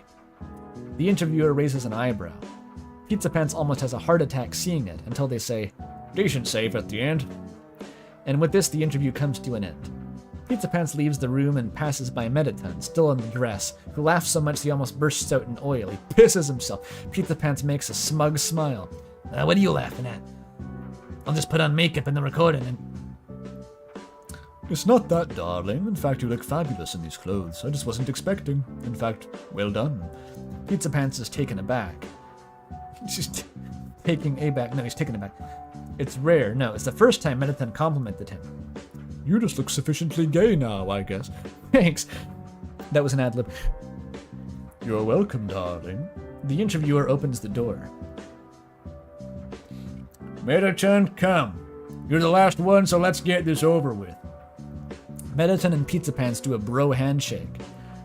Somewhat dampened by the fact that one of them is dressed as a woman. Pizza Pants would have changed already, but the wardrobe got stuck, so he will try in the corridor's bathroom. The wardrobe got stuck, like it's welded itself to his skin, like in that one Goosebumps story. As he opens the door, he sees Azzy's new message. Don't worry, I know you're very dedicated to acting. I talked to my parents. My mom's going to take you. We'll wait right outside your room. The room you are. It's too late. He's got to meet Azzy's parents in the dress. Oh, what a wacky shenanigan. What a wacky shenanigan. So, yeah, Toriel, not homophobic, but viciously against cross-dressing. She will immediately terminate the relationship. It's really bad.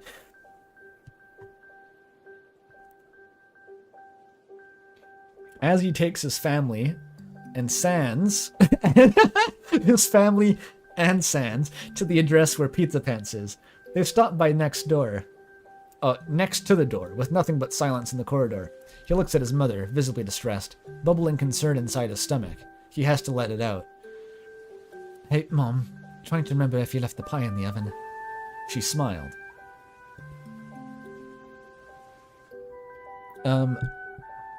Hee. Of course not, my son. I'm just wondering how to make a good first impression, that's all. Don't worry, Pizza Pants is the king when it comes to making first impressions. Asriel knows his boyfriend better than he thinks. I think in this case he's going to be the queen of making first impressions, if you know what I mean. The door opens. Asriel's gaze sees a figure being obstructed by the light, revealing nothing more than an outline. That is, until the door slowly closes, unveiling the man of his dreams, Pizza Pants. He's dressed in a beautiful dress covered in green, with hair perfectly molded to his face. Everything made perfectly for Pizza Pants. Asriel clearly imagines this moment being drawn by a farmer living alongside pelicans. Oh, is this a Stardew Valley character? Who has green and red? We gotta get to the bottom of this.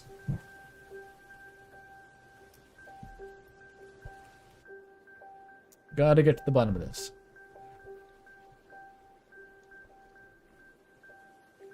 Who the fuck has a green dress? It was a red shirt and a green dress? Is it Emily? Emily has a red shirt. There's no... I can't find a lower body sprite of Emily. This is important to find out, okay? This is really important.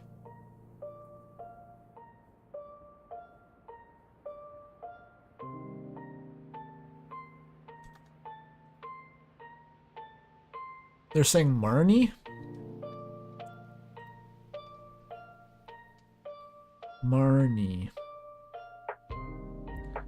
Oh yeah, she's dressed like a fucking gnome. Pizza Plants is playing Marnie in the Stardew Valley movie. Apparently, okay. That's a plot point.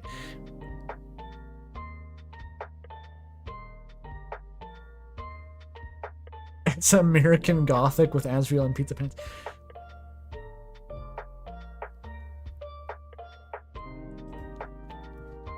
I know I could have just read chat, but I was trying to find out for myself. It's more fun.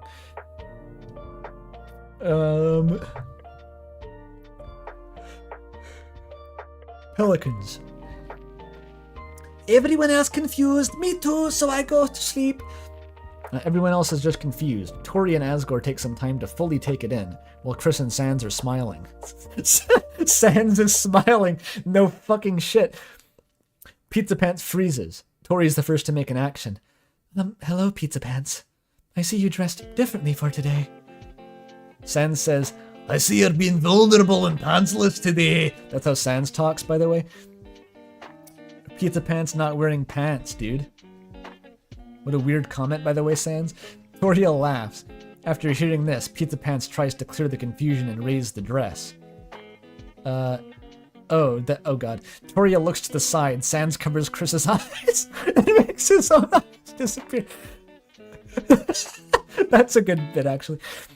Asgore got so scared he fell. Asgore, what do you mean? And Asriel's nose is red from ketchup. You already made a reference to Asriel blushing earlier in the fic, though. It's too late to salvage it. Monster blood is canon now. Why is Sans now from Shrek? His first line in the fic was, "How are you doing, lad?" So I I decided this was going to be a new Sans.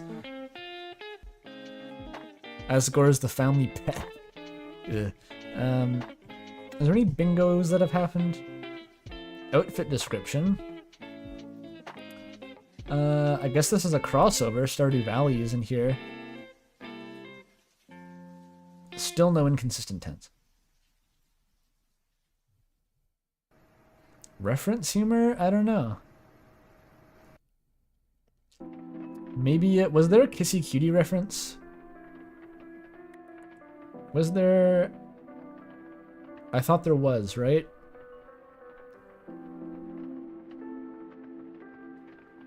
You think it's a reference, not a crossover? I guess so.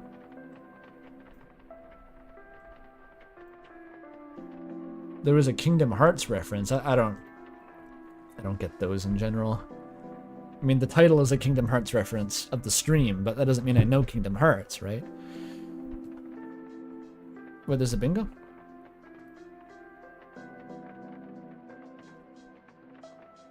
I don't see it. No one's been drinking yet. There's no homophobia yet. There may be very soon, we'll see.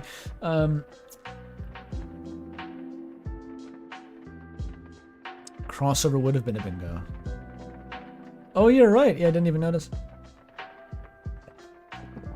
Your card declines, so I undo your bingo.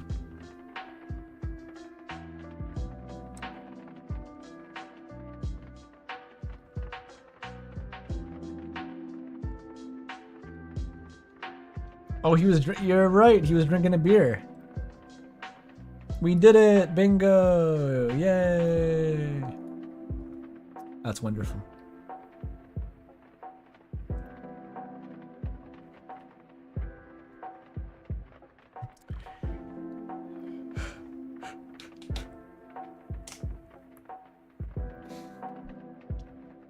Okay, Asgore, so Pizza Pants hikes up his dress at Asgore and he passes out. That's a thing.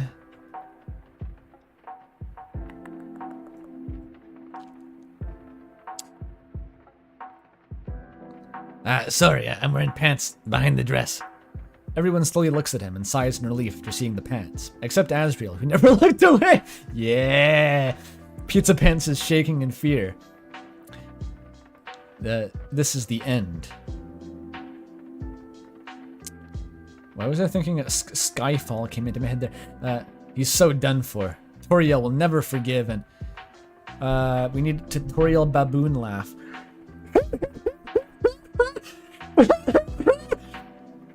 Toriel laughs loudly. Then Chris starts laughing as loud as they can. So, kind of silently. Yeah, you get it. At which point, everyone starts laughing. Pizza Pants makes a loser's smile, holding back tears. Chapter 5. Endless Dinner. What does that remind me of? I don't know. The mic blocked that? It was just... I was bursting with laughter. Now the Umris Chord chapter, right?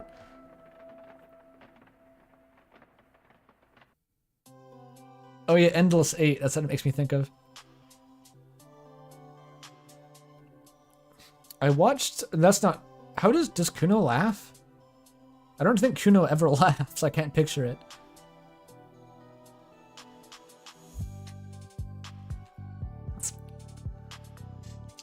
Yeah, why do I even know about Endless 8? I think I watched some long-ass video talking about how it was dog shit. And it was just out of context.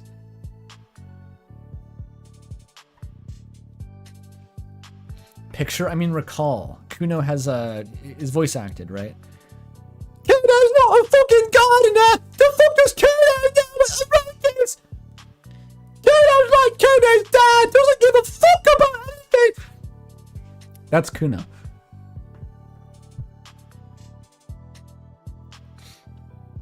Arriving at Toriel's house, they notice 2 pizzas at the door with a note saying, one for the family, one for the big dreamer. What is it, this angle of Blue Ears just like obviously hitting on Asgore? It's kind of awesome. Why not? Why not have that?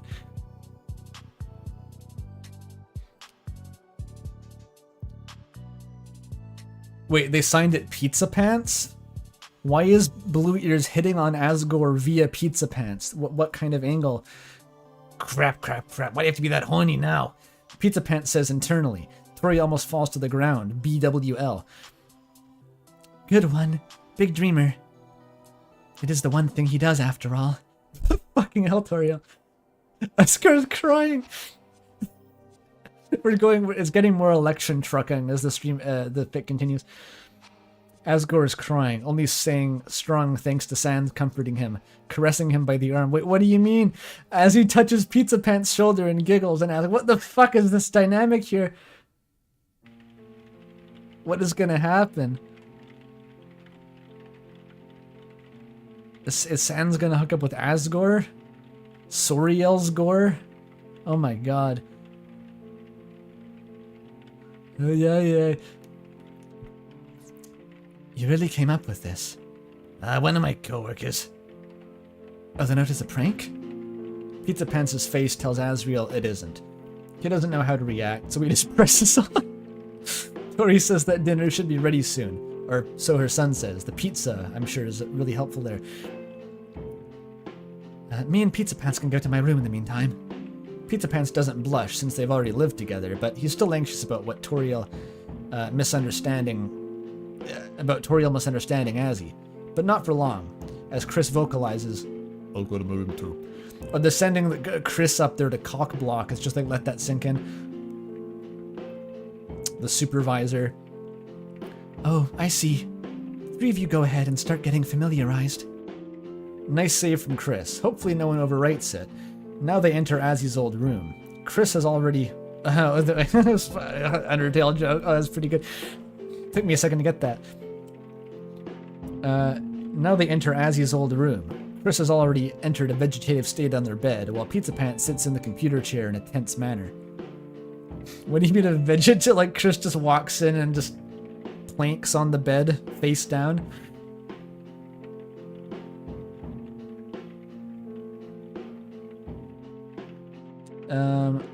While Pizza Pants sits in the computer chair in a tense manner, Asriel decides to sit on the edge of his old bed to talk with Pizza Pants. Hey, crazy interview, right? Oh, that? It's just normal theater for us to do roles of the opposite gender, so nothing crazy there. In Shakespeare times, maybe. Or maybe this is just how Deltarune works. It was just my luck, as always, screwing the hell out of me. Or maybe I'm just very lucky. Said something? No, nothing. Anyhow, how are you feeling? Because you were crushing with the... What? You were crushing it with first impressions. Really, man? Oh, man. Pizza Pants can't control himself now.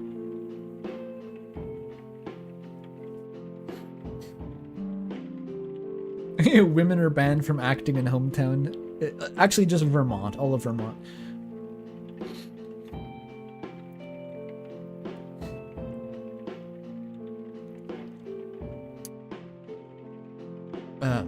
Really? Oh, man. Pizza Pants can't control himself now. Chris comments. Dad bones aside, this is the most mom left. You're doing good. Dad bones? What's a dad bone? I mean, I could... Okay, there's one thing I could picture a dad bone being, but it's probably not that. Oh, Sans. Oh, okay, yeah, that makes sense. Okay. I really couldn't parse that.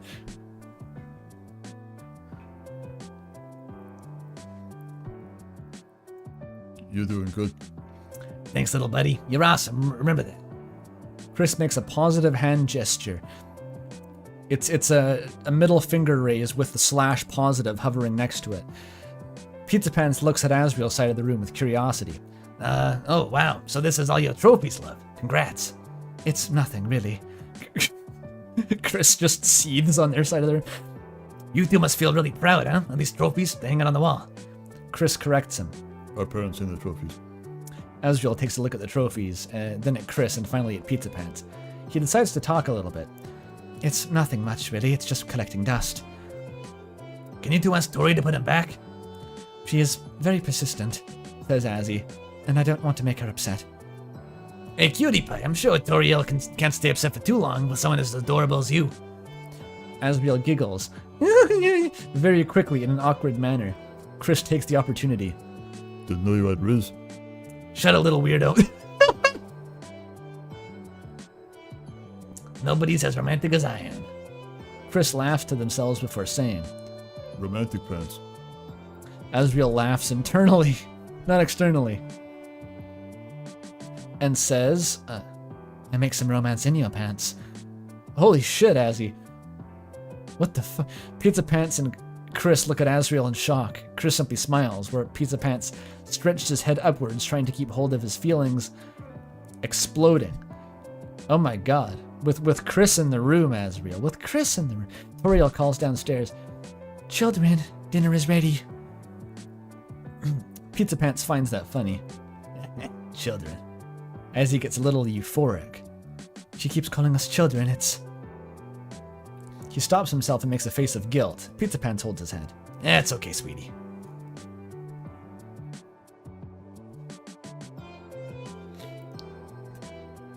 Rizriel.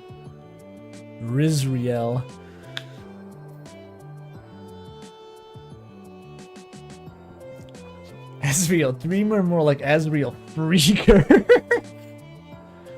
Yeah. I always get the freaks.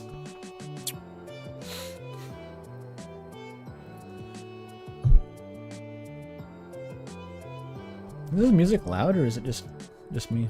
It's still turned down really low. Huh.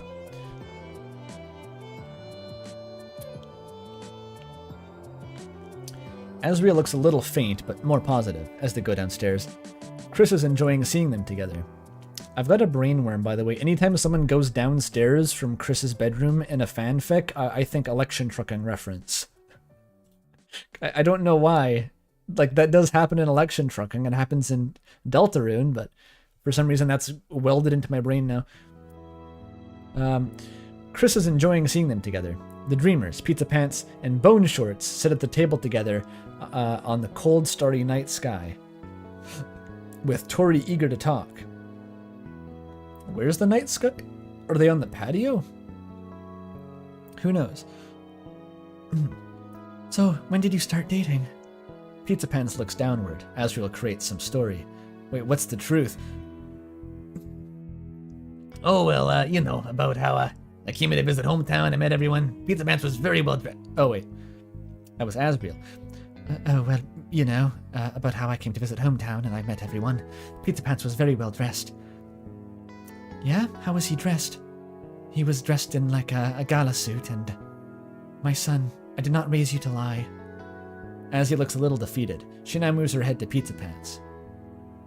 How was it? We were at a party outdoors with some high school friends and I got drunk. Got it. Very well then. Pizza Pants takes a gaze at his boyfriend and speaks for him. I wish I could have confessed in a more chic way, but my ass pants had to be wasted like that. Especially around the guy I love. It's normal that Azzy might not want to speak and feel ashamed. I don't feel ashamed at all, Pizza Pants. Just don't say these things to me. You were courageous when all I did was distance myself from everyone. I just didn't tell her right away because... Tori looks a little ashamed of herself before speaking.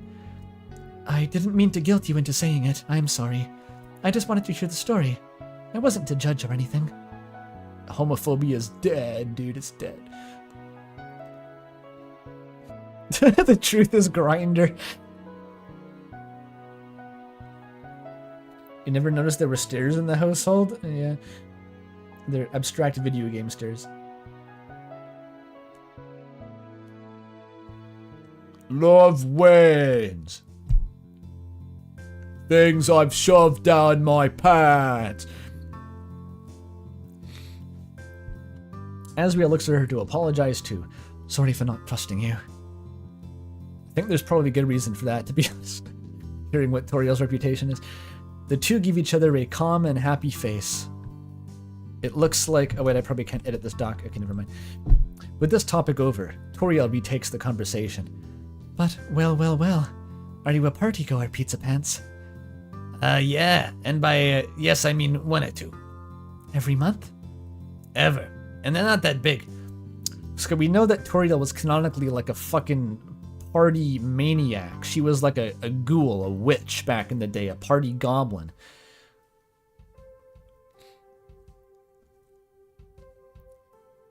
This is going to be a weird, unexplored angle if Toriel judges Pizza Pants for not partying hard enough in his youth. She got drunk on the nog and, like, punched Rudy unconscious or something.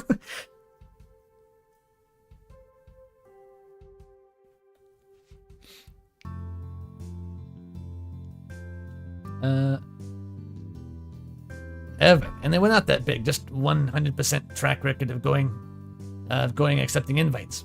So basically a party beast. I'm glad to hear it. Azzy and Chris aren't very sociable and don't like big spaces. It's good to have someone in the family who gets excited for my party or trip ideas. Azzy looks scared. And it's good that, even partying, you still chose someone good to date. You know, sometimes I make terrible mistakes on the heat of the moment.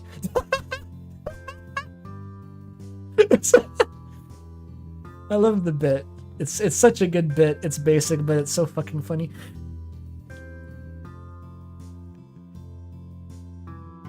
Asgur's there eating his Wonder Bread still.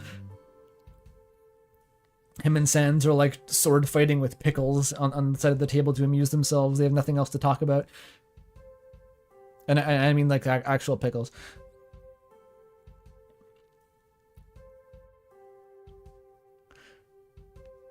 Tori looks at Asgore if it wasn't fucking obvious. As he looks at Sans, both make annoyed faces. Sans and Asgore are playing finger goal with a napkin. Dude, I'm calling it. Dude, they're actually fucking... they're playing tic-tac-toe in the corner. Sans keeps cheating by dodging with the goal. Suddenly, Tori gets up and takes the opportunity. Pizza Pants, my dear, do you mind going with me to see the pie? Well, it's been fun so far, but this is where these pants threads end. What? Pizza Pants words inside his mind.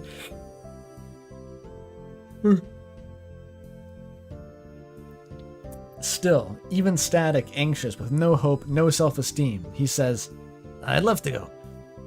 Excellent. There's a smell of pie and gravy in the air. The frame Tori opens... the frame. Okay, we're doing that. The frame Tori opens the oven. A blur flies in front of them. Toriel quickly lifts the pies up and screams. No, it's hot. What? What's happening? $2 for Momo! Plot twist. Sans leaves Toriel for Asgore. It's gonna happen. They've got chemistry. Kind of like... I wouldn't say that Sans is like a sad man, but he has like a certain je ne sais quoi. He's somewhat sad. He's sad-coded.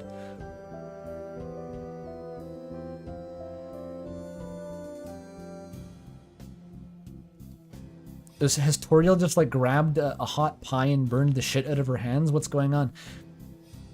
Now it's clear that the figure is Chris, who speaks. I'm hotter. Who's the figure? Wait, is Chris hiding in the fucking oven? Why would you do that? This doesn't detract her. And you will stay hotter after the pie cools down. As he shows up and holds Chris by the shoulder, gently speaking. Let's go, Chris. We'll eat it later. Bye. As he walks back with Chris, Tori tries to show some more of Pizza Pants.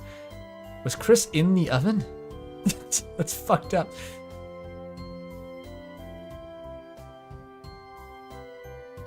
Chris tried to take the pie. Oh, that... I totally read that as like they opened the oven and Chris is already inside eating it. That's fucked up. This is surreal on the verge of falling asleep, I know.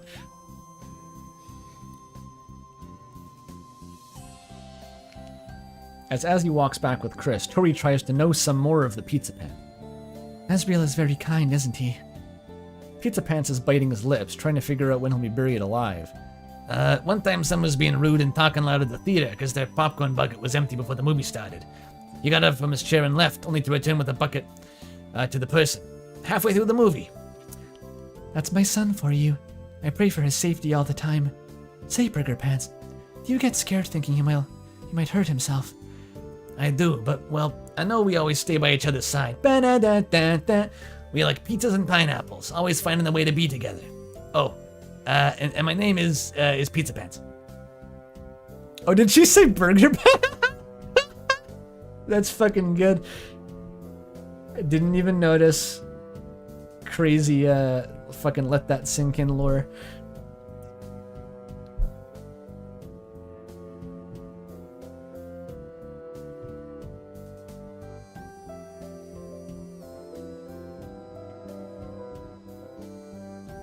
The dead named him?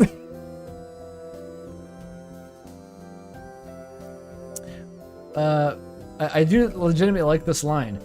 We're like pizzas and pineapples, always finding a way to get together. Like, that actually kind of goes hard. I see. You know, I always wanted to stay by his side, worrying about him. How do you act when you are worried sick? Pizza Pants is shaking with the thoughts about being cooked into pizza or something. However, Toriel has been very, like, mild-mannered. I don't see why Toriel is so scary here, but I guess her reputation precedes her. However, he still controls himself and answers honestly. Honestly, I just keep worrying about everything, all the time. But if there's one thing that helps me, it's that I trust Azzy. Toriel thinks about that for a sec. She gently smiles. This is enough to calm Pizza Pants for the moment, letting him remember something. I almost forgot. I brought this for you. You didn't, my dear. You didn't need to, my dear. Thank you. Pizza Pants hands it over to her. The present fits in the hand and is poorly wrapped by an Icy's flyer. She opens it up, discovering a small music box that plays Memory from the Undertale soundtrack. Just proper noun, just a note. That's beautiful. I got this for you so you could remind you of, like, if your son was dead, hypothetically. I just wanted to bring that to mind for you. Pizza Pants says, actually, I think this might make you feel better when you were missing Azzy. Tori is a little emotional. I think it too. The rest of the dinner goes as expected. How the fuck did he get that in the span of an hour? You got like a custom-made music box to play Asriel's own theme song? Like, what the fuck? This guy's crazy.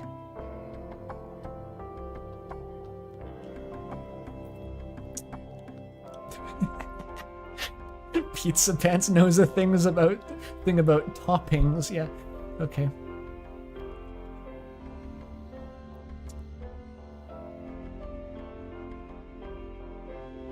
Commission a music box of your own leitmotif. That would be awesome. It's such a flex. Have it on your desk.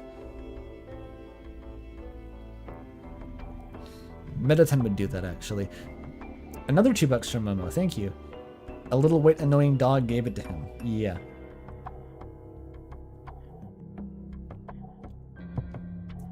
He plays Megalovania from Undertale.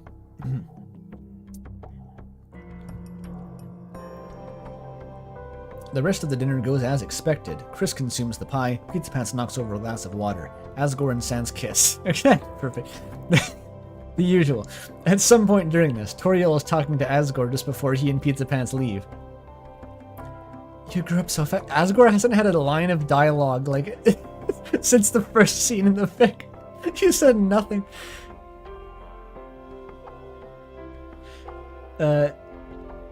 You grew up so fast, my son.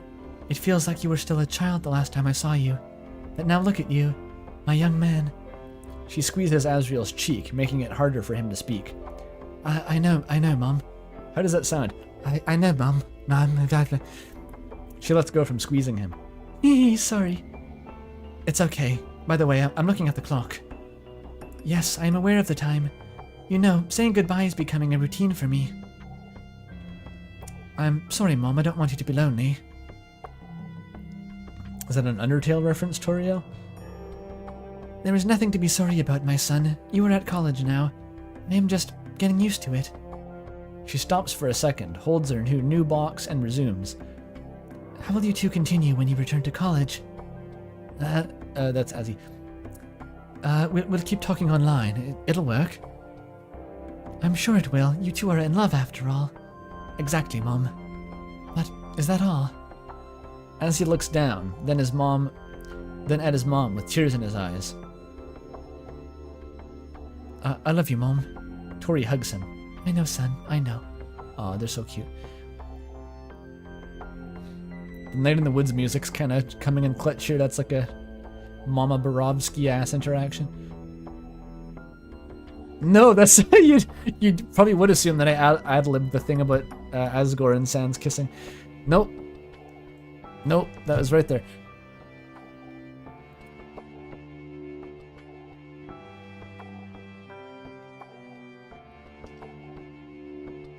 Love finds way. The starry night. Them jewel box heavens, dude. The jewel box heavens spiraling onward into the relentless future type beat, dude. 1 hour or so passes. Azzy and Pizza Pants say their goodbyes to everyone. The dinner went well. They reach the door to Pizza Pants' building when Azzy takes his partner's hand to say, "How about we walk some more?" Oh, and it's gonna just, it seamlessly transitions into Scatterplot by Courier New and they get lost in the woods. We are right here. We can talk more tomorrow. Please, Pizza Pants. Pizza Pants notices Azzy is bothered about something. Of course, Azzy. Thanks, you're the best. Azriel gives Pizza Pants a kiss on the cheek, almost knocking him over. What the fuck is his deal with, like, kissing Pizza Pants and clobbering him? That was an unavoidable chin move he hit him with there. The sky is perfect for a romantic night stroll, complementing the empty street to dissipate all the fear. Now the two lovers walk deeper into the building's area of hometown, holding hands. Pizza Pants wants to know what's in his partner's mind. Fucking sudden let that sink in flashback. Don't worry about it. Just a chapter 5 flashback. Don't worry. Azzy, is there anywhere you want to go? I just want to walk. That's good. I like walking with you. Usually people already have... Sorry. Usually people would have already left me behind for some dog doing skate tricks. This happens a lot. I mean, I'm sure there's more people who wouldn't leave you. Don't you also walk around with the Icy's crew? I suppose they're all pretty cool, all things considered, but it's different with you. Make me feel like I'm worth a damn. I just know you, Pizza Pants. You're more worthy than you give yourself credit for. I'm having a stroke. It's okay. Just Pizza Pants wanted to deny that, but seeing Asriel caring for him makes him want to believe in it. That he deserves to be loved. So instead he simply says, "I'm happy to be with you." As he gives a big smile, but abruptly stops and looks down. There's something he's not telling. Pizza Pants once again makes the question. Azzy, is there something you want to say? But this time something distracts him from the question. Pizza Pants, look, the park. It barely counts as one, but the ocean near the trees creates the illusion. Pizza Pants answers him. We used to come here a lot after school. It brings back some good memories. Why put that in the past tense? Oh, we used to come here. It brings... Is Pizza Pants going to get called out for inconsistent tense? I think this is fine. We used to come here a lot after school. It brings back memories. Yeah, that's fine. That's fine.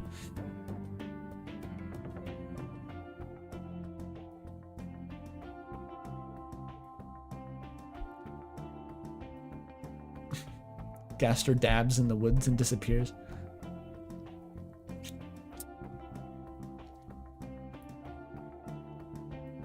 It's gonna be really funny to see if the fucking the next generation of Azzypants fics months from now starts like referencing the fucking Courier fic as the new meta. Like, that's exactly the kind of thing that I can picture happening.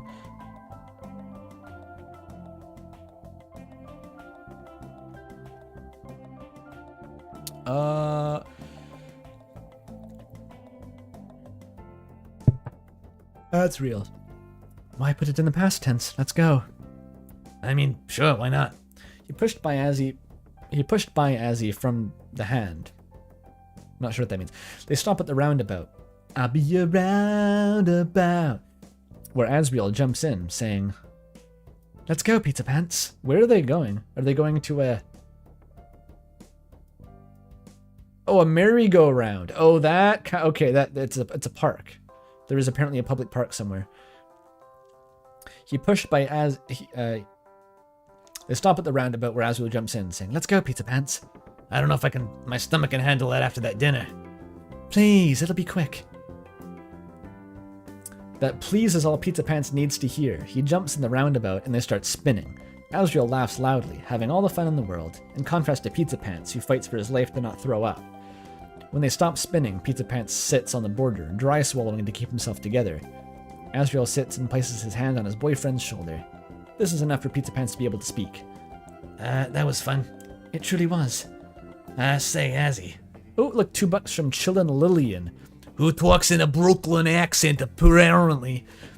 That was you who said that, right? Thank you for the evening of enrichment in literature. You're very welcome, and thank you.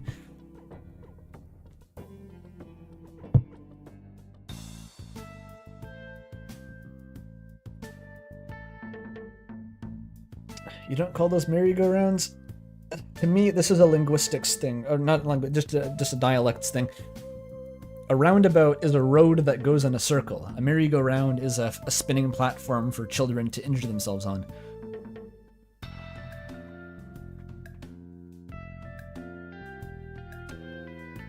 But I would not be the least bit surprised if that was like inverted in the UK or something.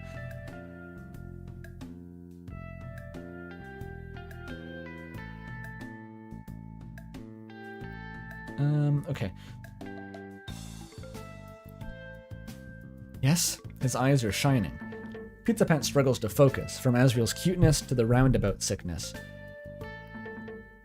I'm like sticky to you, like cheesy, so there's nothing to worry about me. That's his way of saying that he doesn't have to worry at college. I'm sticky, I'm cheesy, I'm stuck to you like a week-old craft single, baby. You know? that fucking 4-dimensional Riz, okay. I'm stuck to you like the cheese from Diary of a Wimpy Kid. I'm like sticky to you, like cheesy. There's nothing to worry about me. I know you'll always be by my side, Pineapple. You're so great with words, Azzy, so please tell me what's worrying you. You know me very well. I'm afraid to say goodbye, Pizza Pants. I don't want this time we're spending together to end. Hey, that's an Undertale reference. Pizza Pants feels Asriel's fears. He looks up to the lights in the sky for the determination to help his partner. Oh, that's also let that sink in core. Looking at the sky while walking around at night with Ad to look at the sky and that's like a metaphor or some shit. Ugh, the voices. Go away, voices. He touches Azzy's chin and looks him in the eyes. I'm not the best with words, but I want you to know, for a long time I was going on automatic, not really making any meaningful change. I'm only not a piece of trash because of you, Azzy. So you can rest easy and just have a good ending. Because we'll always have each other. Asriel is crying and sneezing. Oh no, he's crying and sneezing. Ow, oh fuck. Oh god, that hurt. I like fake sneezed and it like overpressurized my fucking throat. Ow. Okay, don't do that.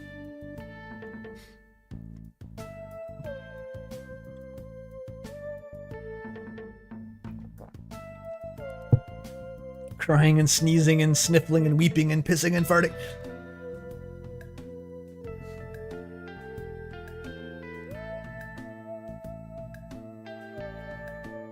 No, the Burger Pants voice doesn't hurt. It was like a... my trachea was going to explode. I don't know. Didn't feel good.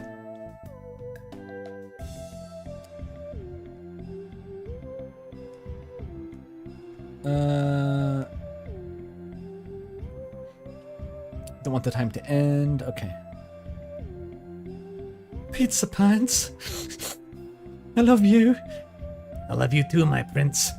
Pizza Pants hugs the goat. Aww. The GDQ met their donation incentive. They have a warm hug that transforms into a kiss, where Pizza Pants tries to keep his head upward due to the dizziness, and as he throws his weight against Pizza Pants' lips, making them do a snapping sound since he's a... the kiss, I like the bit that all the kisses are like fucking non-Euclidean, but it's, I can't even picture what's happening in this one. Both are also sleepy, so they sleep. So they keep... they're sleepy, so they sleep, dude. So I fall asleep. So they keep sliding and letting saliva fall. Ew. In a river in the desert's cold night. What the fuck is this? That song from Persona 5 starts blasting. When they stop, Azzy says, So, want to go home and watch something in bed? yes. Pizza Pants gets too excited. It's too late. He vomits at Azzy. Ah, it's his fault, really. But I think Azzy might be into it. That's kind of what Azzy seems to be implying through a lot of his prior actions. I think Azzy's actually into this shit. What a freak. Well, there's only one way Asriel could really react to this, by laughing a lot, infecting Pizza Pants to do the same. And they end the day happily together, covered in vomit. Yep, that's pretty, yeah, pretty much what you'd expect. We already had puking, I think. Okay, no one died. No one smoked, weirdly enough.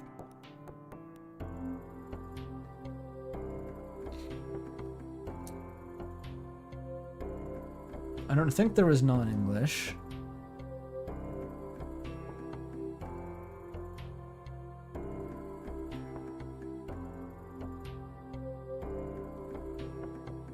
It was consistently in present tense the whole time, which is honestly impressive.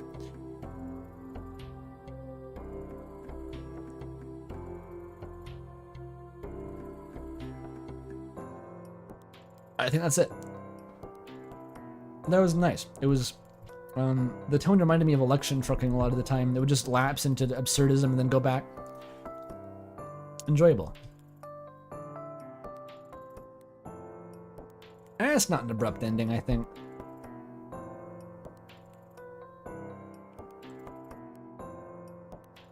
That has a whole scene to wind down.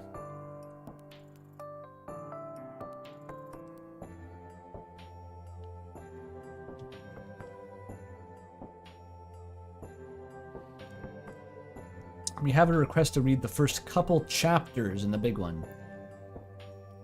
That might be a compromise I can roll with. I think first I'm going to go back down to... Which one did I read? I think I read this one.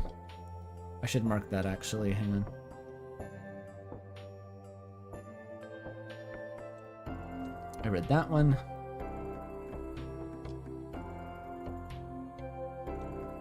I'm going to read this one because it's very short.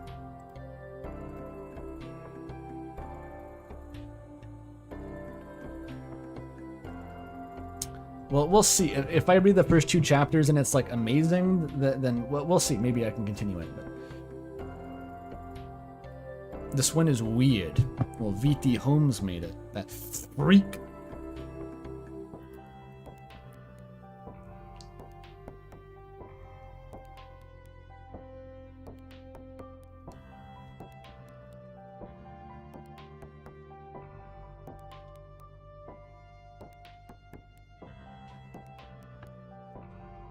Okay, summer has just begun, and work is becoming torturous for Pizza Pants. Shadows of the past loom just beyond the surface, and Asriel's return to hometown might shake things up. That sounds kind of weirdly ominous, okay. Been thinking of how to add the soft serve guy ex Pizza Pants to Azzypants, so I made Azzy Pant ears. Oh god. What's gonna happen?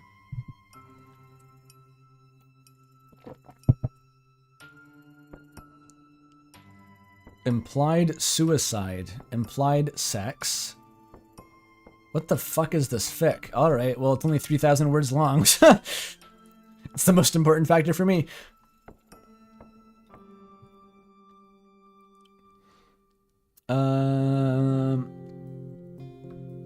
The summer holidays. It's the third sibling of Noel.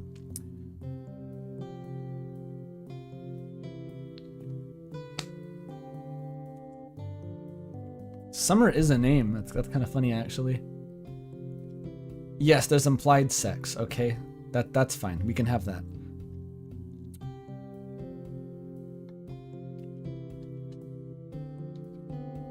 Summer holidays were just around the corner. I guess even in the courier fic, there was a casual reference to Pizza Pants asking Allie to fuck Azzy to kill him in the lake. So it's not that far off the beaten path. Icy's employees did not enjoy such luxuries as mandatory paid holiday leave. Pizza Pants sat up sluggishly, and for a long moment, simply stared across the room. Heat from outside was creeping into his room, and he was already dreading the mascot suit they were inevitably going to make him wear. It was just that kind of day. I read that. For a moment, he entertained the thought of killing himself just to get out of work. Then remembered that suicide jokes were bad for mental health and decided to instead entertain the idea of doing such a sick flip on his non-existent skateboard that his boss would give him the day off. Either way, he did not want to go to work. Not only was it going to be as hot as hell in there, he also had the shift with that slushy-brained idiot Blue Ears, and as he was returning to town sometime in the afternoon. The fact that he had to work in such conditions was growing unbearable.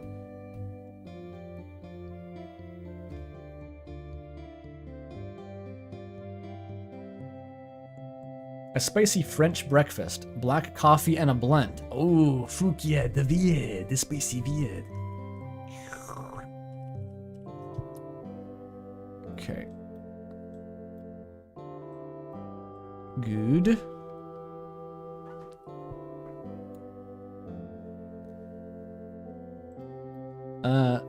Black coffee and a blunt mostly woke him up. For a long moment, he couldn't decide if he wanted to take a shower or just wait until getting home, considering he was inevitably going to be soggy from sweat once he was done with work. Then he remembered that one time he got a fungal infection from someone who wore the mascot suit before him, and decided he didn't want to be that asshole. So a cold shower to cool himself off first, then put off on the awful work uniform. And then... The walks toward Icy's Pizza was a nightmare, and he was already sweating by the time he reached the place. He squinted up at the logo on the face of the building. Maybe if he thought long and hard enough, he could manifest it away. Of course, things hardly ever work out so well. He let out a groan and walked in. Is his name Kev? Is this Blue Ears, I guess? Hello, Kev. What's with the long face? You look even more depressed than usual today. Do you even have to ask? Pizza Pants dryly asked in response. Blue Ears was already stationed by the soft serve machine, beaming with excitement he could never hope to recreate. It's the same reason as always. Oh, it's him still. It's the same reason as always, Blue Ears. Oh, come on. Work's not that bad. All of you guys are around. That's exactly the problem. Blue Ears' unfaltering optimism, the warrior's obnoxious war chants, and the purple guy. Pizza Pants still didn't know if he worked there. Don't give me that look. You know it's true. Whenever we have a shift together, the day is immediately. Yeah, whatever. Do you want a slushie? It's on me. It was always on him.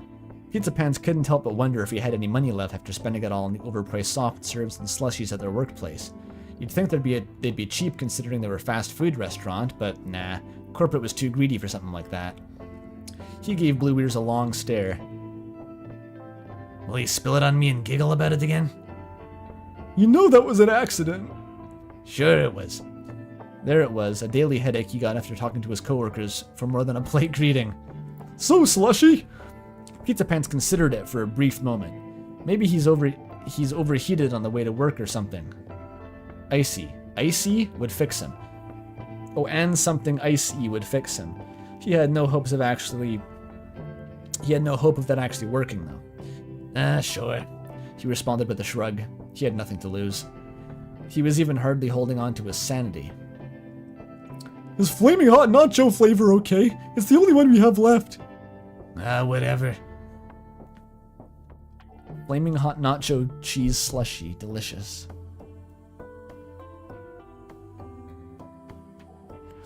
Work dragged as usual, but at least they got a message from corporate that the mascot suits were off the table for the day since it too hot and... Oh, it's a Spamton. I forgot. It's too hot. It was too hot, and they couldn't risk anyone dusting in one of them. And it would be bad for publicity. Okay. It was probably because all these suits were deadly anyway, and the class action lawsuit was waiting to happen. He rolled a cigarette in his mouth, but even that couldn't get rid of the god-awful taste of the slushy he'd been dealing with for the past couple hours. Like, he had a habit of... He was wondering what will finally push him over the edge. The thought of putting on a clown costume and hiding in the sewers sounded appealing. Jesse, we need to become the Joker. I saw a trailer the other day for Joker 2. And, like, I never actually watched The Joker. And so I assumed for some reason that, like, he dies in it. Like, The Joker, the movie ends and he's dead. It seemed like that kind of movie, but no, he's just there still. And they're making another one. And, like, Lady Gaga's Harley Quinn or something. It's like, what the fuck's going on anymore? He thrives in the end. Damn.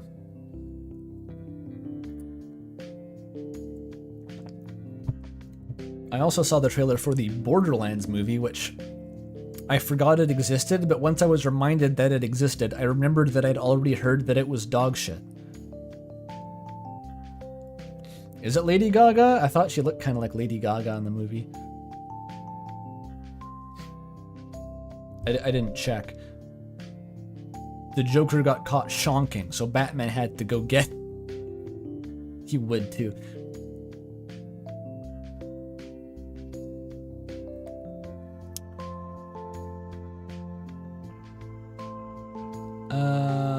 Yes, I'm curious to hear about what the fucking Borderlands movie's all about.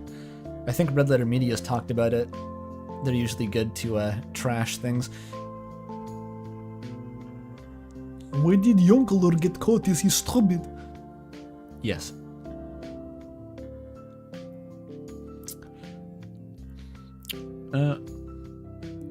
Hey you, who the fuck is talking? Who's his boss?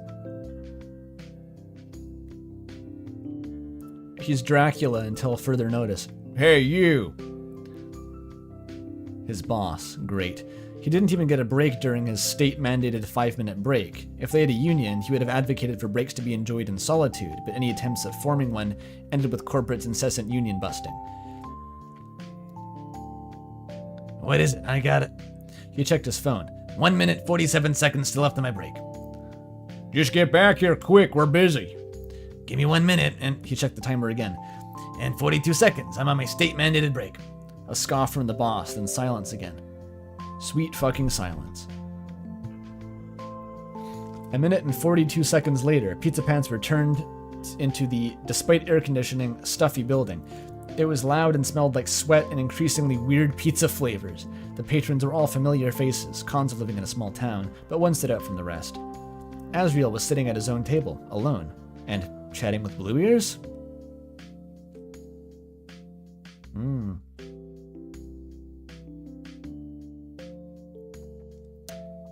Just this fic is depressingly accurate to retail? That's like Burger Pants is a walking mascot for retail work.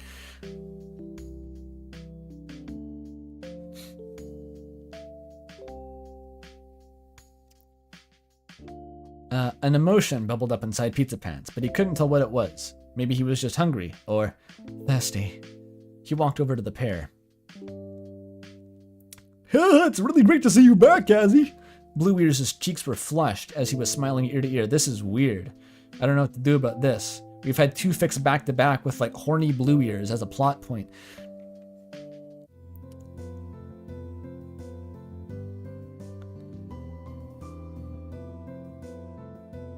Pizza Pants' face too contorted into an expression akin to a smile. Hey, Azzy. Finally a glimmer of hope in this wretched place. Howdy. Asriel beamed back. Long time no see, Pants. The hell you doing in this hail? Pizza Pants dryly asked. QC's is right next door. Asriel laughed. Well, I had to come in to check on you guys. Can't a guy do that these days? An askew smile rested on his face, and he leaned back in his chair with his arm wrapped around the backrest. Besides, I wanted to ask if you want to hang out after work. Both of you. So it'll be our spicy special for you today. Blue Ears interrupted. Despite not being in his field of vision, Pizza Pants could tell that their boss was staring daggers at them from the back. Are you not going to describe who the boss is? Never. I guess it's just Dracula. And the double icy soft serve, yes. Asriel nodded. Coming right up. Blue Ears hopped away from the table. Oh, you get it? Because he's like a rabbit. Right, we'll chat later. Pizza Pants turned to walk away from the table, ready to place more orders, but... Wait. Asriel stopped him. Well, yeah, sure, I want to hang out later, but want to get weird? Dunno, buddy. A couple of frames of silence. Everyone loves the frames jokes. I love that. He doesn't seem to mind. I doubt he ever got the memo. Pizza Pants turned his back. Oh, this is like an established...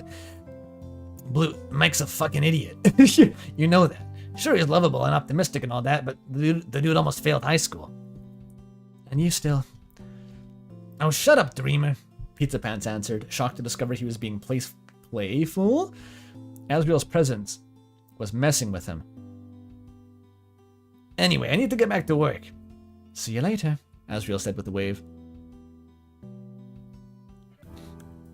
Oh, it's Boss from Metal Gear Solid. Colonel!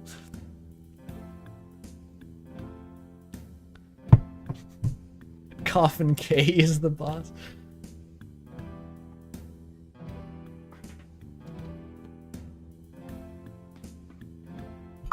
Ah, shit.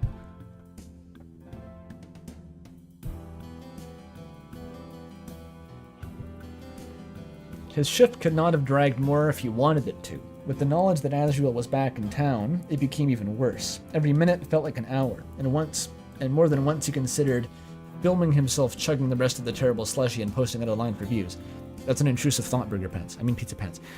Since IC employees didn't know about the concept of a 30-minute lunch break, or second mandatory 5-minute break, by the end of the shift he was hungry, tired, and the thoughts of wearing a silly hat just to feel something filled his mind. Oh, I see. This is CBT. I just realized what's happening here. This is cognitive behavioral therapy. After cognitive restructuring, the suicidal impulses become funny actions. I see. Wearing the silly hat. I just picked up on that. Okay. His work uniform was soggy with sweat too, and he felt gross and miserable. Hey Kev, wait up! Who's Kev? Blue Ears, right. They were both meeting up with Azzy. Yeah, what CBT did you think I meant, Chad? What did you think I meant? Pizza Pants stopped at the entrance, his hand resting on the door, where he placed it just earlier to push it open. Blue Ears caught up with him, and finally pushed it open. The street was still warm, heated by the hot asphalt under his feet, but the air was slowly cooling off. Cleaning after the Warriors, quite a chore. I can see why you don't want to do it, even if it's part of the job. It wasn't part of their job. They were just meant to take orders, serve drinks, and clean up the main area. Blue Ears just didn't know how to say no. You know you can just decline extra work, right? This is workers' rights for you. Lack of union be damned. Oh, but the boss frowns so deeply if you don't. Boss can suck it. Ha ha ha! Kev, you can't say that. Off the clock, I can say whatever the fuck I want. You've got a point. Oh, hey, Azzy. And there he was, sauntering down the street toward them, Asriel Dreamer. This may be a nightmare scenario, actually, is like the BF starts like kind of seems like he's into this coworker that you actively hate. That's not a good vibe at all. Where are the music? Shit. No, keep going.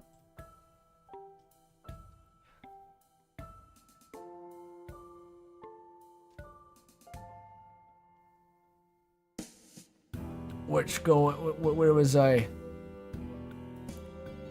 And there he was, sauntering down the street toward them, Asriel Dreamer.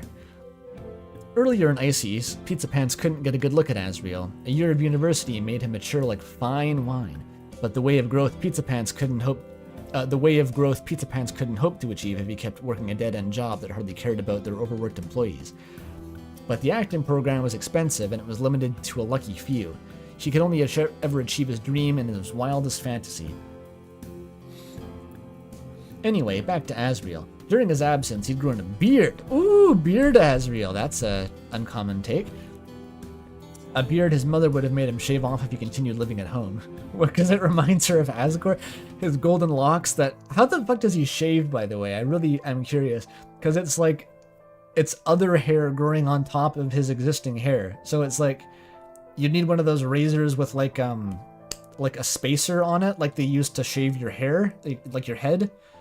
But that would just shave off like the blonde part of the beard and leave the actual like fur underneath. I don't fuck it. That's weird to think about.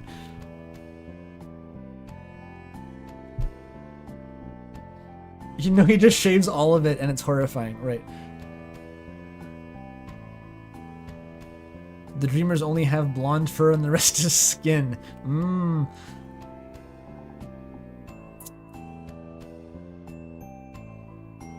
Yeah, like a trimmer with a guard, yeah.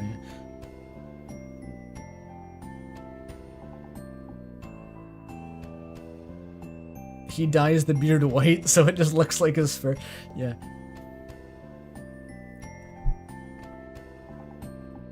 Okay, back to Asriel.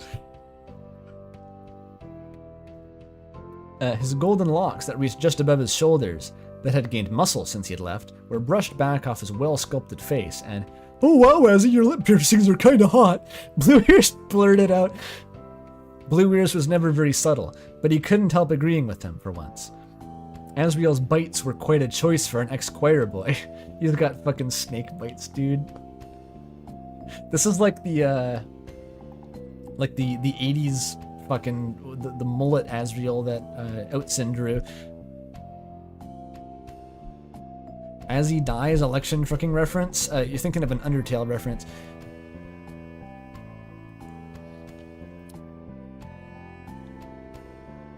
Oh, angel bites. I thought the angels bite? I didn't know that. It did make Pizza Pants stare at the silver piercings on either side of his fangs.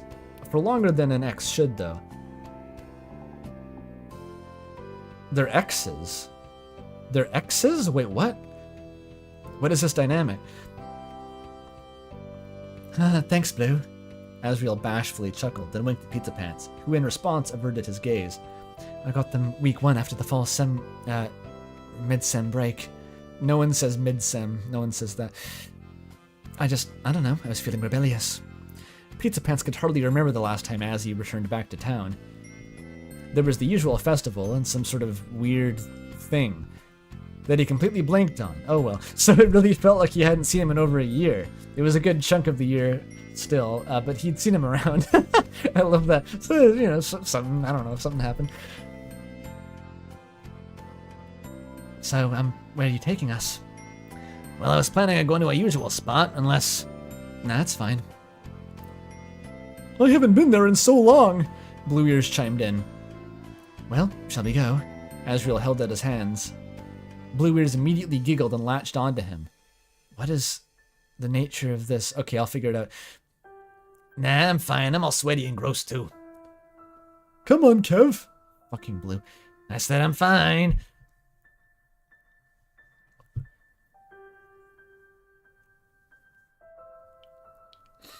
Wait, what is the status quo? Are Asriel and fucking Blue Ears the couple, and he already broke up with Pizza Pants? But what didn't Blue Ears get the memo about? The fact that they were exes? How the fuck do you date a guy and not know that your coworker is his ex? Okay, I'll keep reading. I said I'm fine. Blue Ears was so ready to get back into that stupid situationship. He could date Asriel all he wanted, but Pizza Pants broke it off. There's no way he'd be start dating them again like this. Okay, so the situation... So they were all a couple previously, but no. He could date Asriel all he wanted, but Pizza Pants broke it off. Pizza Pants broke it off, but not Blue. Okay, this is complicated. Okay. He trailed off after the two of them, feeling like... Oh, who is he kidding? He wanted to jump into the lake they were heading toward and drown himself. Maybe Onion-san would be kind enough to help him with that. It would give Undine a lot of work, if nothing else. Pizza Pants found himself staring at the still surface of the lake, barely registering the conversation Blue Ears and Asriel were having. There was a lot of giggling and laughing at first, but that died down soon. This is Rancid, so it's like if he's like third-wheeling, but also he used to be part of the relationship, maybe? So he's the ex and he's third-wheeling. I don't know. It's just like an undescribably bad vibe.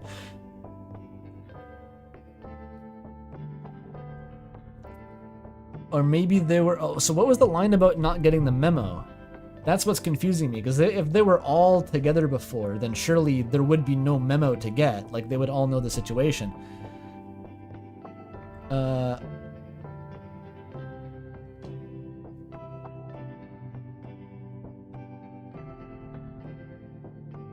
That's so messed up. My heart breaks for the Pant right now.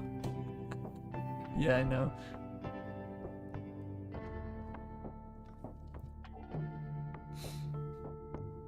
He started registering their words.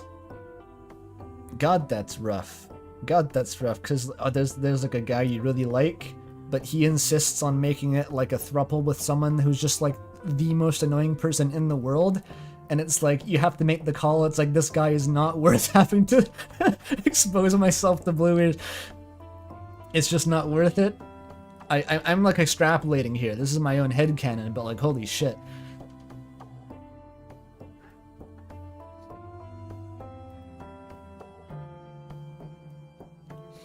He started registering their words. I'm a bit worried about him, I guess. I've been trying to reach out, but... Who's talking? Maybe that's Blue Ears. I'm a bit worried about him, I guess. I've been trying to reach out, but... Yeah, I had no idea why he'd... But he doesn't want to talk, so... A sigh. He's been pushing me away. It's pretty hard not to notice. I try to be chatty to cheer him up, but I think... Yeah. A silence fell over them. So they were talking about him, right there, quite literally behind his back. He wanted to get pissed off at them, but he realized he was too tired for that. Dipping his feet into the water was also soothing, and it cooled him off. I do love that vibe. Go to like a river and just like dip your feet in it on a hot day. I don't usually like to go actually swimming, but just like dipping your feet in water is very nice. Footsteps. Who's talking? This is crucial. This is like Schrodinger's boyfriend here. Which one is it? Hey, Pants, mind if I join you? Sure. Oh, fuck, I guessed wrong. Hey, Pants, mind if I join you? Sure. Asriel sat down next to him, dipping his feet in the water as well. Man, it's great to be back again. Pizza Pants glanced to his left at Asriel, who was leaning back, propped up by his hands. He was looking up at the sunset gradient of the sky that was starting to light up with the bright stars. It's good to see you around. I can't tell if you mean that or not. It's, complicated, but I do mean it. Oh, he's Kevin. His name is literally Kevin.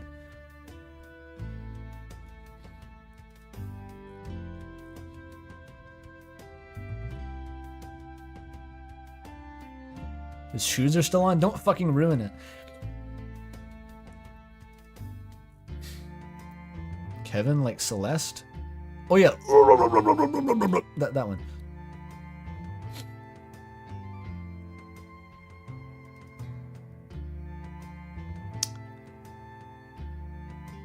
But I do mean it. More footsteps, splashing of water to his right. Blue Ears joined them. You're going to make me talk about my feelings, aren't you? Oh wait, this fucking Burger Pants. You're gonna make me talk about my feelings, aren't you? He groaned. There was a certain sparkle in both their eyes that made something like that inevitable. Well, you'll have to someday. Blue Ears exclaimed, splashing his feet, just kicking his feet. Go to heel, both of you. He was being playful again, fucked up. You never told us why you... Asriel chimed in. Angel's ass, I'll talk, but I need a smoke first. Angel's ass is a good one. I like that. I like constructed swear words. Kevin fished for his pack of cigarettes in his pockets and lighted one. Despite saying I'll talk, he found it really hard to start. He finally cleared his throat and spoke up. Look, you guys remember how this whole thing... Asriel hummed. What's he humming? Yeah, so you both came from the hospital, and I don't know. I couldn't tell if either of you actually liked me or if I actually liked you back because of the way it all happened. Fuck. Is that how it happened? He took a long drag of his cigarette. Kevin glanced to his right at Blue. No, Michael. He was giving him a long, soft look. What? You could have just asked, you know. Our emotions were compromised, Mike. You just latched on to me like some bullshit suicide watch and... Oh, okay. I see. Kevin? You never expect some real shit to happen in the Azzypants fic. We'll roll with it, though. Asriel hardly ever called him by his name. Oh, that was Asriel. Kevin. He'd give everyone silly nicknames and stick to them, and the nicknames had the annoying habit of sticking to a person. He cut himself off. We didn't latch onto you like some suicide watch. We both had a crush on you before you'd ever... My emotions were compromised. The two of them jumped back at his outburst. Kevin realized he was standing up.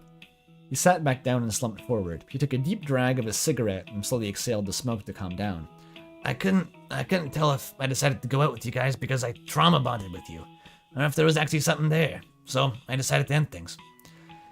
Silence fell over them, and for what felt like an eternity, the only noise around them was the rustling of leaves. Finally, Asriel broke it. We've been wondering if you'd like to. I mean, you don't have to say yes, obviously. We're fine to continue dating without you, but it'd be different. He could see Michael enthusiastically nodding from the corner of his eye. This is like complex. This is a complex situation.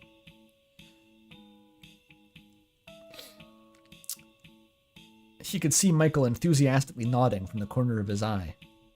I don't know. We'll leave you to think about it. Another drag of cigarette, another puff of smoke. I guess I do feel better now, and I like you guys. And as your angel bites are pretty hot, yeah. I guess I'm just a little scared, but I'd love to give it a shot.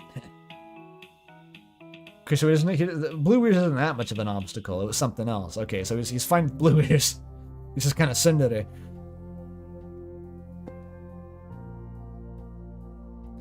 We're actually totally not okay dating without you. Yeah. He discarded the cigarette that burnt out while they were talking by throwing it in the water. Michael leaned on his shoulder as soon as he did so. Hey, cut it out! Kevin gently brushed him away. Oh, that's him. Hey, cut it out. I still feel gross and sweaty and sticky and... So am I! Michael beamed, then leaned back. He let out a groan, but didn't complain. It was time to submit to fate. I'm not sure I see the chemistry. Okay, I'm not going to pretend. But Asriel gently pinched his chin with his fingers and made him look in his direction. Fuck, his face was so close. Kevin's eyes traveled down toward Asriel's lips, and he swallowed. He wondered how it would feel to lick his piercings. Mind if I kiss you? Go ahead. And so he did. Okay, I've been ignoring the bingo. Okay, we got crushes, we got kissing, we got fucking the other Blue Ears probably has like a Slurpee fetish. I'm just gonna put this in on principle, probably, just speculatively.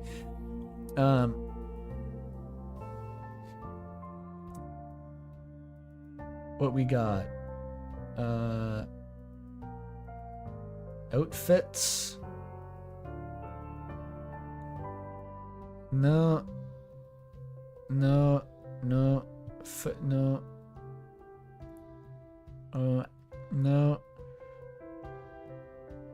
I guess there's been graphic descriptions of sweat. That might count. Lots of sweat.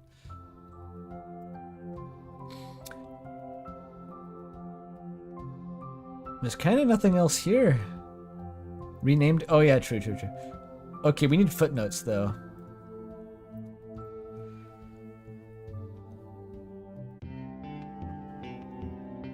And so he did. While their lips locked together and Asriel's deep into the kiss, no doubt tasting cigarettes and flaming hot nacho slushy, dragon breath, Michael joined in, peppering small kisses on the edge of his jaw. Oh, he's okay. He broke away from Asriel long enough to brush his tongue against one of his piercings. It was smooth and round, like a pearl against his tongue. Damn, he's really into those piercings. It was just beelining. Meanwhile, Michael reached around the corner of Asriel's lips, kissing both of them all at once. What followed was a sloppy makeout sesh that ended with all of them panting, tangled together and yearning for more. Okay, they fucked. They fucking... It was like a pizza threesome by the lakeside. Holy shit. Ooh, boy.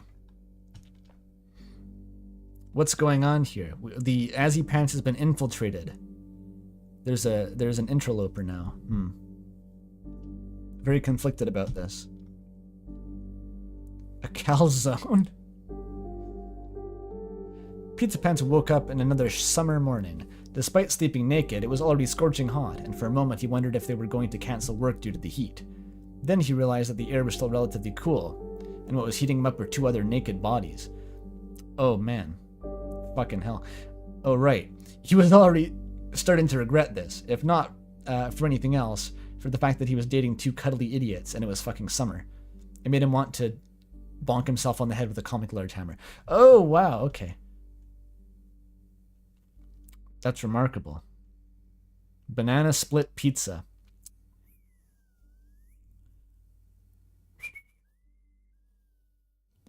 That was something. Very well written. I think VT Holmes is one of like the finalists for the humorous ending contest, so it doesn't surprise me, but oh boy.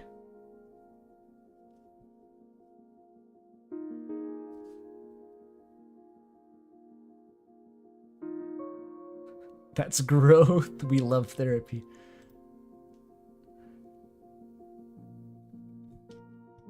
All right. The leftovers of the past, dude. So this blue wasn't even birdly. It was fucking blue ears. Carrot tricycle. What level is this on in terms of like wordplay? Because it's supposed to be food. A popsicle is food, but it's a threesome, so it's a tricycle, and it's carrot flavored because there was a rabbit, and it's also an inadvertent reference to the DM Dokuro remix of Snowy called Septicicle, and also that's a reference to Undertale's Bicycle. This one goes deep. There's a lot to unpack.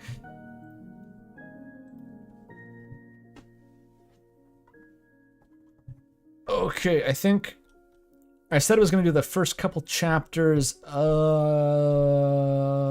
this one. Toxic encephalopathy. Encephalopathy?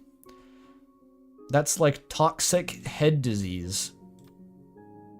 What's wrong with your head? I'm sick in the head. Let's read let's see how it goes. I'll read a couple chapters. Toxic docs. Oh, it's a doc X. Wait, it's opening Discord? What the fuck? It opened a Discord tab. Oh, it's a link to Discord. I see. There's a PDF. Okay. That's all I need.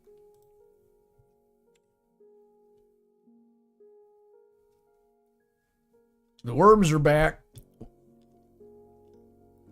This is by Choco, not by No Choco. Chapter 1, A Fated Meeting.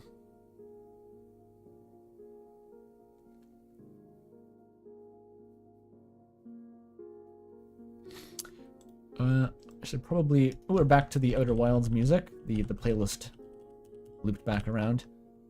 Let me do my sip.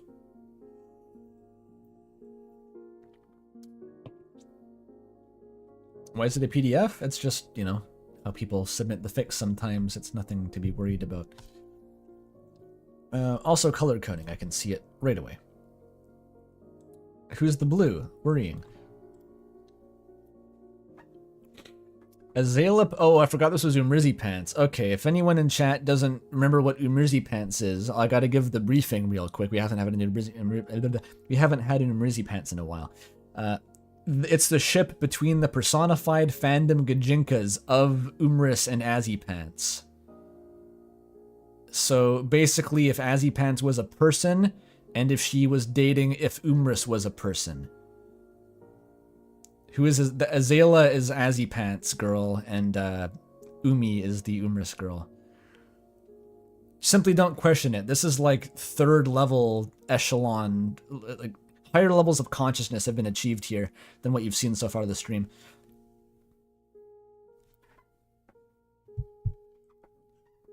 That's not what you thought it would be? Oh, it is. It is the ship between Umris and Azzypants, essentially.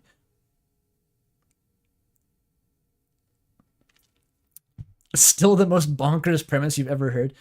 Yeah. But there was a fic last stream, which was like... It was like Azzypants crossed with Kissy Cutie crossed with Umris. It was fucked up. That one is horrible. If you've seen Device Theory, you'll get this. Yeah, this is actually what 6 of the 7 hours in part 3 are. I was just explaining what Azzypants is, and like the actual theory summarized in the first section. It's kind of irrelevant, actually.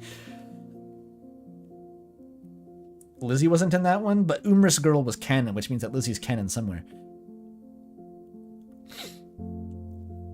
Azalea Petunia skipped down the halls of her new university. It was her first day of college and she couldn't contain her excitement. New people, new opportunities, and a whole new world seemed to unravel before her eyes. She couldn't be happier. After skipping past the same installation piece for the third time, she finally seemed to grasp the horrible numbering system of the classrooms. That's too real, actually, the fucking random art installation that uses a landmark. It's some, like, a tapestry that's been sitting there since the 70s and no one knows what it's for anymore.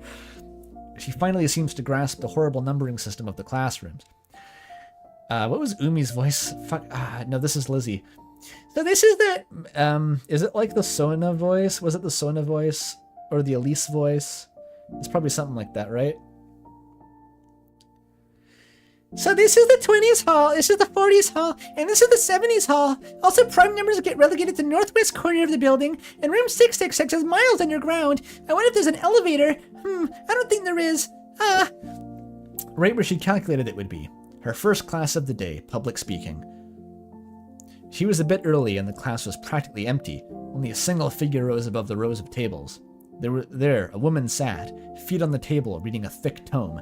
The Odyssey, perhaps? She glanced up from it. Scanned Azalea with squinted eyes. Azalea grinned in response. After a moment, the woman seemed to lose interest and went back to her book. Hiya, Azalea greeted, suddenly appearing in the seat next to the previously book-engrossed girl. What the fuck was Umi's voice? God damn it, I don't remember this at all.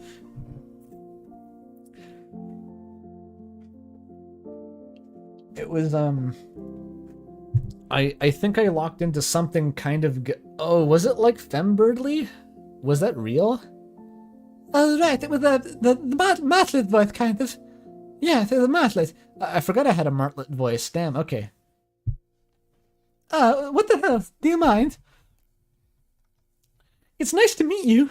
No, that's fucking... I'm gonna go into blue ears. It's nice to meet you, public speaking buddy. I'm so excited to have this class with you. Just you wait, we're going to be besties in no time. So you want lost, huh? Didn't think someone like you could comprehend the complex multi-layered class numbering system. She paused to think for a moment. Is this like Gajinka U? Where are we? Guess it was just dumb luck. Azalea got a better look at the girl now that she was closer to her. She had short black hair that seemed all at once like she hadn't brushed it in days, yet still styled and cute. A blue streak in her bangs covered one bespectacled eye. The other looked like it hadn't gotten a blink of sleep in 12 years. Azalea replied to the woman's thinly veiled insult, believing it to be a simple, genuine comment.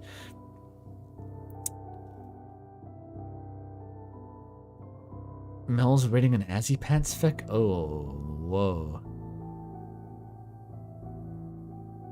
I was the art person, and now.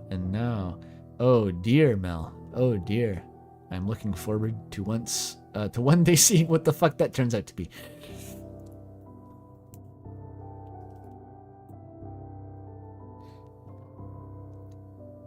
Is this Tumblr University? Dude, I hope. The Outer Wilds music is so incongruous. It's ominous. The song is called Into Darkness.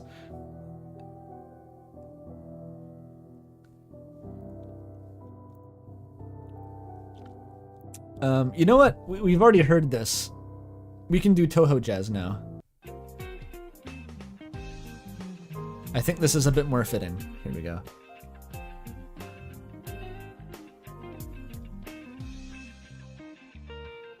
Yeah, we're doing it. Toho Jazz is always good.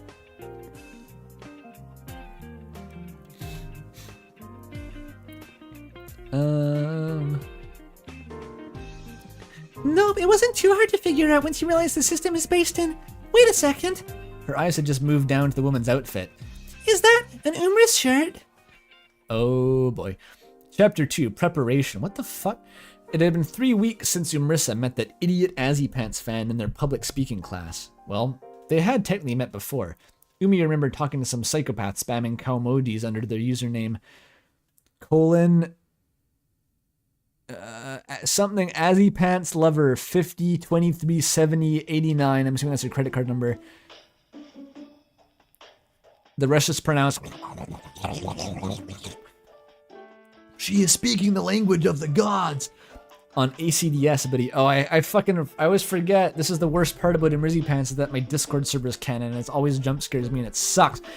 About a year ago, she only later discovered that psychopath Azalea, or as Lizzie preferred to be called, or Lizzie as she preferred to be called, were one and the same. Oh, how cruel fate could be. Perhaps this was karma for wasting the best years of her life doom-scrolling through Deltarune Reddit threads, getting into arguments about why Birdly is the most compelling, intellectual, and morally grounded character. Morally grounded. Oh, that sounds like a fun conversation, eh? Ooh. Oh, that's just seeing that written. Ow. And why he and Susie's relationship in the game points to a deeper admiration of the often sexual attraction that Toby Fox is simply too cowardly to portray in his deeply flawed game, all the while drinking and smoking, letting her small body rot in her computer.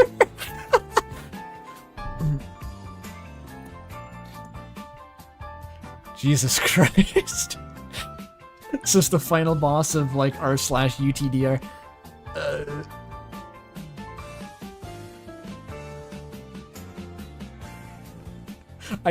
The worst part is that I could picture someone having this take. I could picture meeting this person. It was like Susie and Birdly is a more realistic depiction of a teen relationship, and Suzelle is toxic actually. Like, I could picture that person existing. That Lizzie girl reminded her of Suzelle stans. Umi would get into long hours of arguments with in YouTube comments section.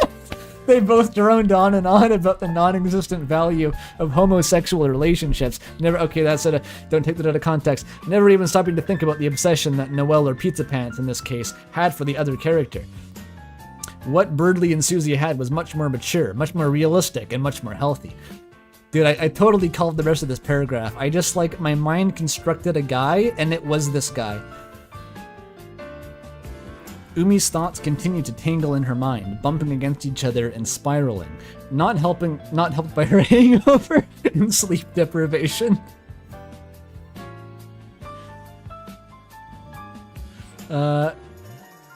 Eventually, she trudged into class. She preemptively winced as she opened the door. Preemptively, Umi! The sound stabbed knives into her already headache-ridden mind. Today was going to be a great day. After a mind-numbing lecture about speeches she'd already heard and the methods of calming anxiety that didn't apply to her, the teacher assigned the first project. The teacher's also Dracula. This first speech will be a group project to ease you in. That's great. You'll be in groups of 3. Just partner with the people sitting next to you. Oh God. She buried her head into her hands. No way! Lizzie exclaimed in a stage... Lizzie exclaimed in a stage whisper. She squeezed Umi in a tight side hug. Umi's soul left her body. You can make your speech about whatever you want, just as long as it's argumentative. Use all the rhetorical methods you've learned and keep it to 5 minutes and you'll be fine. The teacher further explained. Do Dracula flow guys, your public speaking teacher would go hard. Just say some bullshit that sounds good. Doesn't mean a fucking thing. Just say words, I guess. I ate the op. Meat came right off the bone. That don't mean shit, but I said it. Lizzie suddenly released Umi from her grasp and stared at her. Her dark eyes seemed to dig into Umi's mind. Christ, we're thinking the same thing, aren't we? Oh, the setup. Oh, the setup. Okay, here's the third one. Pink bow? Is it 5 pebbles? Please be 5 pebbles. Inexplicable Rain World crossover. Do it. Their speech was going to be about Undertale and Deltarune fanfiction. What else could it be about? The two pretty much only shared one thing in common after all.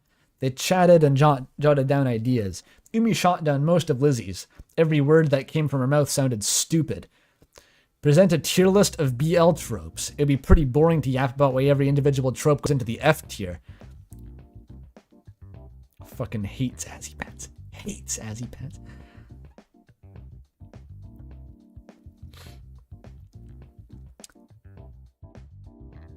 Susie X Birdly might be a thing in the Japanese fandom? Really? But a thing in the way that Azzypants is a thing, where there's like at least one person who's into it.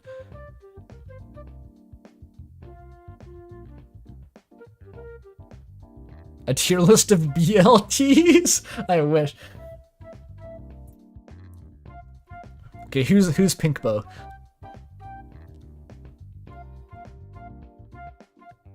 Oh, it's fucking Sona. God damn it. But she has the same voice as it's the same voice. They're sharing it. How do I do this? No way, we get to be partners. I think I leaned a bit into maybe Lizzie was more like that before. OMG. More distorted and ghoulish, and Sona can inherit the normal voice.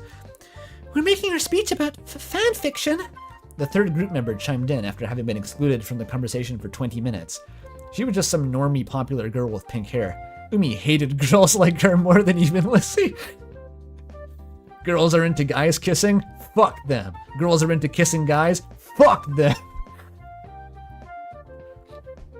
Girls should be into girls kissing guys, not kissing guys or guys kissing guys. That's Umi. Okay, that's her perception. At least Lizzie had to work to get what she wanted. Having a cringe passion wasn't easy, the most oppressed demographic. Umi knew firsthand. Lizzie couldn't just bat her eyes and be handed happiness on a silver platter. This girl, on the other hand, looks good, popular, interests, and social skills. She could stand to be told no for once in her life. Yep, fan fiction, Umi responded. Something the matter? Would you rather speech me about pumpkin spice latte? What? No, I'm fine with the speech idea. I actually got super into Undertale when it first came out. I guess I've just never gotten into the fandom, so I don't know the first thing about fanfics. Umi rolled her eyes. This girl watched Jacksepticeye play Undertale in 2015. This is getting too real. This is like someone's vent piece. Yeah, everyone did. Lizzie's reaction was almost the opposite of Umi's, though. OMG! Read this! You'll thank me later! She said, and pulled a hand-printed collection of Azzypants fanfics from her bag. Dude, she got the Outsin zine. She subscribes to the zine, dude. Show her courier new. Nah. If anything, I think Sona would be the one in this hell scenario repping courier new. I feel like that's the normie take. As much of a normie as it's possible to be within the fucking Undertale Deltarune fanfiction community, which is not. Umi scoffed. It was the equivalent of offering McDonald's as though it was fine dining. Disgusting yaoi fluff that sometimes pretended to be deep, but hardly ever scratched the surface. One of her hands reached for her copy of Umris, but the other stopped it. Don't be stupid, Umi. It would be childish to offer up a delicacy to a dog. After all. I like how the Azzypants fics are just like a feat of one-upmanship, trying to make like Umi the worst possible human being, and we're advancing.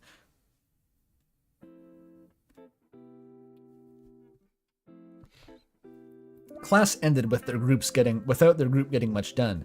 They would have had time during their next class period to continue working, but the rest would have to be finished outside of class.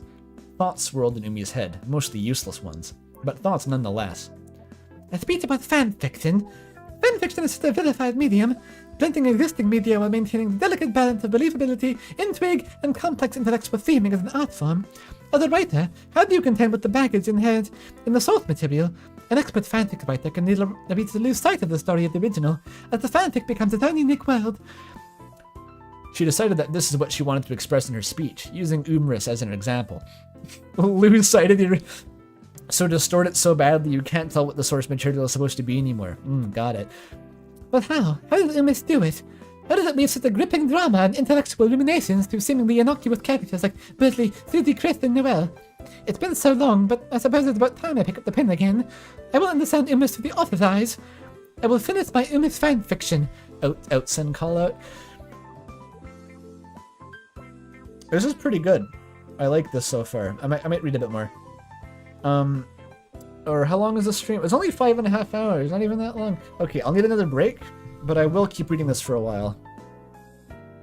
I'm going to take another break for a few minutes though. Alright, be right back.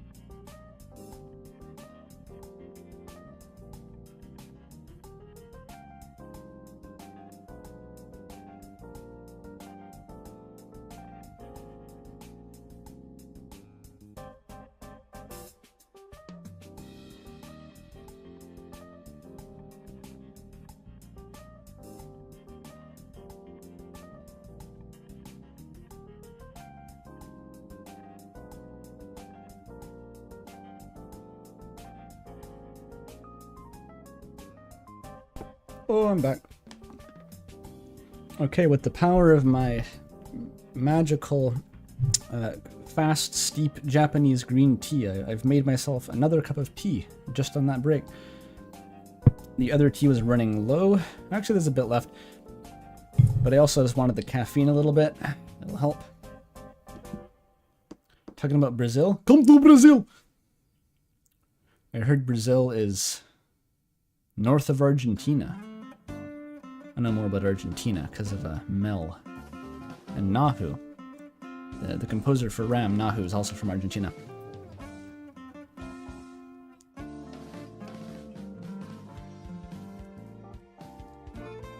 Andrew Breakingham. That's if I did breakbeat.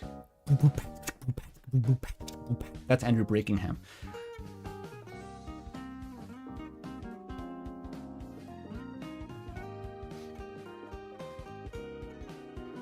I also have an ice cream sandwich. I guess that counts as a snack. It'll give me some blood sugar. That'll be good.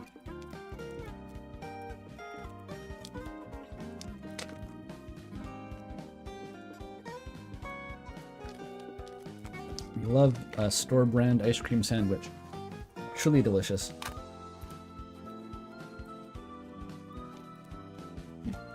Grapple with it. Okay. You're so proud of me for taking breaks. Thank you, Pidge. What remarkably generous standards you have.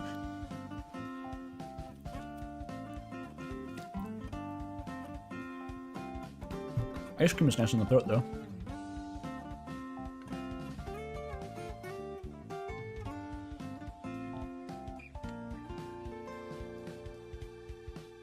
It's not indigestion, it's ingestion.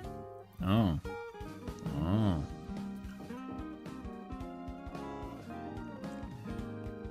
Yeah, Azzypants stream 2 was, well, that was a Let That Sink In stream, which went longer than intended because of it ended with Let That Sink In. I'm glad it ended with that, because I'm not sure what the fuck I would have done if I had to do more fakes after to Let That Sink In.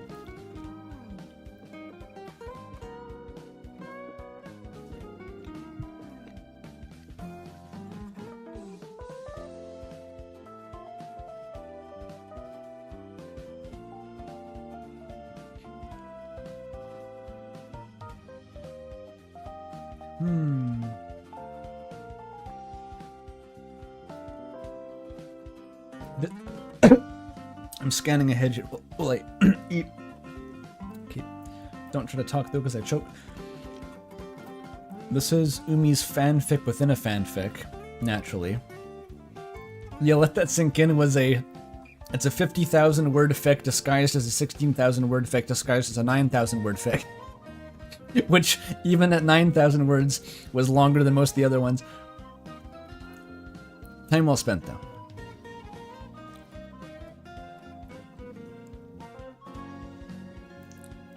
The monster was asleep. Best not to wake her. Burley exhales lowly. Lowly? Exhaleds. Is that like DJ Khaled? Exhaled? Lowly. His eyes were adjusting to the darkness. What was even his lamp anymore? He stopped being able to tell. It was a silhouette of his lamp, sure. He could always count on that silhouette to push against his finger as he reached out for it. He could always count on it to turn on when he pulled the chain. But today he couldn't trust his eyes. He couldn't trust the silhouettes. The shadows seemed to cower from him. They shrunk as he approached and grew just before they were out of sight, just like people, he supposed. He needed to smoke. Banger. Being possessed by the spirit of Umris itself to write that one. He said the thing. Unfortunately, silhouettes is an English word. This is a crossover. It has Sona.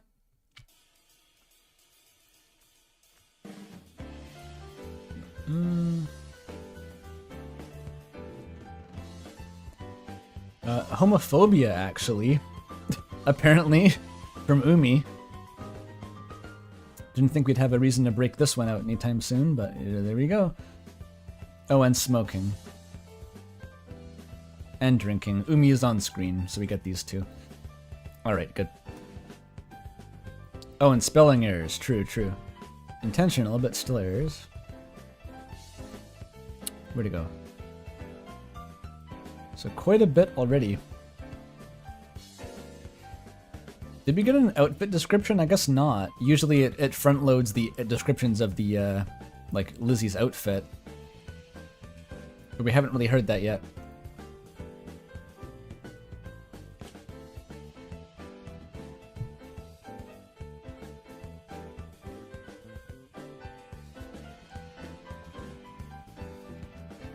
Okay.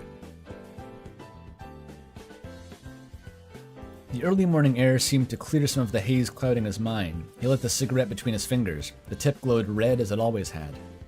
But like the silhouettes, it wasn't quite the same. Burley tried to close his eyes, to blink away the fog, to suck in the smoke, to still his shaking hands. Last night. What happened last night?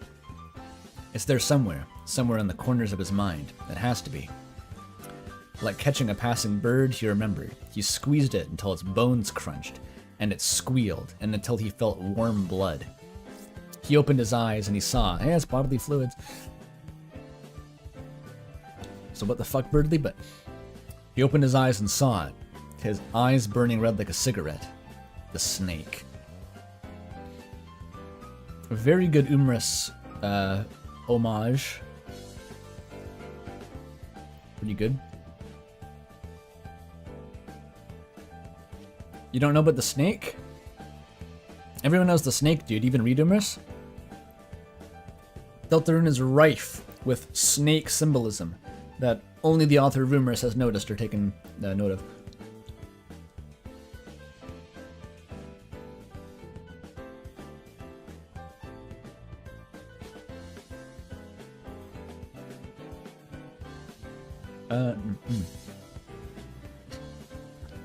With no punctuation. Umi pushed her chair out her chair and leaned back, breathing a long sigh. That was the 12th chapter out of planned 33, and it was coming along quite well. Now with what she had... now that she was free from her work, though, she finally felt the headache she'd been ignoring for the past 6 hours. That's real. Her eyes burned with every blink. What time is it? She checked her phone. 6 a.m. Umi entered the room to her public speaking class the same way a zombie or perhaps a dead houseplant would. She was running on a single hour of sleep. Her ears were ringing, her whole face hurt, her eyes refused to focus. Maybe she shouldn't have been drinking while she was writing her magnum opus. Maybe she should have stopped writing at like 1? Maybe she should have skipped class. Oh my god, why didn't I skip class? Umi sat down at her desk, failing to notice the stiff atmosphere and her eyes on her. Oh, and the eyes on her. She was 30 minutes late and didn't even realize it. After a moment of awkward silence, the teacher continued. Ahem, well, as I was saying. Umi got out her notes and her hands started moving purely by habit, scribbling symbols that almost formed words. Her eyes were half open and bloodshot, those of an old, sleeping dog. It didn't take long until she felt a few gentle pokes on her shoulder. Right, how could she forget?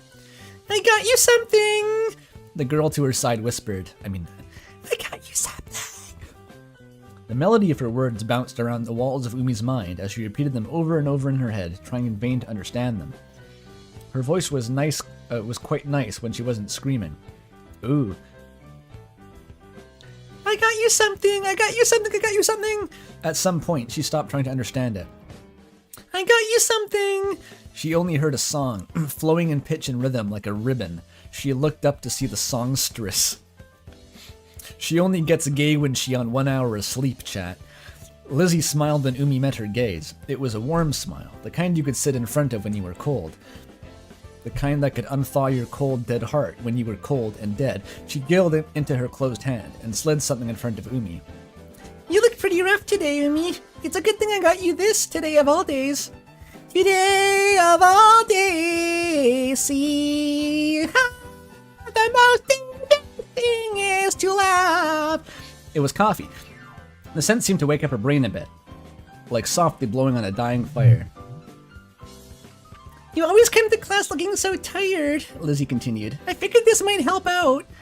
That's Slade. Thank you.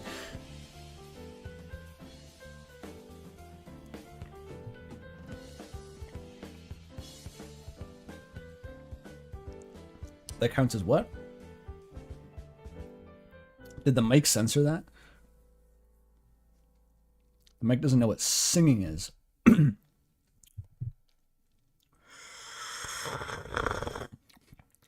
A sip of the thé vert, you know that shit.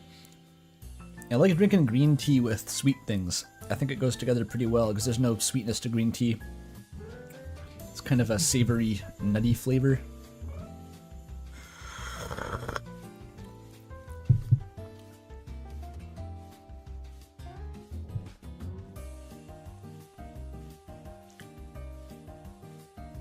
I don't think anyone's developed an election truck in Gajinka. Maybe they have, I don't know.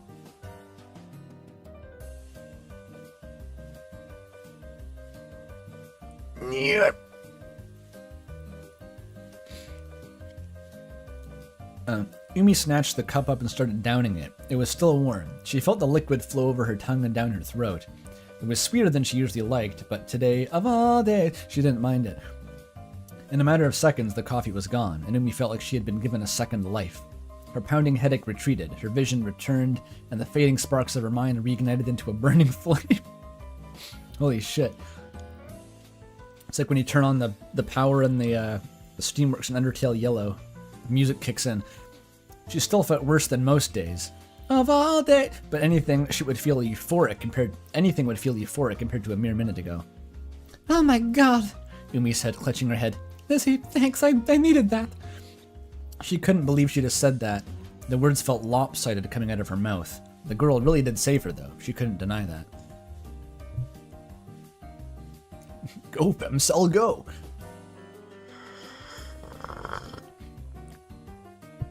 Of course, what are besties for?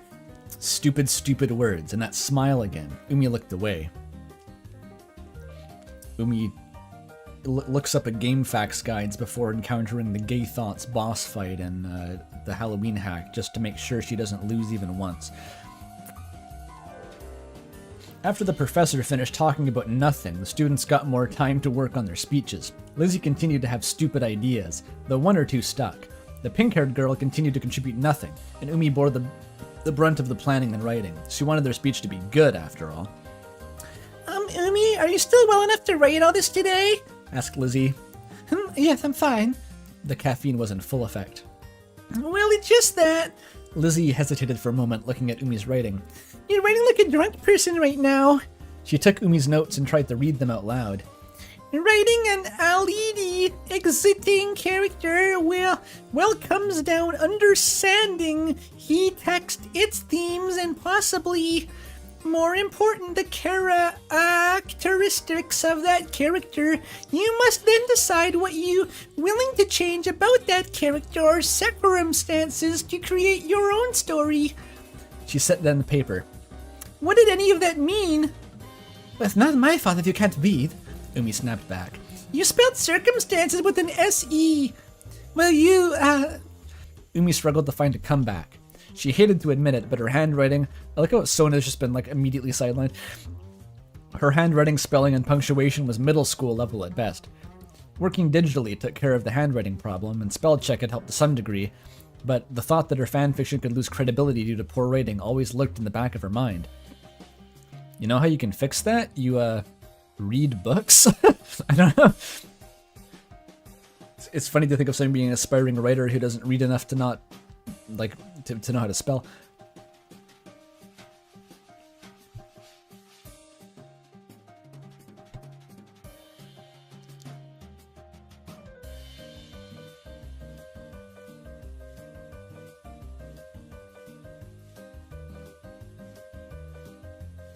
The Umris author has an excuse because he's probably Polish or something. Does not speak English as a first language.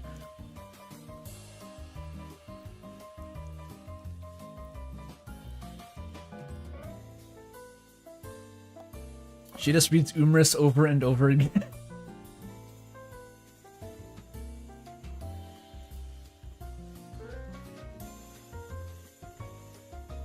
Okay. Now that someone else brought up the problem, she knew she couldn't keep ignoring it forever. For now, she tried to get back to working on the speech.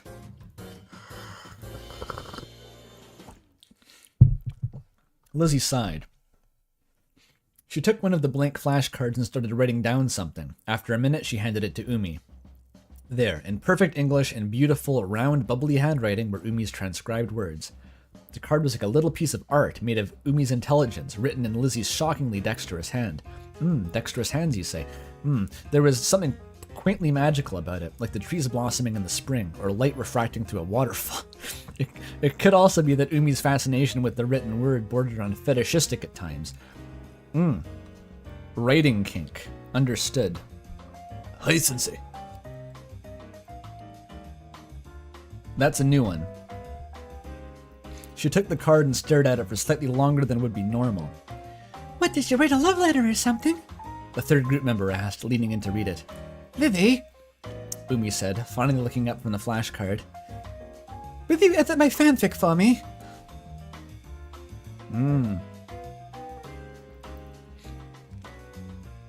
Thrilled by the contours of the written word.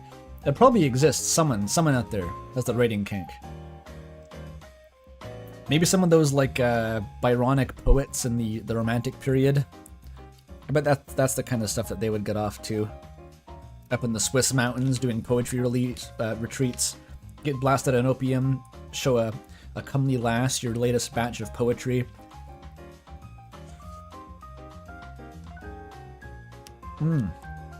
Byronic indeed. You're probably not wrong, Pidge. You're rather bohemian.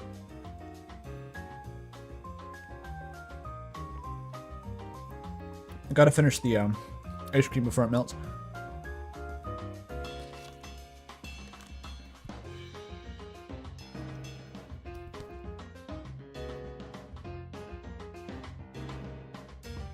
Maybe that's what Oppenheimer was on in that one scene in the movie. It was like in the act of fucking and just starts like bringing up Sanskrit literature. I think he's got it.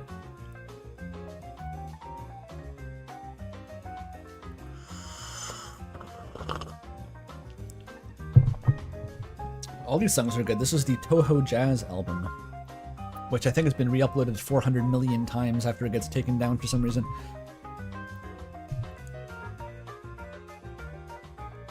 Existence kinks? I thought it's called being high on life.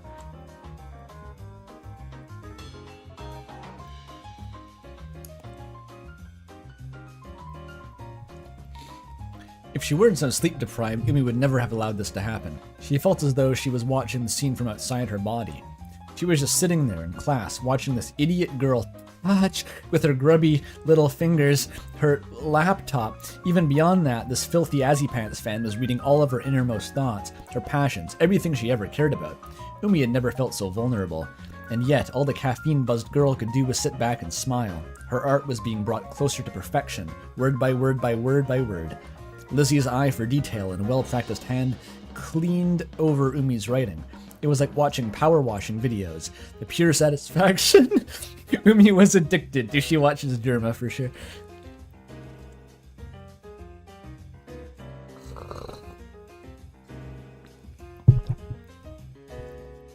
The self-encouragement? What do you mean, like the positive affirmation thing that Germa put on loop while he fought Millennia? And you're a great friend, and you really know how to make a guy's day!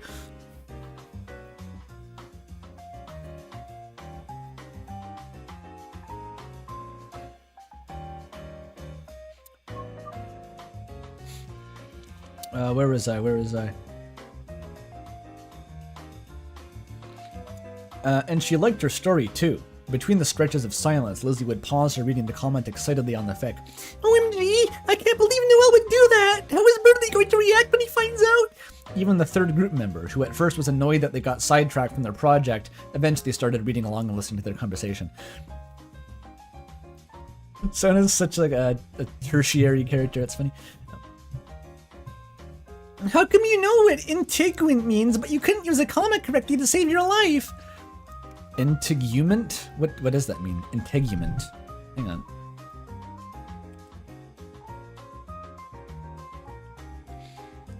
A tough outer protective layer. It means a skin. Integument. All right. Now we know.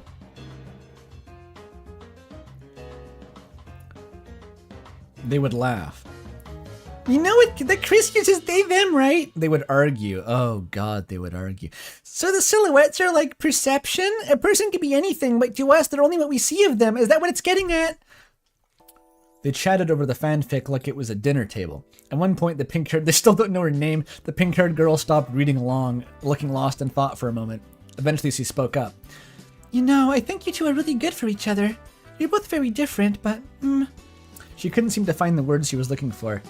Never mind. Lizzie casually laughed off the comment. Confused? Yeah, what do you mean by that? Umi just stared at her. It was seeming more like Lizzie transferred all of her stupid into this girl. What a brain-dead comment. She's like how Sponge, the third Mario brother, soaks up the other two's sadness so they can be happy all the time.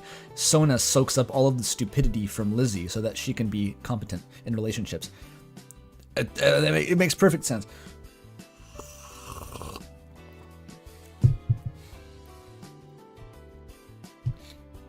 Sona force headcanoning people she knows. Oh. I think PDFs can have some inconsistent shit with like text sizing. That might be why you're seeing these effects. She said that. Hacky yeet.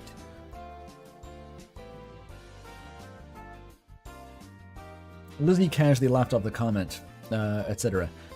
Class ended all too quickly. The girls had to tear themselves away from the laptop, though Umi was beginning to reach her limit. The caffeine was starting to wear off, and she could feel her eyelids getting heavier as time went on.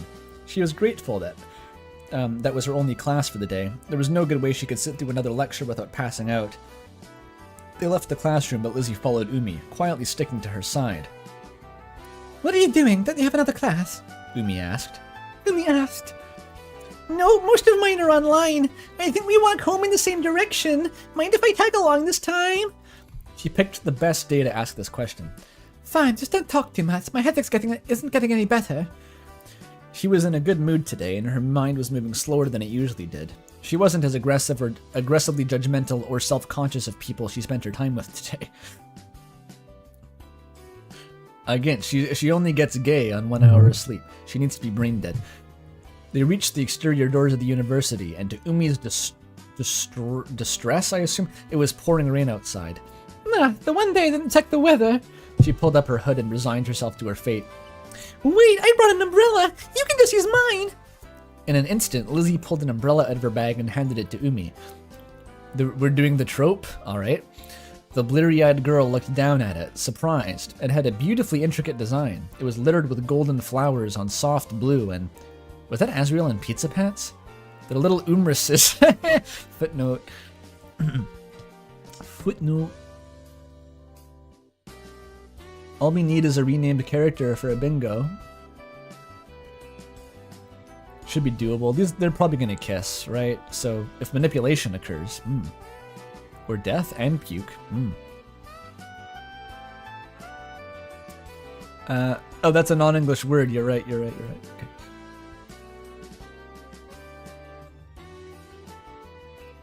The little umruses lined the outer border of the umbrella, brown, white, brown, white. Only just then did it dawn on her that this implement was made by hand. I love to what extent Lizzie is just a reference to Pidge in real life. By Lizzie. She looked up at the seamstress and seemed to really see her for the first time.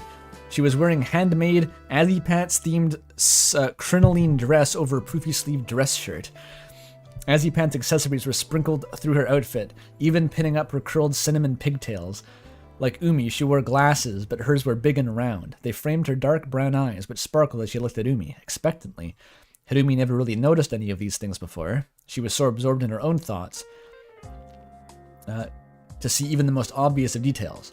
No, if forced to describe what Lizzie looked like yesterday, she could have come up with something. Surely. She looked back down at the umbrella and ran a finger along the imperfect stitching. She smiled. Okay, got outfit. Okay, inconsistent tense could do it. There's a lot of options on the table. Well, now you don't have an umbrella. There was a pause. Was Lizzie's face turning red? Dude, this is just like her Japanese animes.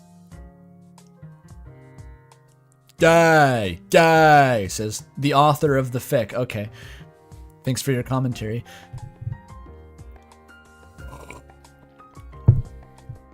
Oh, was that not you?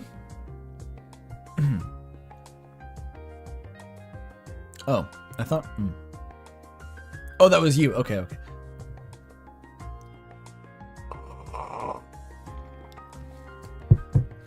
But the author does agree that it's gay. Okay. We could, share it. She said, suddenly very flustered. The closest thing Umi had watched to anime was King of the Hill. So she saw no... I love that being your closest reference point. I've read Umris and I've watched King of the Hill. So she saw no issue with this idea. Fine, let's go. Umi handed the umbrella to Lizzie so she could light a cigarette. They started... Oh, you're gonna share a fucking umbrella and smoke in her face? They started walking. It was slightly awkward to try to match the pace at first, but they got into a rhythm before long. It was a slower pace than Umi could usually walk, but she wasn't in a hurry. She looked around. This was the same path she always walked down, but there was something different about it today. Were there always trees on that corner? How long had that student installation been there? She noticed the way the rain formed small puddles on the shallow indents in the sidewalk. Motherfucker is experiencing the beauty of life for the first time in her entire existence. The way the water reflected in the colors above, even the yellow of the umbrella at her feet. The way the rain felt and sounded and smelled. God, how long had it been since she last noticed the smell of rain? It's called petrichor. Her mind felt so slow, so stupid, and yet, when she wasn't in her head, she was in the real world. People also die when they are killed. This is profound, though. Local girl not dissociating for first time. Basically what's happening. Inspiring. I love petrichor. Especially the fifth one. She wanted to forget who she was walking with, but Lizzie's presence was always felt, even in her silence. Umi tried not to look at her. Why was it she could still feel the warmth of her smile? They bumped shoulders. Oh, that's gay. It's gay as fuck. Translator's note, Umris is German for outline. Good. You got a petrichor candle? Does anyone know what it's made of? Like most smells are like ester compounds, I think. Esters and the other thing. I forget. Flavor and smell compounds tend to be esters, so you could probably boil it down into a few of those. Estrogen. No, not like that. I noted the footnote already.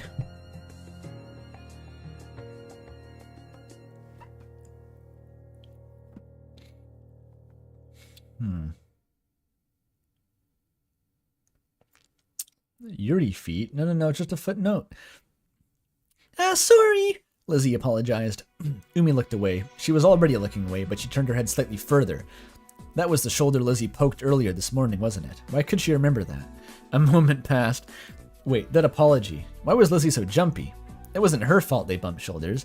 Umi looked at her. The Azzypants fan was avoiding eye contact too. So this is a very funny asymmetry we've set up. We're doing the sharing the umbrella trope, but only one of them knows how aggressively gay this is and how much of a trope they're participating in.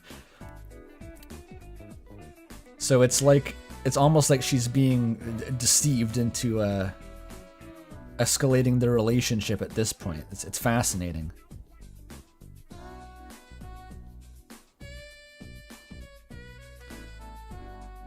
Wait, I just remembered what the... Pidge just said something incomprehensible, but I think that came up in a Rain World stream once. What the fuck were we talking about? Donate to my Yuri Feminist Left Foot Fund. That was a thing in the Rain World streams, wasn't it? But I have no memory of what the fuck it was about.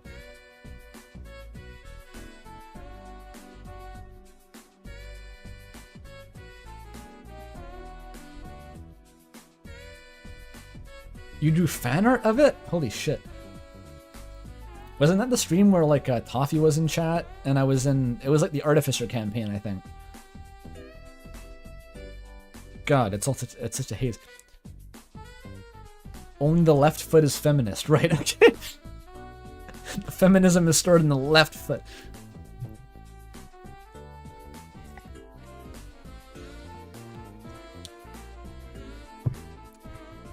God, the tea got kind of bitter, actually. wonder why. I only steeped it for like 30-something seconds.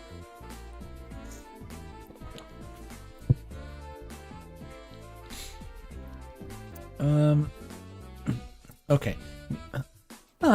Maybe she felt as awkward about the situation as Umi did. For some reason, that thought let her ease up a little. They were nearing the train station now. That's where they would probably part ways. It was a bit sad, the walk felt so short.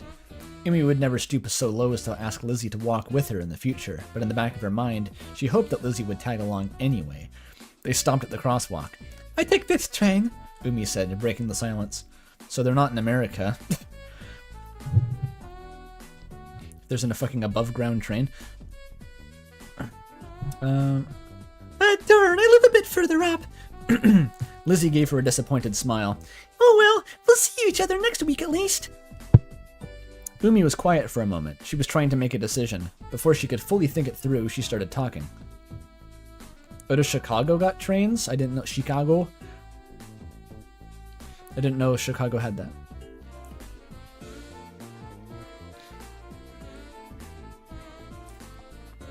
I've not really heard of non-subway trains anywhere in North America except for, like, Vancouver, maybe? It's very unfamiliar to me.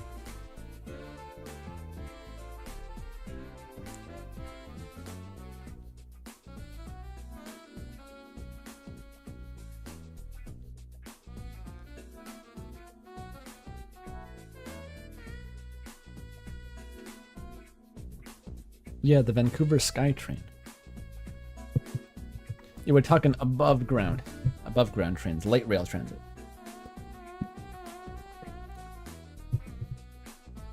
Or maybe about the train station, they could mean like. Now that would be a weird way to talk about a subway. You say I take the stop. I'm like analyzing you as if you're a Russian spy or something, and I'm trying to decide if you're Western enough. Okay, you see, because you held up the numeral 3 using your index, middle, and ring finger instead of your first 2 fingers and your thumb. That means that you're a spy. One of those kind of situations. Oh yeah, San Fran has streetcars, but it has subways.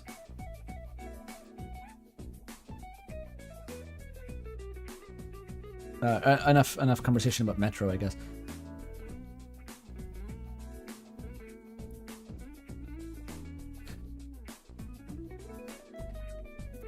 Yeah. Umi was quiet for a moment. She was trying to make a decision. Before she could fully think it through, she started talking. Hey, Lily, There was no going back now. for a speed, since there won't be any more class time to work on it, we should probably, She swallowed. we should probably exchange contact info, right? OMG, you're so right, Lizzie replied unquestioningly. I was just gonna DM you on Discord, Lamau, but this would work so much better. She got out her phone, opened it, and handed it to Umi. There you go. It had a cute Asriel phone case with a Burger Pants themed phone strap. I'm picturing like some horrific clown case with Asriel's mouth stretched around the phone. Umi felt nervous holding it, like it was an ancient Chinese vase. It didn't feel like it belonged in her hands. She quickly typed in her phone number, then looked at it for a moment. There it was. Her finger hovered over the enter button. Her number in Lizzie's phone. Huh. She hit the button. Yeah, there it is, She said, and handed the phone back without making eye contact. Lizzie squealed. She typed something in and Umi felt her phone buzz. Hi, bestie. Umi smiled. I might hear you now. Yeah, you're right, she responded, suddenly swooped Umi into a big hug. She was frozen in place. The whole world felt like it was frozen in place, in fact. The raindrops hung in the air. The wind went still. Even the cars seemed to stop. Just like the ones in Cyber City. The brain rot. Lizzie's body was warm. I'm surprised that Umi's played Deltarune, to be honest. Her pigtailed hair brushed against Umi's cheek. Could she feel Lizzie's heartbeat, or was it her own? She only knew it was racing. Doki doki. Doki doki. She didn't know what to do. This was the most physical human contact she'd had in years. She must be pretty touch-starved because she didn't want Lizzie to ever let go. The moment she could have lasted a second, or it could have lasted years. It could have lasted a second, rather. Umi couldn't tell. She only knew that it didn't last long enough.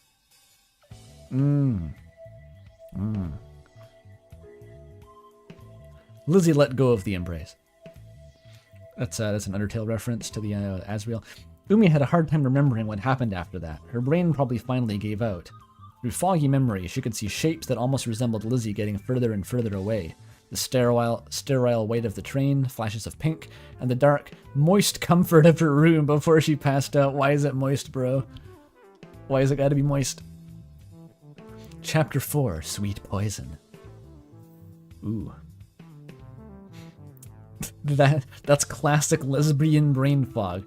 Alright, my introduction to the concept of the lesbian brain fog that everyone but me knows about.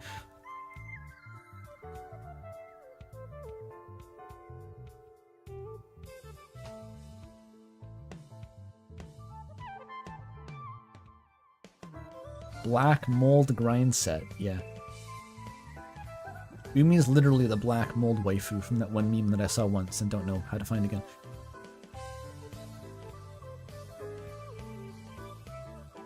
Or, no, I think Toffee might actually be that. Never mind. Umi pulled herself up from the stubborn grasp of sleep. Her legs were hanging off the side of her bed, presumably in the same position she collapsed into it in the previous night. With a great effort, she sat up and stretched. She had never felt so refreshed in her entire life. 17 uninterrupted hours of sleep after a lifetime of getting 5 or less will typically have that effect. No, dude, if you sleep for 17 hours after like months of sleep deprivation, you're going to, at least what my body does, I immediately get sick and I wake up with a headache. Like my body will wait until I have a long night of sleep and then I get sick. It's fucked up. It's like it just holds the virus on standby until I can actually rest.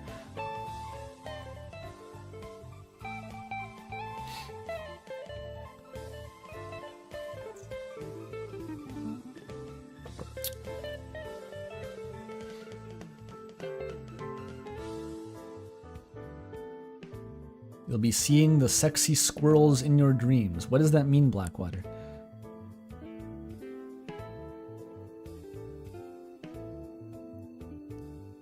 No, Pidge. The black mold isn't Yuri. There was no black mold Yuri. I was referencing I don't even know. It was some image I saw about like, it was like black mold symptoms, but it was like black mold Chan or something, and she was just like always coughing and stuff.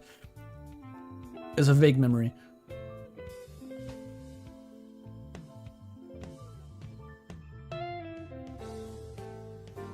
Toffee did have some black mold in her room. That's all I was referencing. I'm pretty sure it's gone now.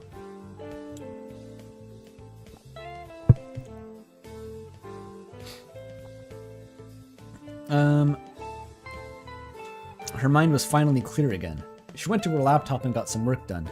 Today was a day off for her, so she wanted to knock out some homework and a dozen or so chapters of her Umers fanfic while she was at it. She clicked on the tab to Google Doc and reread some of what she was working on. She slammed the laptop shut. Oh my god, oh my god, oh my god. How could she forget? How could she possibly forget? Memories of yesterday hit her in the head like a falling piano. The discordant notes rang in her ears with every pleasant conversation she'd had with that moron from public speaking. Hang on. Incidental soundtrack time.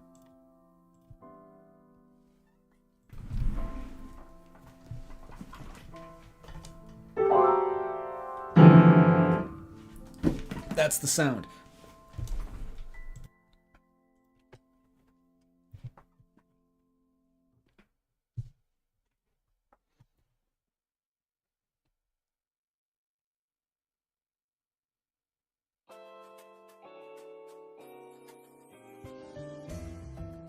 I'm trying to parse the story. What is chat saying about Yuri Black Mold now? I don't fucking know.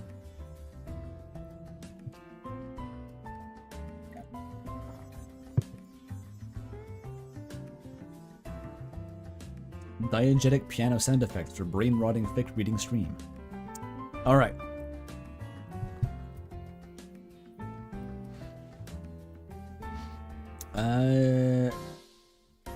That moron whose smile was apparently a worm enough to burn into her vision. That moron who offered her coffee. Sweet coffee. She still couldn't remember the smell. Oh, she could still remember the smell. It had to have just been a nightmare. How could her mind just shut off like that? She was acting just as stupid as the Azzypants fanatic for that entire day, always doing and never thinking. It wasn't like her at all. If she was one thing, it was thorough. She and Birdley were similar in that way, so everything that happened, it simply couldn't have been real. Her mind was frenzied, looping back and forth between denial and reminiscence. She played back the day in her mind, starting from the beginning and ending at that embrace. INTJ stare? What? Someone in chat has been reblogging all of Mel's Tumblr art. Awesome.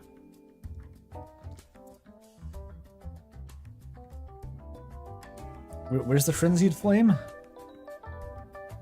I think Umi could become a Lord of Frenzied Flame. Just, if given the opportunity. Just hypothetically.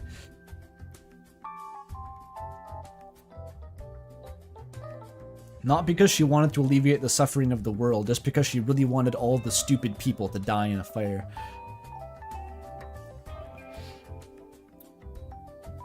Looping back and forth between denial and reminiscence, that embrace. Yes, there it is. She could still remember that moment, clearer than the present. She saw each raindrop and remembered the color of each car as they passed. She could never forget the detail of that umbrella above her head, with its uneven stitching and the white-brown shapes of Asriel and Pizza Pants. She remembered Lizzie's curly hair bouncing softly in the breeze. Her hands were right there, weren't they? The position was seared into her back. She could remember the longing she felt in that moment. It was so strong, it was almost painful. Holy shit, girl. Holy shit, girl. My condolences. Sweet poison. Pain and bliss. Hate and admiration. Losing yourself and finding another. Kissmasses. That's when she finally realized. That girl was the snake. And bit her. And her bite was saccharine venom. Ooh, banger. Birdie would have written that. She is down bad.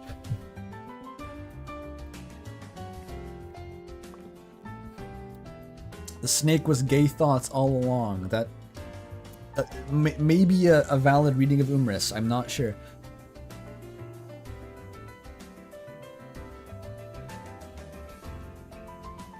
God, it really was just a Homestuck reference all along.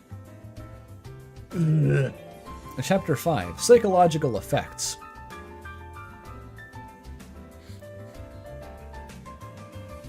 It's true, Birdley was gay for boycott. It's a foul sentence. But you're probably not wrong. At least that was how Rosaraid's fic interpreted it pretty explicitly. The queer reading of Umris. The forbidden queer Umris. Wait, what are the chapter titles? Sweet Poison, Psychological Effects. They sound like song titles or something, but...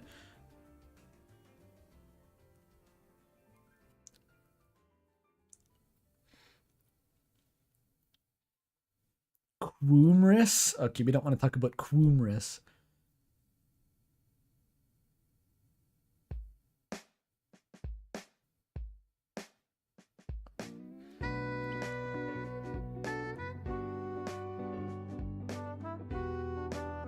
Okay, enough reading chat.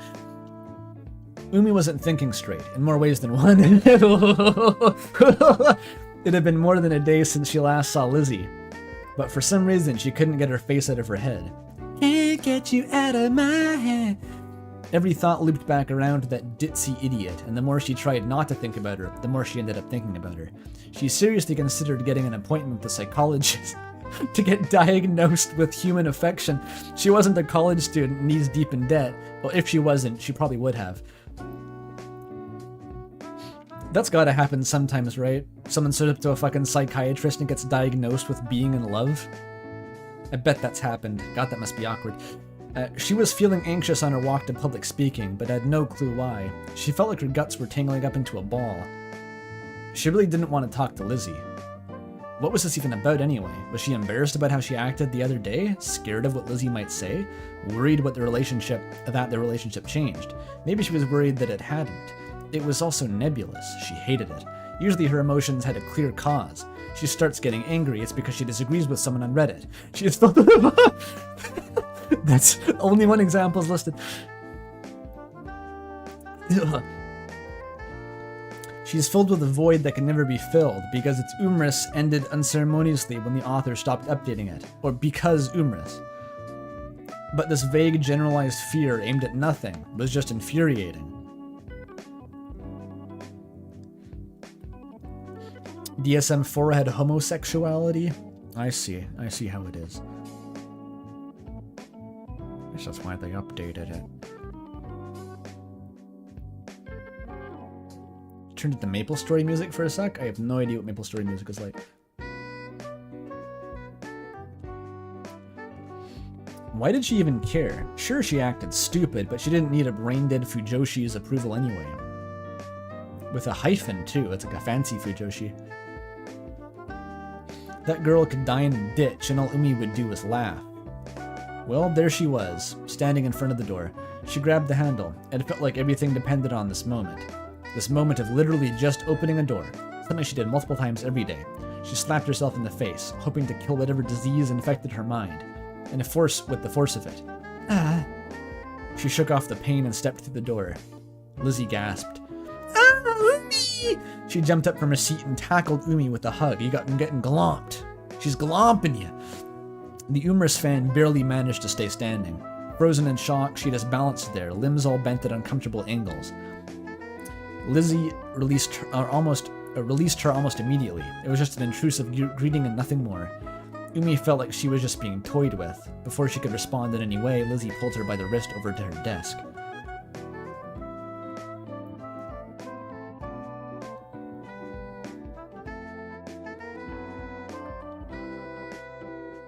Doing the glomp. You're lucky she wasn't equipped with her yaoi paddle. When she glomped you, that could have gone badly. Look! She pulled out a notebook and showed it to Umi like a child showing their parents their cool chaos saber drawing. Filling the pages were cute anime sketches depicting some of the events of Umi's fanfic. Oh my god, she's getting fan art? She's gonna melt, dude. She's gonna melt. With a few Asriels and pizza pants added in, Umi gently took the notebook in her hands and looked through each little doodle, smiling despite herself. It was her first piece of fan art. The drawings weren't anything amazing, but they had a lot of personality. There was passion and energy behind her pencil marks, and the style was pretty cute. Umi was happy that Lizzie liked the fic enough to make drawings of it. Umi sighed. What an idiot, she thought. You know, Lizzie started, peeking up from behind the notebook. Pizza Pants would fit pretty well into your story. He's jaded and he smokes and is battered and beaten by the reality of life in the modern world. Umi was surprised by that. Huh, yeah, I guess so. Oh, and Asriel would also. Don't piss your luck. She hadn't even noticed, but the knot in her stomach was gone.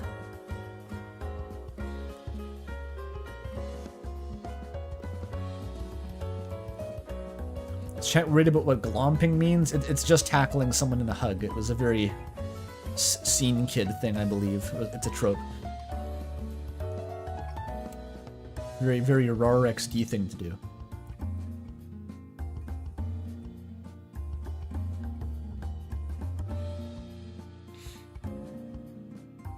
Straight up glomping it. Let's just say my oopie.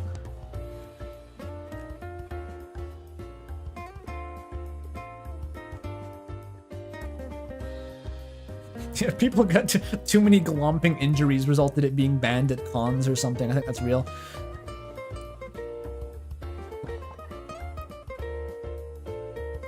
Maybe that was the yaoi pad I'm getting it mixed up with. Did they also ban glomping? Please tell me they banned glomping in real life.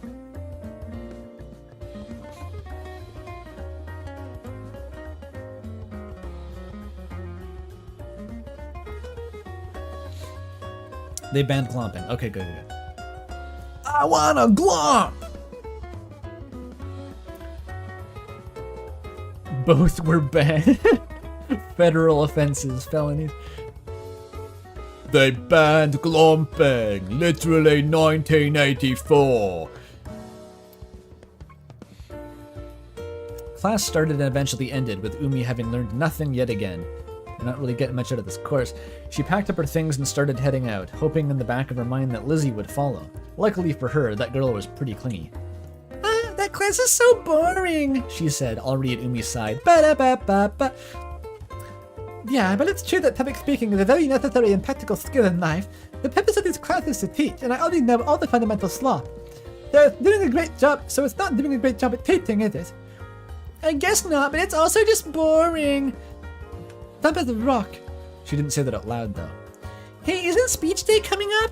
Lizzie asked. Last time we tried working on the speech, I just ended up polishing your fanfic instead, lol. So we should try to finish it up. Ah, Umi completely forgot about that.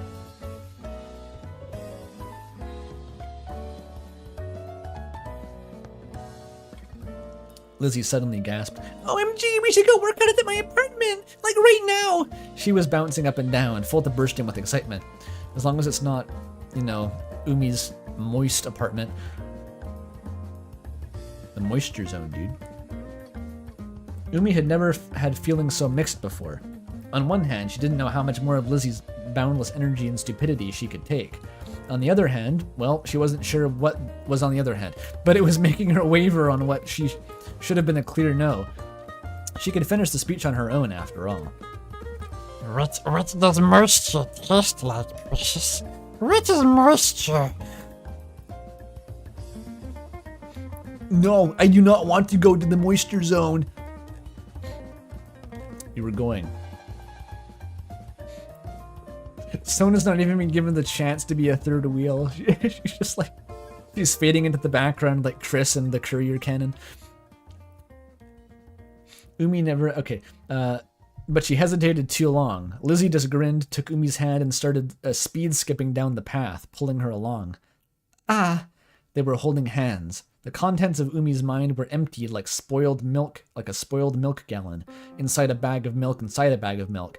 Lizzie's hand was soft and warm. Umi could feel her face starting to get warm as well.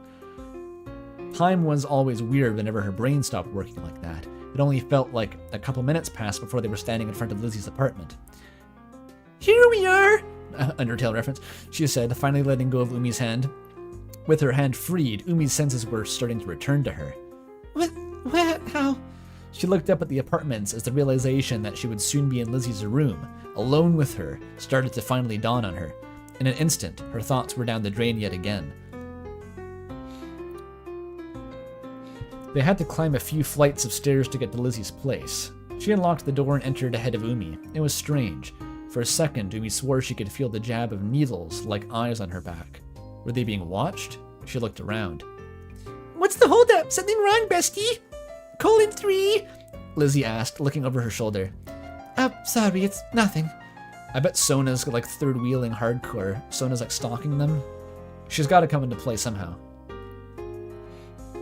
Sona sent Flowey to spy on them or some shit. Or maybe it's us? I bet someone like that is watching right now. Do not become self-aware. Let the gay thoughts distract you, Umi. One last check, then she stepped through the door. Lizzie's apartment had an immensely cozy atmosphere. It was clean, well-furnished, had warm lighting, and every surface seemed to hold a stuffed animal of some sort. It was a bit small, but that just made the place feel more like a soft, warm hug. Even the smell was sweet and soothing. It was sort of like what Umi imagined butterscotch cinnamon pie smelled like, i.e. like butterscotch and cinnamon. She drank it all in.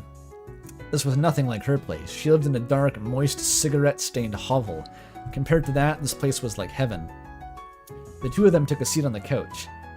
This is what I have so far, Umi said, taking her notes out of the flashcard Lizzie wrote.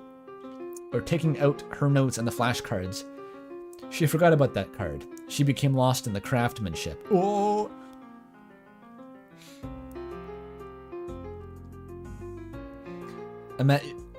You make a good point, Pidge. If you read Umris and used that like as your wholehearted concept of what romance was and was supposed to be, you probably wouldn't recognize what was happening right now. You probably would be this deep into now.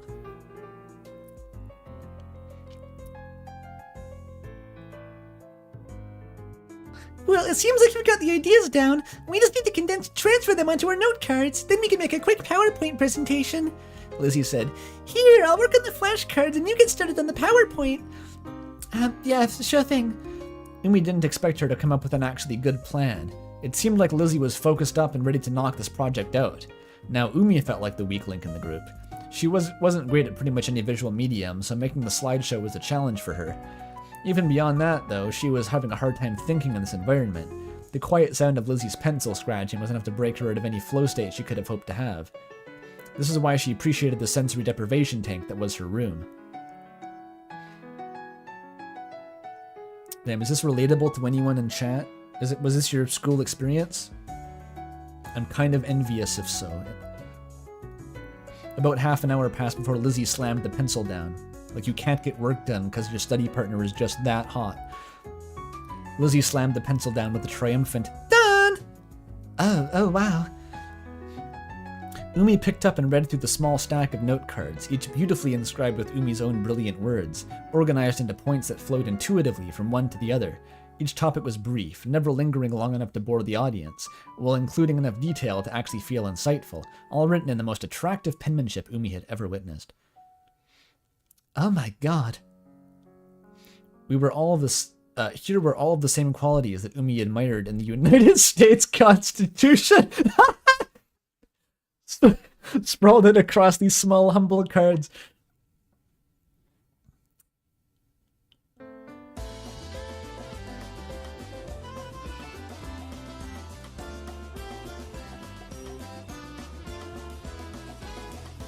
Such a good line. I agree. Just as the founding fathers, imagine looking at a good book and you're like, yeah, this is like the Declaration of Independence of books.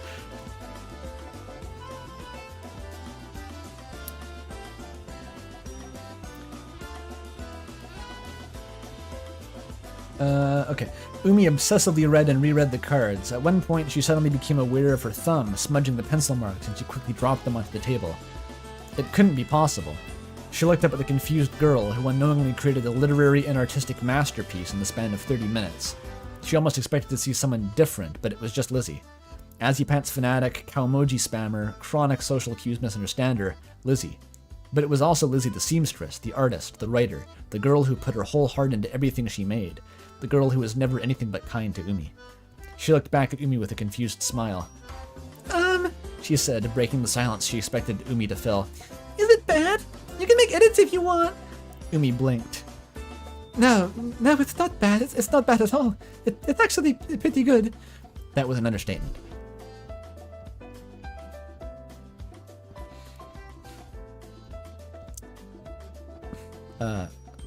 Oh, phew. Lizzie exhaled, relieved. The two were quiet for a time. Umi's mind seemed to be jammed. She was coming up blank on anything, literally anything to say. Her eyes were still fixed on those note cards, which almost seemed to glow against the dark wood of the coffee table. Lizzie looked as though she was considering something, and then spoke up with uncertainty. Umi, listen, I want to apologize for dragging you here. I could kind of tell that you didn't want to come, she said, voice picking up speed as it went. It's just that I figured now was such a perfect chance to hang out with you. I missed my opportunity. Now I might not have another excuse to do anything together. Umi was taken aback. She didn't know what to think about any of this. Was Lizzie just playing dumb? But she wasn't being completely unreasonable. If it weren't for the group project, Umi doubted she would have ever agreed to hang out with Lizzie. Why was that anyway? She was having a hard time remembering. She was getting completely brain melted by this experience. Her id is just like filtering into the floor. I mean, her, not the id, that's the wrong Jungian term. The ego is filtering into the floorboards. There's nothing left. Maybe the superego as well. I don't even know what that does. It's probably gone too. Lizzie continued. I've never been any good at making friends, but somehow things kind of just worked out this time. She struggled and gave a shy smile. Life was kind of rough before, but I think I'm a much happier person after meeting you, Umi. Umi's chest was tight. The words struck a chord with her. The girl kept going, speaking the most personal, precious words as though there were a dime a dozen. And I'm so lucky to have you, she said. Someone who shares my love of fan fiction. Someone who I can talk to who actually understands what I'm saying. I mean, you don't even have to respond. Just knowing that you're listening, really listening, I don't know. This is what meeting a quirky girl does to you. I'm not gonna deny it. Umi felt so strange hearing these words.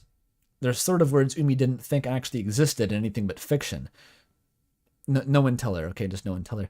Who would allow themselves to be so vulnerable to someone they met so recently? To anyone. But Lizzie was presenting her heart to Umi, holding it out, content with whatever might happen to it. And the fact that Lizzie would say these things about her and truly mean it, and the fact that she felt the exact same way about Lizzie, it was a beautiful symphony built on a single harmony of one another. It was weightlessness. It was pure sugar. Damn. And then her homosexuality grew 3 sizes that day. It sounds silly, Lizzie continued, the end to her sweet words still nowhere in sight, but I always look forward to that boring public speaking class because I know that you'll be there. Yearning. That's what Umi felt. But I know that by the time time will fly by and it'll feel all too short. She wanted to be with her. She wanted to hold her. She wanted the world to end around them. For them to be the last pieces of existence. So okay, the dam is really breaking now. Holy shit. The pivot. To like, Baka, I don't really want to hang out with you or anything. It's like 10 minutes later, I want to be the last pieces of existence. Yearning Georg, yeah. Lizzie sighed. I want to spend more time with you. She wanted to say what she was feeling. Everything was building up, and it would have to spill it one way or the other. I think you're really cool, and she had to do something. I guess what I'm trying to say is And Umi kissed her. Holy shit! 0 to 100. To 100. She floored it. The car is spinning out. It's gonna take off like that one Volkswagen and fly into a tree. Or was that a Volkswagen? I forget. Mercedes. It was a Mercedes.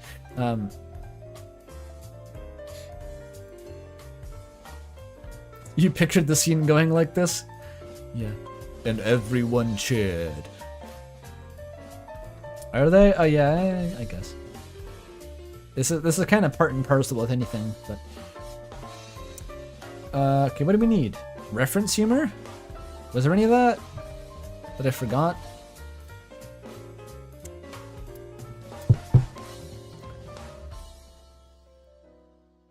No, that was the only thing Sona wasn't, Lilac, is homophobic. She never expressed homophobic sentiment. Only extreme racism at all times. The Constitution was a reference, but like to Umris? Can you get a point for referencing Umris in an Azzypants fic? Like the whole fic is a reference to Umris.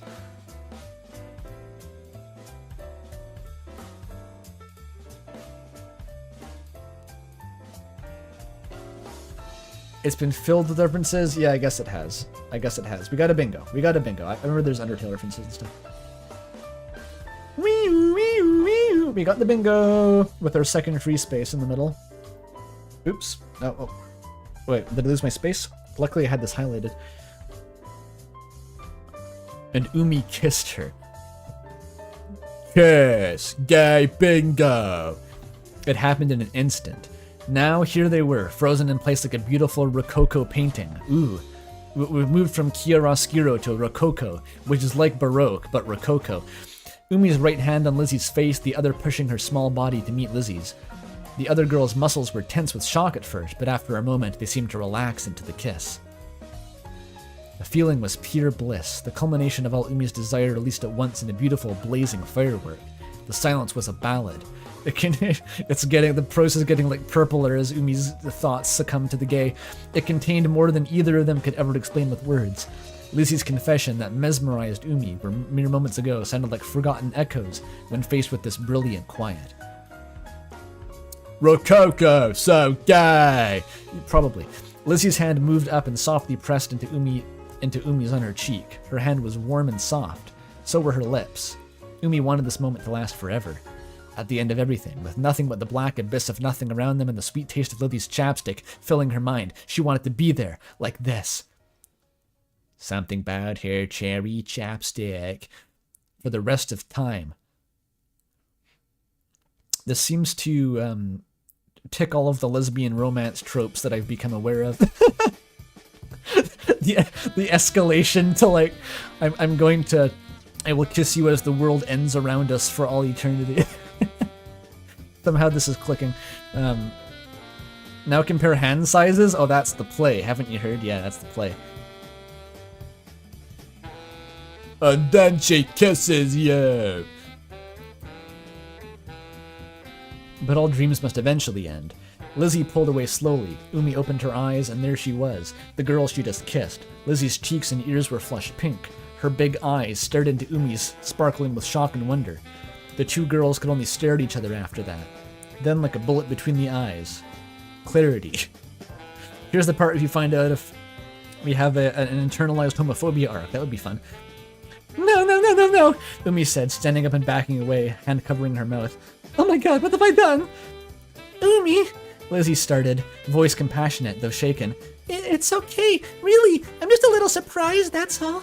Umi looked down at her in disgust and horror, then turned and bolted through the door. Chapter 5, Psychosis. Oh no. Lizzie doesn't deserve this? Probably not, but she seems into it.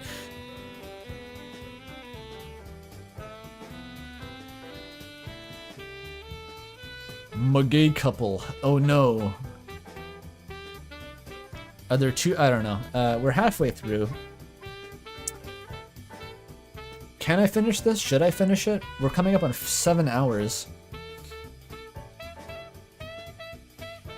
Okay, this is lesbian expert Mel in chat. My ex and I started talking about moving in together in the future after a month of dating. If there's anything lesbians know how to do, it's escalate.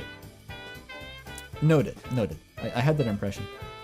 It's probably extends well beyond lesbians, to be fair, but it does seem to be a trope, yeah. Finish it.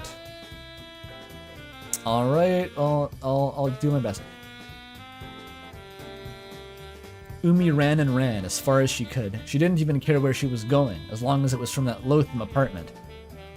This is like the ending of Truant by Courier New, where Kara, disgusted at their apparently perfect pacifist ending, and feeling crushing, what do you call it, unworthiness, runs blindly from the Dreamer household into the woods, and has to be stopped by Sand in a really entertaining confrontation. Anyway, what was I talking about? Her irregular footsteps moved almost as quickly as her mind, which screamed in discordant thoughts all at once, creating a single loud, meaningless sound. Her legs couldn't keep going forever, especially because of their disuse up until now. She stopped herself against the wall of an alleyway. She was panting, breathing in the sickening stench of the nearby dumpster. Where was she? How far was she from University campus now? She didn't recognize this place, but it was hardly on the forefront of her mind. I kissed her! Oh my god, I kissed her! Why? Why? Her thoughts screamed. I can't even control my body anymore! This sickness! All the time! It was love! Damn, she finally realized the truth come out. Does Umi girl is gay? Yes. She was nauseous. The thing people call love wasn't soft and fluffy and beautiful like the world had led Umi to believe. It was a neurotoxin, a parasite that controlled its host with hallucinations of euphoria and then consumed. She was nothing but a slave to it. Her body wasn't her own anymore. Her thoughts could be completely overridden in an instant. It was in control. Mood, honestly. And to think it was Lizzie who poisoned her mind. All it took was a cup of coffee before she was all Umi could think about. How could she admire that ditzy idiot? Why would she want to spend time with her? Why did she kiss her? She clutched her throbbing head. What? She clutched her throbbing head. There was only one answer to any of those questions. I'm a lesbian. Okay, it's a good start. She vomited on the alley wall. Yeah, I clapped when I saw it. I clapped.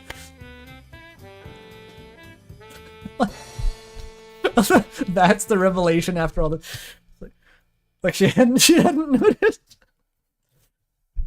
That's pretty good. Well, we already got puke, I assume, somehow. Oh no, we hadn't yet. Nice. We're gonna hit all the squares at this rate.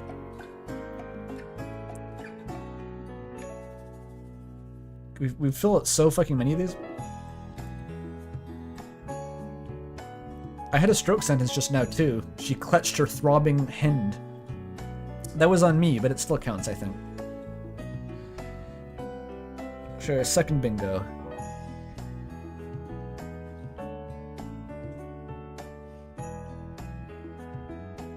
Oh, I hadn't crossed off humans yet? Oops.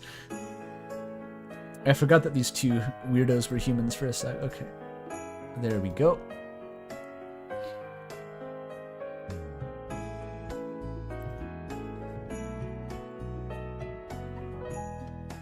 You know, her hand.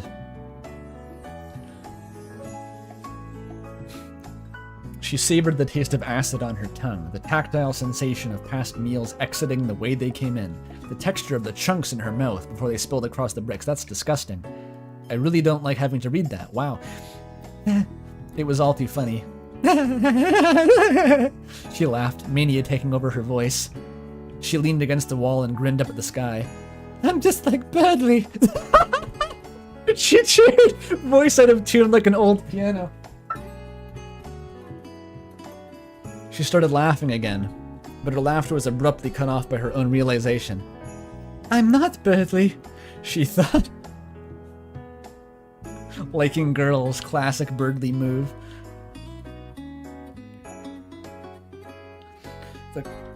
The corners of her vision buckled and warped like a fisheye lens. The world seemed to collapse in on itself all around her, her vision going black.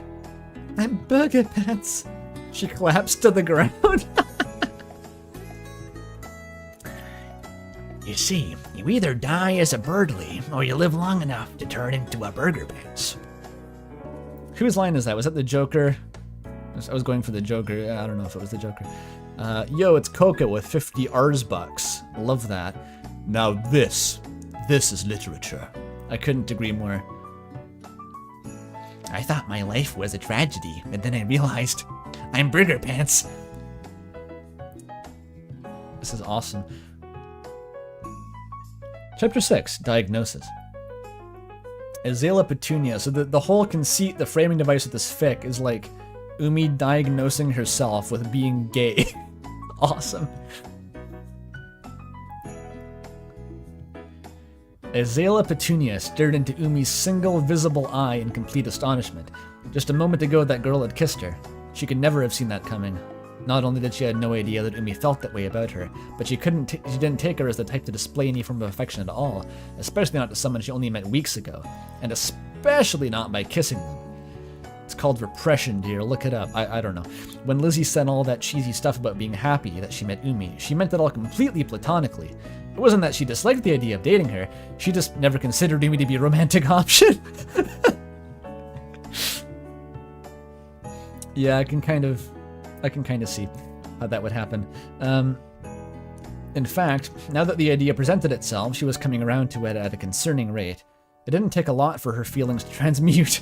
A single breathtaking kiss might have been all she needed. And speaking of that kiss, she'd never experienced anything like it. It was like something straight out of a BL story, except if B was spelled G. So romantic, and with tension thick enough to cut it with a knife. Her thoughts were interrupted as a look of horror suddenly overtook Umi's face. Oh no, no, no! Oh my god, what have I done? She said, voice panicked, covering her mouth with her hand. Actually, this is a flashback? I think this counts. It's kind of a flashback. The girl backed away in fear, eyes trained on Lizzie as though she was a bear that had just been let out of its cage.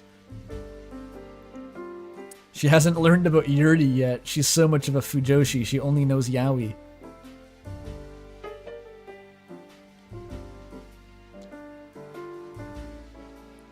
You've been the Lizzie in this scenario? Oh man, Pidge. Sorry about that. Sorry about that.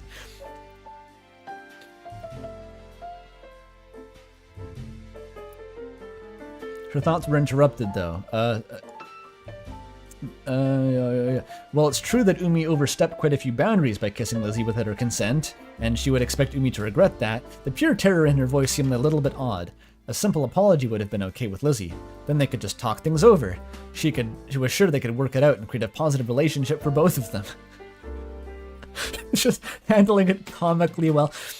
Just absorbs the blow like a tofu block. Umi, Lizzie started. It's okay, really. I'm just a little surprised, that's all. But Umi didn't respond. She only gave Lizzie a look and then dashed out the front door. But Umi didn't yeah.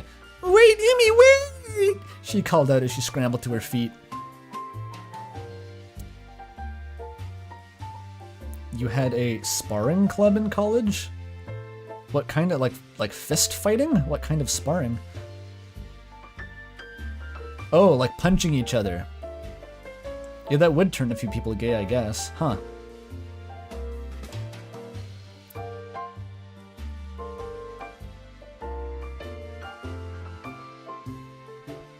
I wonder when Sona's gonna come back. I'm terrified. Wait! She called out as she scrambled to her feet and ran after her. She chased Umi for quite a distance, yelling that she just wanted to talk as they ran. She couldn't tell if the girl could even hear her. She was completely unresponsive. Umi never slowed down, and despite being more active than her, Lizzie just couldn't keep up. Eventually she lost sight of her and was left crouched over, panting a mile and a half from home.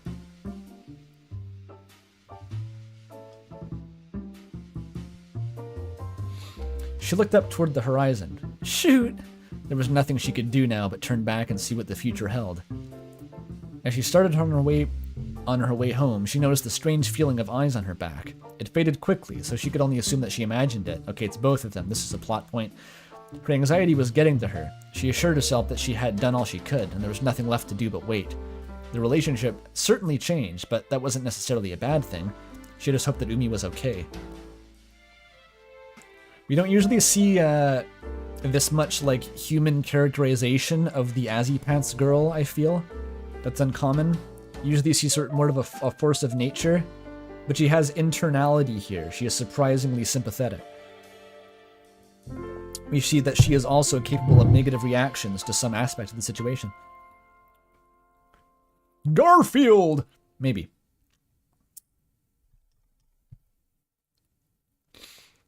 Their next public speaking class came and went, but Umi never showed up. She wasn't responding to any of Lizzie's texts either. She was on her Joker arc. You're gonna have to leave her for a bit. Now she was getting really nervous. After class, Lizzie pulled the pink-haired group member aside and asked if she knew where Umi was. I have no clue, she responded. Can you text her?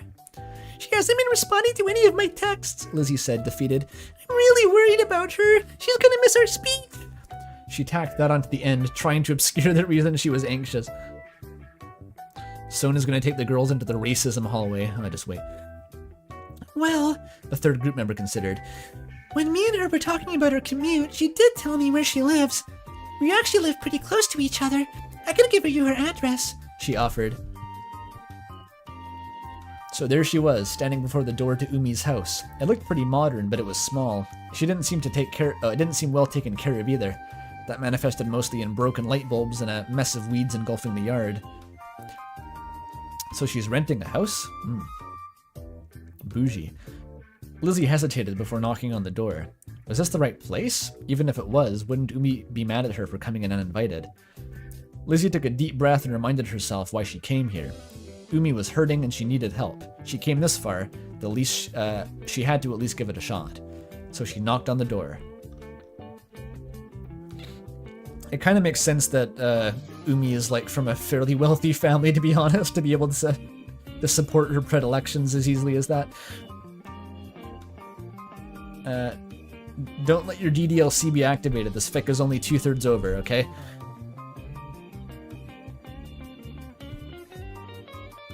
No response. She knocked again. But nobody came. Uh-oh. Now she was really worried. She assumed that the door would be locked, but she tried it just in case. To her surprise, it wasn't. The door swung open and Lizzie was met with pure darkness. She called into the shadows. Hello? Are you there? But the only response was the echo of her own voice. The stench of cigarettes emanating from the house reached her nostrils. Well, this seemed to be the right place at least. Lizzie sighed in relief. She poked her head through the door and saw into Umi's kitchen. The burner was lit on the stove, a sharp light in the sprawling darkness, and an instant ramen packet sat on the table next to it. Umi must be home then, Lizzie reasoned. Against her better judgment, she stepped through the door and closed it behind her. Chapter 6. Antidote. Yo. What if it was a dark world? That would be a crazy fucking twist.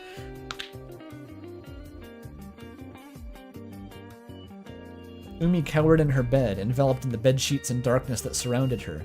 For the past few days, she'd been lying there, feeling miserable. She's not taking it well. She's like really not taking it well. I could see feeling like very awkward in the aftermath, but she's like just immediately launched into being depressed about this. That's kind of hilarious, actually. Only getting up to take care of her needs. What was she even doing, and why? She didn't even know anymore. She only knew it was what she had to do. And now her ritual of despair was being interrupted by a blinding light. The kind that burned your retinas whenever you got up to use the restroom in the middle of the night. The kind that seared black dots into your vision and gave you a splitting headache. Umi! The infernal light called. This is like a Disco Elysium fucking scene at this point. More quietly than she did while she was at the front door. Why did she just let herself in? Did she think that Umi never answering the door was an invitation? Umi didn't respond. If she kissed her once and acts like they were divorced after several years of marriage. I think it's the gay, or no, it's the straight leaving her body. I think that's what's happening. That's probably the cause of the distress. Like, I don't see anything else it could be.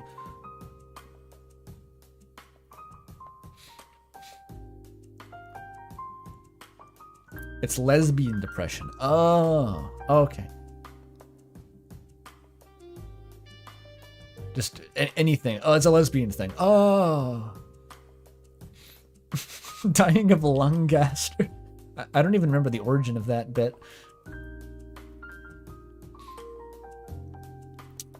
Umi didn't respond. Umi, come on, I know you're home. She continued, her voice getting closer. Eventually, Lizzie's footsteps reached the door to Umi's bedroom.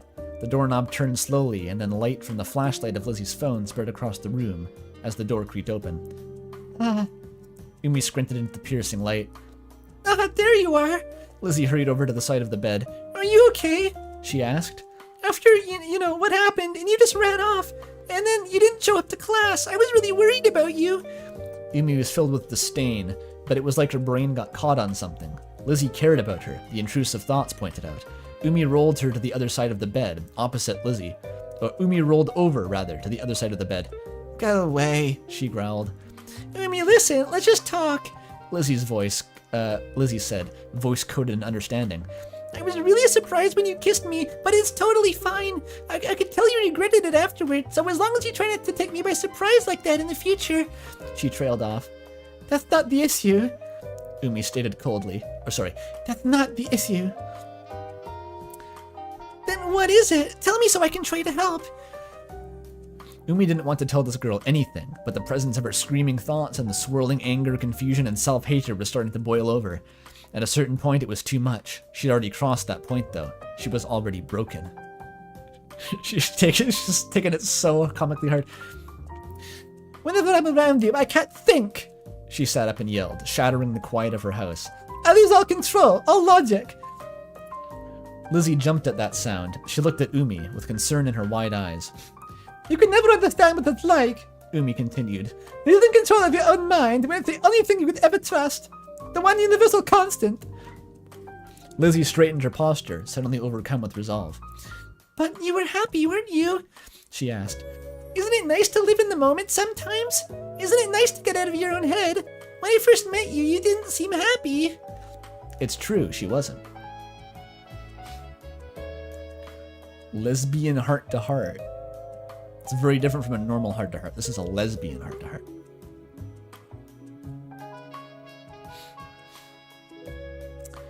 But when we spent time together, when we read your fic, when we walked home in the rain, we worked on that speech together, weren't you smiling? But that doesn't matter. Of course it matters. What's the point in always thinking if you weren't happy doing it? I'm not saying you should always act on every whim, just that you shouldn't denounce something just because it's different than what you're used to. Umi looked away. Maybe Lizzie had a point. Love scared her because she hated the feeling of control slipping through her fingers. But she was happy in those moments of stupidity. These past few weeks may have been the happiest she'd been in years. If losing a bit of control and getting out of your own head meant she could enjoy life more, wasn't that worth it? Running like insane calculus and mental math right now. But she couldn't. More quietly now, Umi spoke up. I can't be in love with you, she said. Her heart ached. Lizzie took a step back. She held her firm expression, but Umi could see cracks of pain showing through. She took a slow breath. If you really don't like me, then that's fine. We don't have to be friends. I'll leave you alone. Tears were forming in her eyes, but she continued. But if you're saying this even though you do like me, because I'm weird, because I'm a girl, or anything else like that, then I just want you to know, if you like me regardless, then why does that stuff matter to you? The question pierced through the heart of the issue, leaving a bloody splatter in its wake. Dude, bro got heart-wrenchered. Bro, okay, we need to take a field trip here. Okay, this is important. Very important.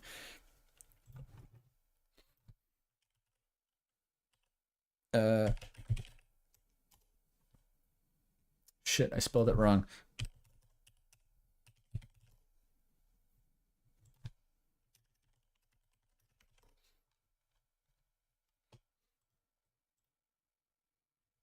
So this is the animator you may be familiar with, having made the Mercedes-Benz video. He made the animation for that. This is their magnum opus here, right? Everyone should go watch this. It only has like, it hasn't even had 1,000 views. It's so fucking good. You got to go watch Heart-Wrenching Valentine Hill. Here's the scene at the end. Where is it? Where is it? I'll skip to the crazy part.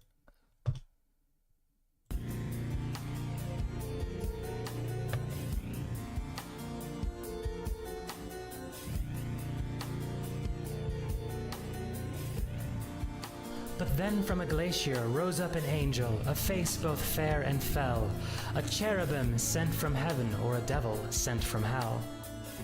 Without a word, Heart-Wrencher heard a voice clear and true. Thou art much like me, for I am much like you. This my kingdom, damned device, where not a soul may live. I'm free to gnash, to claw, to cry, for all lost love I grieve. My lonesome reign, behold, intentions of my will. Between the choice of love versus ice, I find the cold less shrill. I am all that you are not. I am you left in the dark. She got heart-wrenchered. That happened to Umi. The little elf saw in herself that she was lonely too. Running away isn't the answer. I know just what to do. I am a gift. My gift is love. A gift that must be given. I've held back long enough. It's time that I start living. And then the breakbeat. Thick animation. You should go watch the rest. I'll put the link in chat. That just instantly came to mind.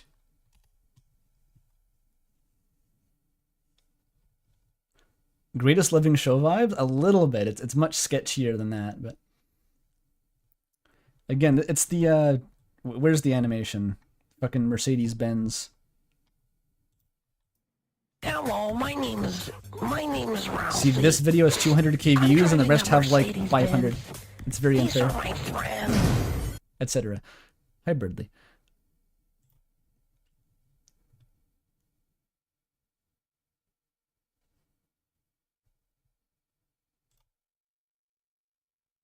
That's not the original? Well, you made that animation for it. That's what I mean. I don't know whether or not it's the original. I think it's the first one I saw.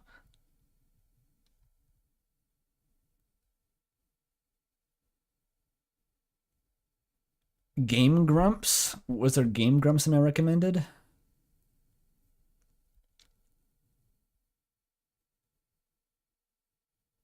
I'm sure it's fine. Wait, no, it's the wrong. Here it is.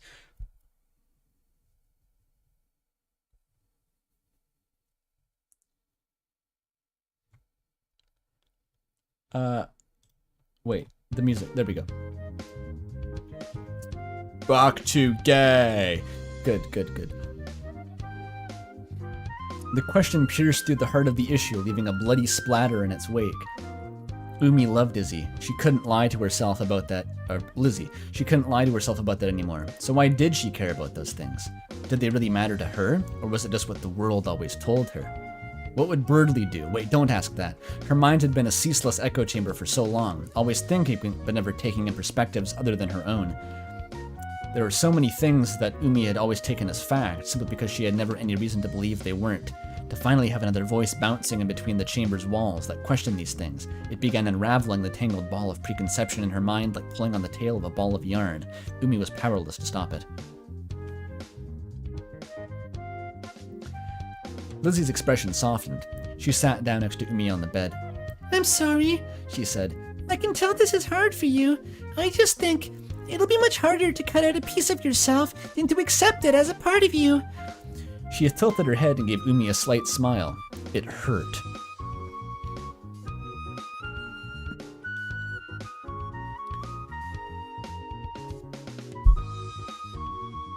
Umi watched her as the world crumbled before her eyes. She could only feel the cold, radiating pain feathering out from her fracturing head through her whole body. It was all turning to dust. It was all ending. Well, that's what you wanted a second ago, wasn't it? But here Lizzie was, smiling to the backdrop of Armageddon, and then Umi blinked. And it was just her. Just Lizzie, the two of them. Umi's world was gone, destroyed, and there they were in its void. She yearned for this, didn't she? She reached out, and it was all real again, back in her bedroom. Okay, Umi spoke up eventually spoke up, quietly. I'll give it a try. Lizzie grinned back at her and took Umi's hands in hers. Thank you, She said. Umi could feel her heart beating. Do you feel your heart beating? Do you feel the fear within? Or the fire. Sorry, I misquoted it. The fear within me is greater than anything your soul can make. You cannot kill me in a way that matters. She decided to try to embrace the strange feeling. She squeezed Lizzie's delicate hands. So what happens now? She asked. Want a kiss? Lizzie replied. Ah! Umi's heart rate skyrocketed and her brain turned to ash. That's a bad symptom of the gay. Ah! She said much louder than she meant to, and so they did. It was beautiful. All of the feelings of their first kiss and something else. Something different. Defiance, acceptance, freedom. Then she kisses you. Banger.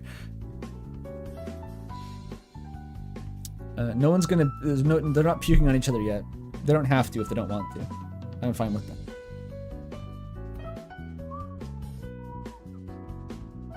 How is it still? There's like a lot left. What is Sona going to do?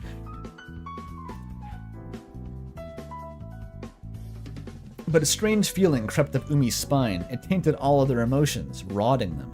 It was a little like the itch in her mind. She couldn't ignore it. She pulled back from the kiss. Wait, did they? She began gaining back her focus. How did he know my address? Oh, the pink-haired girl in a group gave it to me. Why? Lily, she quickly replied, hair standing on end. I never told her where I live. Then a familiar voice. Sona. Oh, would you look at that? In the hallway just outside the bedroom, the lights clicked on, backlit by the yellow light of the shadow. The yellow light of the shadow of the figure of the standing. Okay, backlit by the yellow light that was the shadow of a figure standing in the doorway. It seems as though my efforts are finally being noticed. Her voice was almost gleeful. You can stop calling me pink-haired girl. I have a name, you know. The pink of her braided hair glowed along the edges of her umbrus. Okay, seeming almost to sparkle in the harsh lighting. She elegantly stepped forward, allowing the light to reveal more of her features. Her red eyes shone in the darkness. A golden heart-shaped locket gleamed around her neck. She wore a dress with a golden flower design, not unlike Lizzie's umbrella. She put on a polite smile. My name is Sona. I have a little courtesy. Have a little courtesy and use it, okay? How do you know where I live? Umi breathed, clutching Lizzie's hand. Why are you here? She giggled. Well, I guess I should start at the beginning. As you know, we were all put in the same group for our group project. Although I thought you two were a bit much at first, I warmed up to you pretty quickly. You're both such characters, completely different yet so similar at your cores. I thought you two would make a great pair. She looked back and forth between them. And it looks like I was right. What the hell is he talking about? Umi thought. Her throat was closing up. She reveals human Metaton for no apparent reason. You like this? Yeah, it's coming. Maybe Sona's not going to be a problem, I said, fully knowing that she's going to be a problem. what is the mask that Sona has? She seems to ship it, so what's the deal? At some point, I became invested in your relationship. I followed the two of you around a bit just to see what would happen next. My own personal reality TV show. What? Lizzie exclaimed. You're a stalker! How can you say that so happily? What's wrong with you? Sona put her hands on her hips. Well, it was accidental at first, she argued. We take the same route after class, so I saw you two sharing that umbrella. At that point, I just became too invested to stop watching. Besides, if I wasn't following you, I wouldn't have been able to take you home after you collapsed in an alleyway, Umi. She did the Chio from Nine Souls. Umi felt sick. Anyway, Sona continued. after watching you two for so long, and after you purposely excluded me from working on our speech, which is hurtful by the way, I guess I wanted my own part to play in your story. Sona walked closer, swishing her dress as she went. She stopped just in front of Lizzie. The poor girl was backed into the wall. Oh, Lizzie, Sona said as she took Lizzie's hands in hers. you're such a pure soul, always cheerful and an amazing artist too. My dress is actually inspired by your designs. It's cute, right? Lizzie's face was pale. She didn't respond. Sona frowned. I just can't stand the thought that Umi would get to have you all to herself. Don't worry though. Her smile quickly reappeared on her face. You'll be happier this way. And she kissed Lizzie on the cheek. What? Umi's heart stopped. She stole her art? I think she stole her heart, Amara. She's pulling out the Mikola the Kind at the gates of divinity. Not polycule. No polycule, chat. This is not where this is going. And she kissed Lizzie on the cheek. Umi's heart stopped. She watched as Lizzie's muscles relaxed and her expression neutralized. Thank you, Sona, She said, her words and eyes empty. What did you do? Umi shouted. She couldn't handle this. After everything that happened, after she finally decided to accept her and Lizzie's relationship, it was all rendered meaningless, ripped apart like it was tissue paper. Cuck grave. The same thing I did to get Toby Fox to write me into his games. She explained happily. Neat trick, huh? You're a monster. What? I thought you'd appreciate that fun fact. Oh well, none of that matters anyway. I thought she'd just say, Now I'm a human. She stopped in front of Umi and grabbed her hands like she did Lizzie's. You're a very interesting case, Umi. At a glance, you're not the most likable person, are you? Yet you're far more fascinating than anyone else I've ever met. I've taken quite a liking to you. Sona looked up into Umi's eyes fondly, pausing to let her respond. Umi was trapped. There was nothing she could say that would convince Sona not to kiss and take control over her. She knew that. Her only option was to try to take Sona down with her. You know that once you take control of us, neither of us will really love you. It will all be fake. You'll be playing make-believe with a little puppet, like an Elden Ring. At this, Sona looked genuinely irritated. You will love me, she said.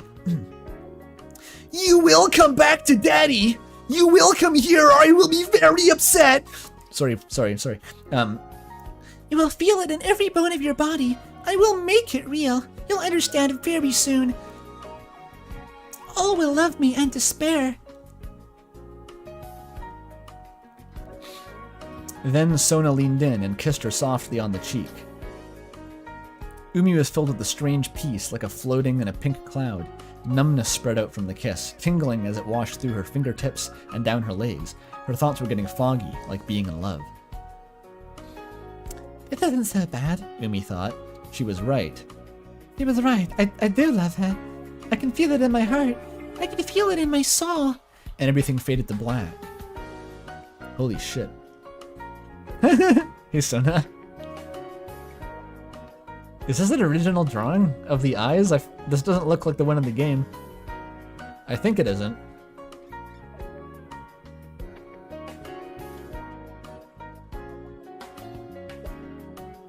You drew that. That's awesome. I guess that's why it's a PDF.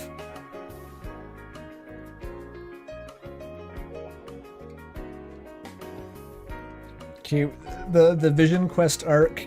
Let's go, Vision Quest time, whatever happens now. Who are you? Another audience member, watching the story unfold like I once did. So then why are you here? Did you not like the ending? Was it not satisfying for you? Well, regardless, this is the only ending. There are no reset buttons in this world. If you aren't happy with it, you'll have to learn to be. Although, I suppose there is a way. A way for you to change this world, or to create an entirely new one. This world was created by someone after all. Someone not so dissimilar to Umi and Lizzie. It isn't hard to do the same.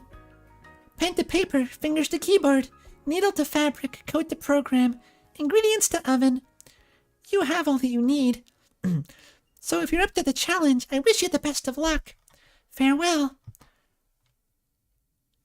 Homestuck Beyond Canon starts right now. Epilogues, right now. Meat and Candy offshoots form spontaneously from the meta-narrative. Hooray. Crazy ending, actually. That's a wild one. That's a wild one. Okay, Sona is in the fic. We got manipulation. We have abrupt ending. That's like 2 more bingos. A double bingo. Quadruple bingo. No one dies. No one gets renamed.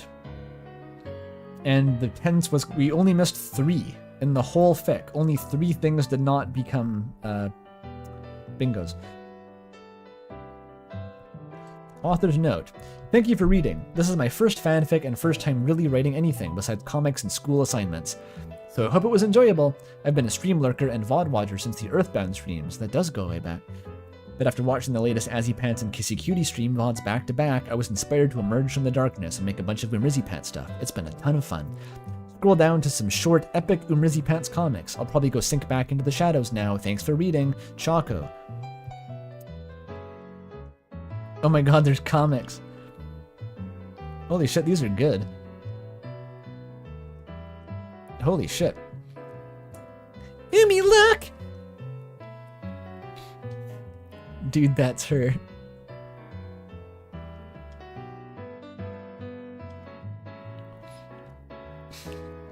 Is that a pose from something that looks familiar? Oh, it's Madoka, okay. It's always Madoka. It's beautiful. Wait, don't you think it's cute? She's got the Saitama face.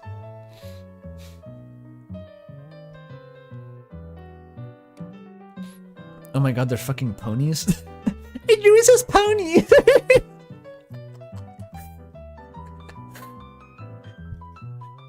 Oh wait, these are all 3-panel comics. I just got the premise.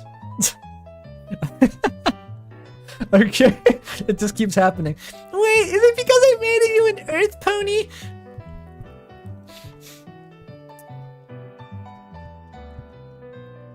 Look. I drew us as Deltarune characters. Oh my god. Fembirdly is real, actually, though.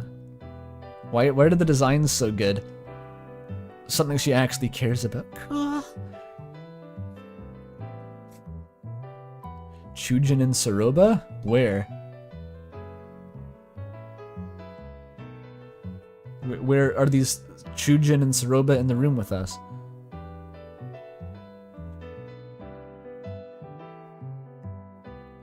That was amazing. Yeah, that was really good. Really, really good. And that's going to be the last one in the stream. It was a good call with the just 2 chapters. Then I was like, I want to keep reading this. That was a very good call. Because it is legitimately kind of intimidating, like saying I'm going to read like a 12,000 word fic. How long was this one? Like 20,000? How long was this fucking fic? It was only 10,000 words. Okay, it's not quite as long as I thought. But like, if it turns out to be kind of like not as engaging as you'd hope, that's like a lot of fucking words. That you're going to be doing that for the next like 3 hours. But that was a good one. Yeah, stream art time. Stream art. Woo, let's do it.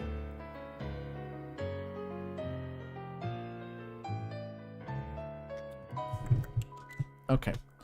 Where's my Discord? My Discord Magica. Okay, probably going to be a fair bit of art, I imagine. Okay, the question is it in the arts and crafts thread? Or is it in the Azzypants thread, or is it both? This is not stream art, but you can all look at this while I try to find the stream art.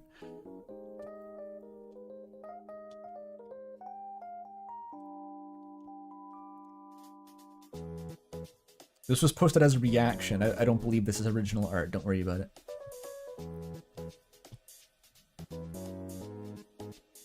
Okay, that's just a frisk. It's not part of the stream. Oh, here we go. Okay, Ven Fish Juice Connoisseur. That's horrifying. This is where I watched Death die, Pizza Pants. That's rough. You want a kiss? That's right. Asriels just transgender for no reason. Alright. That is an Azzypants. Holy shit. That's a very good Burger Pants face, though. I mean, Pizza Pants.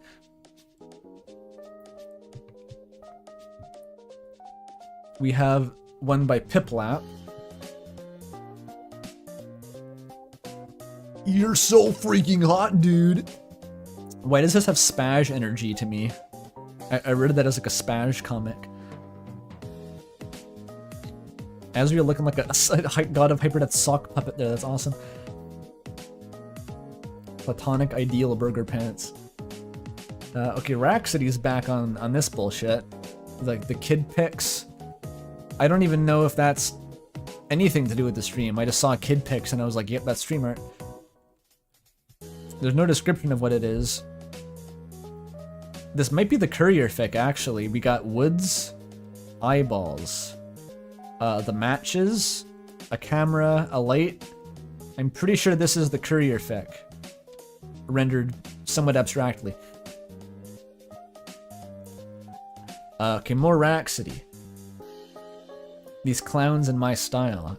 Yeah, Rhapsody did all this fan art for the Kissy Cutie streams, but I don't think they've done Azzypants before. This is pretty new. That's an Azzy and that's a Pant. Looking pretty good. Looking like, I don't know, one of Sunny's notebook scribblings or something.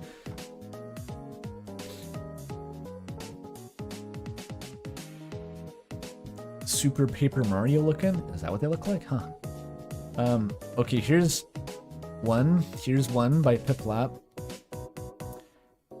The creative juices are flowing so much right now. Something, something, Yahweh hands.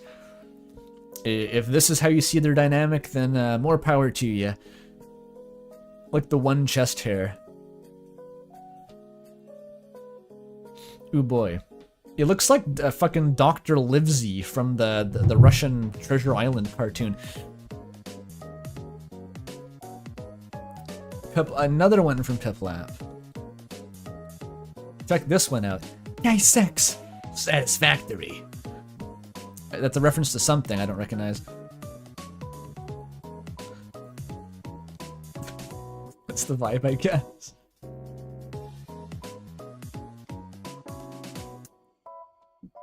Okay, this is... It's not stream art.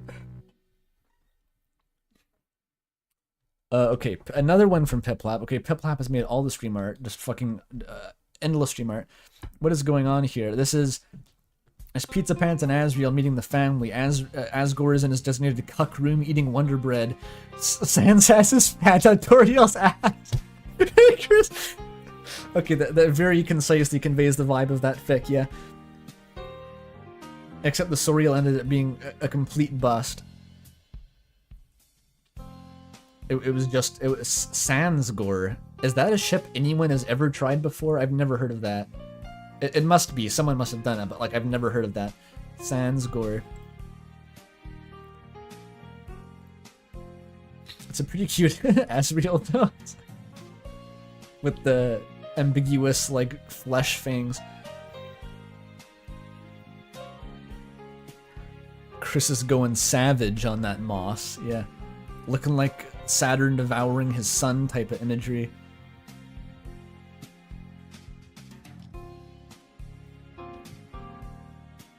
BT Holmes, Chris's positive gesture. / pause. Thank you for drawing that. Why does Chris look like they're melting here? They got like a lumpy aesthetic. I'm Sansgoring out. Okay, Dustin High IQ has drawn my misinterpreted Chris crawls into the oven to eat pie scene. I'm hotter. Such a badass line to crawl out of an oven eating a pie. I'm hotter. Zen monk type shit to do. You've seen mentions of Sans X Asgore alongside Asriel. Okay, well, as long as someone's covering that front. Oh, Momo also drew this exact same thing. Chris gave a positive hand gesture. How are they doing that? Oh, Momo, your pizza pants is so cute. I love him. Do you usually draw pizza pants? That feels like a novel pants design. That's a good one. Hovering red Kara text.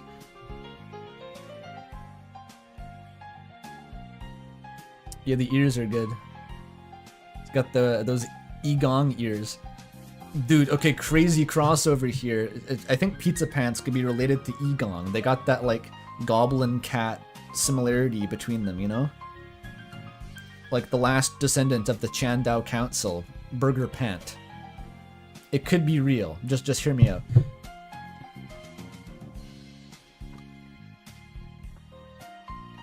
Lore.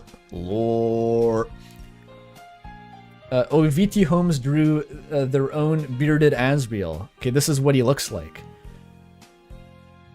Damn. So we got like the Asgore beard, we have the long hair. It is kind of like a mullet, a little bit. The piercings, the fucking, apparently those are angel bites, but like on a furry muzzle. That looks very unique.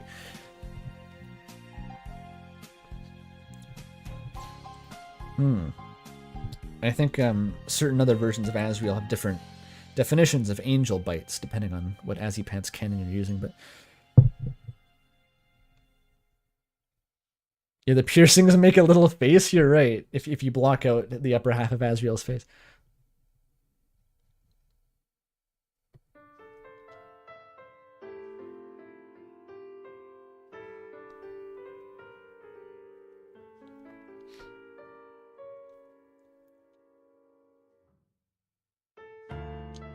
What we got? Okay, a Momo sketch here. The chaos unfolding.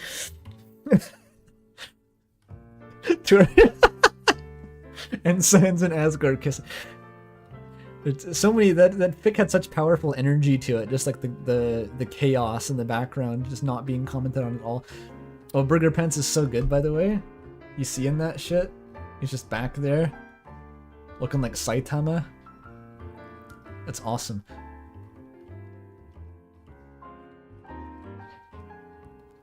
Who looks mildly disappointed? Asgore? He just looks like that. He's permanently sad because he's divorced. He has to look sad.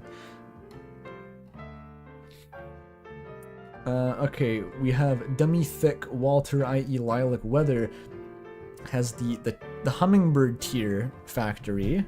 It's good to have a visual on whatever that would be.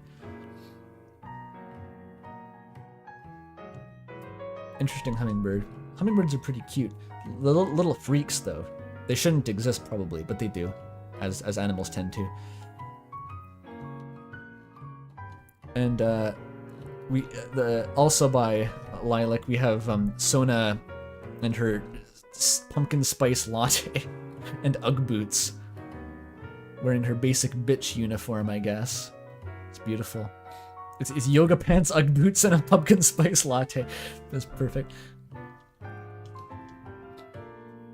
I like how the pumpkin and spice particles are like visibly coming out of the latte. That's creative.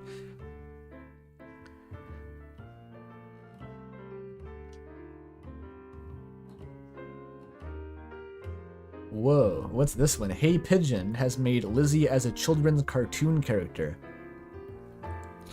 Yeah, she's looking like Miss Frizzle or something.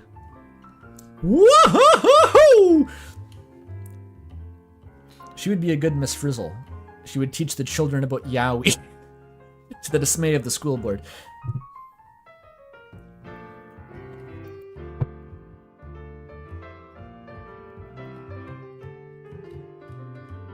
Ship thick Bible, clutched in hand.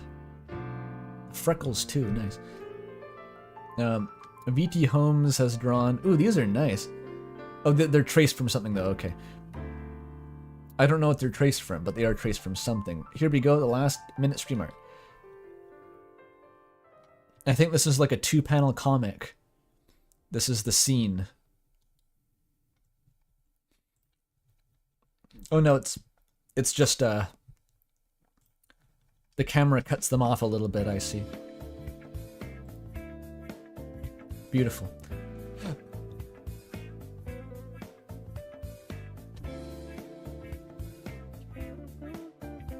Is it an In Stars in Time reference? Oh, it might be. It has that kind of proportions to it. Does that mean that Bo and Sifrin kiss at some point? I watched most of a playthrough in that game and they never kissed. Who's kissing?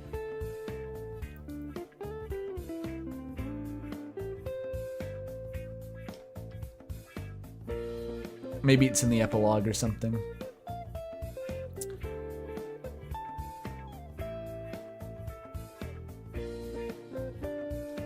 Okay, that's the end of the arts and crafts thread. There may be more in the Azzypants thread. Let's see. That's not it. We saw that one.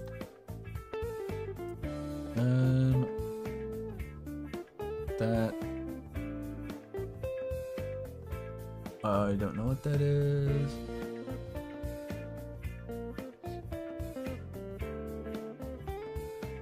Oh, it's 20. Okay, 25 bucks from Pidge. Thank you. Very generous. Again, you do not feel obligated to donate just for the Azzypants streams, Pidge. They will happen regardless of if you donate or not, but I really appreciate that. Azzypants OTP. They are indeed.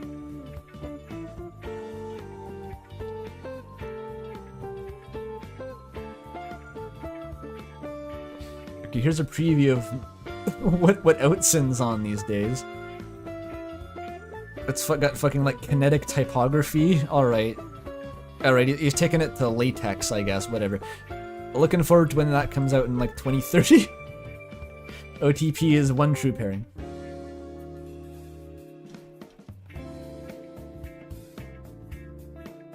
Oh, we have a chat member IRL. The living fan art. That's awesome.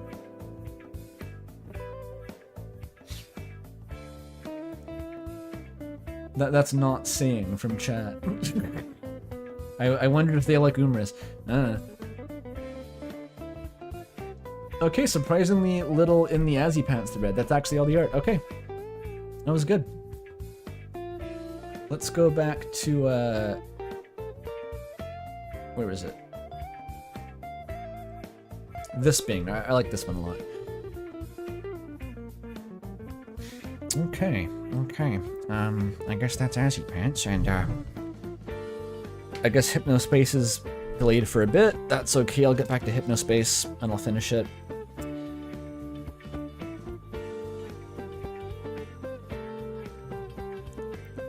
Oh yeah, true, Mel, you got a cosplay.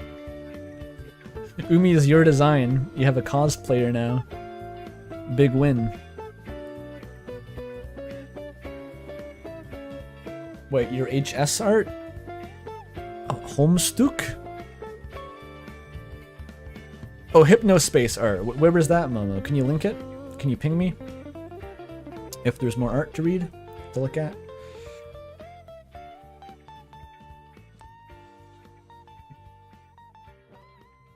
I wish Pizza Pants was my gay son. Don't we all?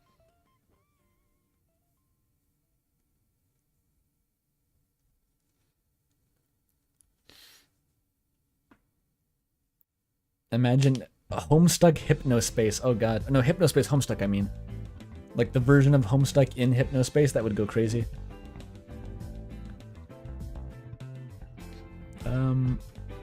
I showed off the Kissy Cutie art earlier. Let's bring it back, just for fun. It's good art. Oh, it's up here.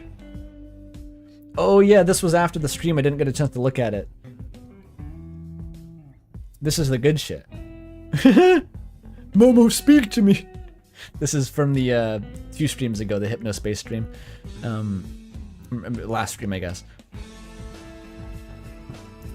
After the Momo, the Squisher finally died. That's a good one.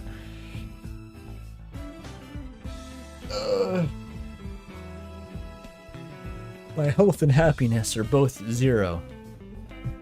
That should be how Umi starts the day. Checks her stats and everything's just at 0. Alright, yeah, fun stream, good vibes, and Fatal Gang tomorrow. We are, despite the adversity inherent in some recent patches to the game, I've heard, probably going to be playing Risk of Rain 2 for a bit. It'll be like a short stream, maybe a few hours. And yeah, that'll be cool. I'll see you then, or next week. When's the next Azzypants? Probably not for a few weeks. I gotta finish Hypnospace first. There's always a backlog, and Azzypants is gonna be like a every few weeks type of thing, I believe, for a while. That's how I picture it. Anyway, night everyone. Thanks for showing up, and happy Azzypantsing.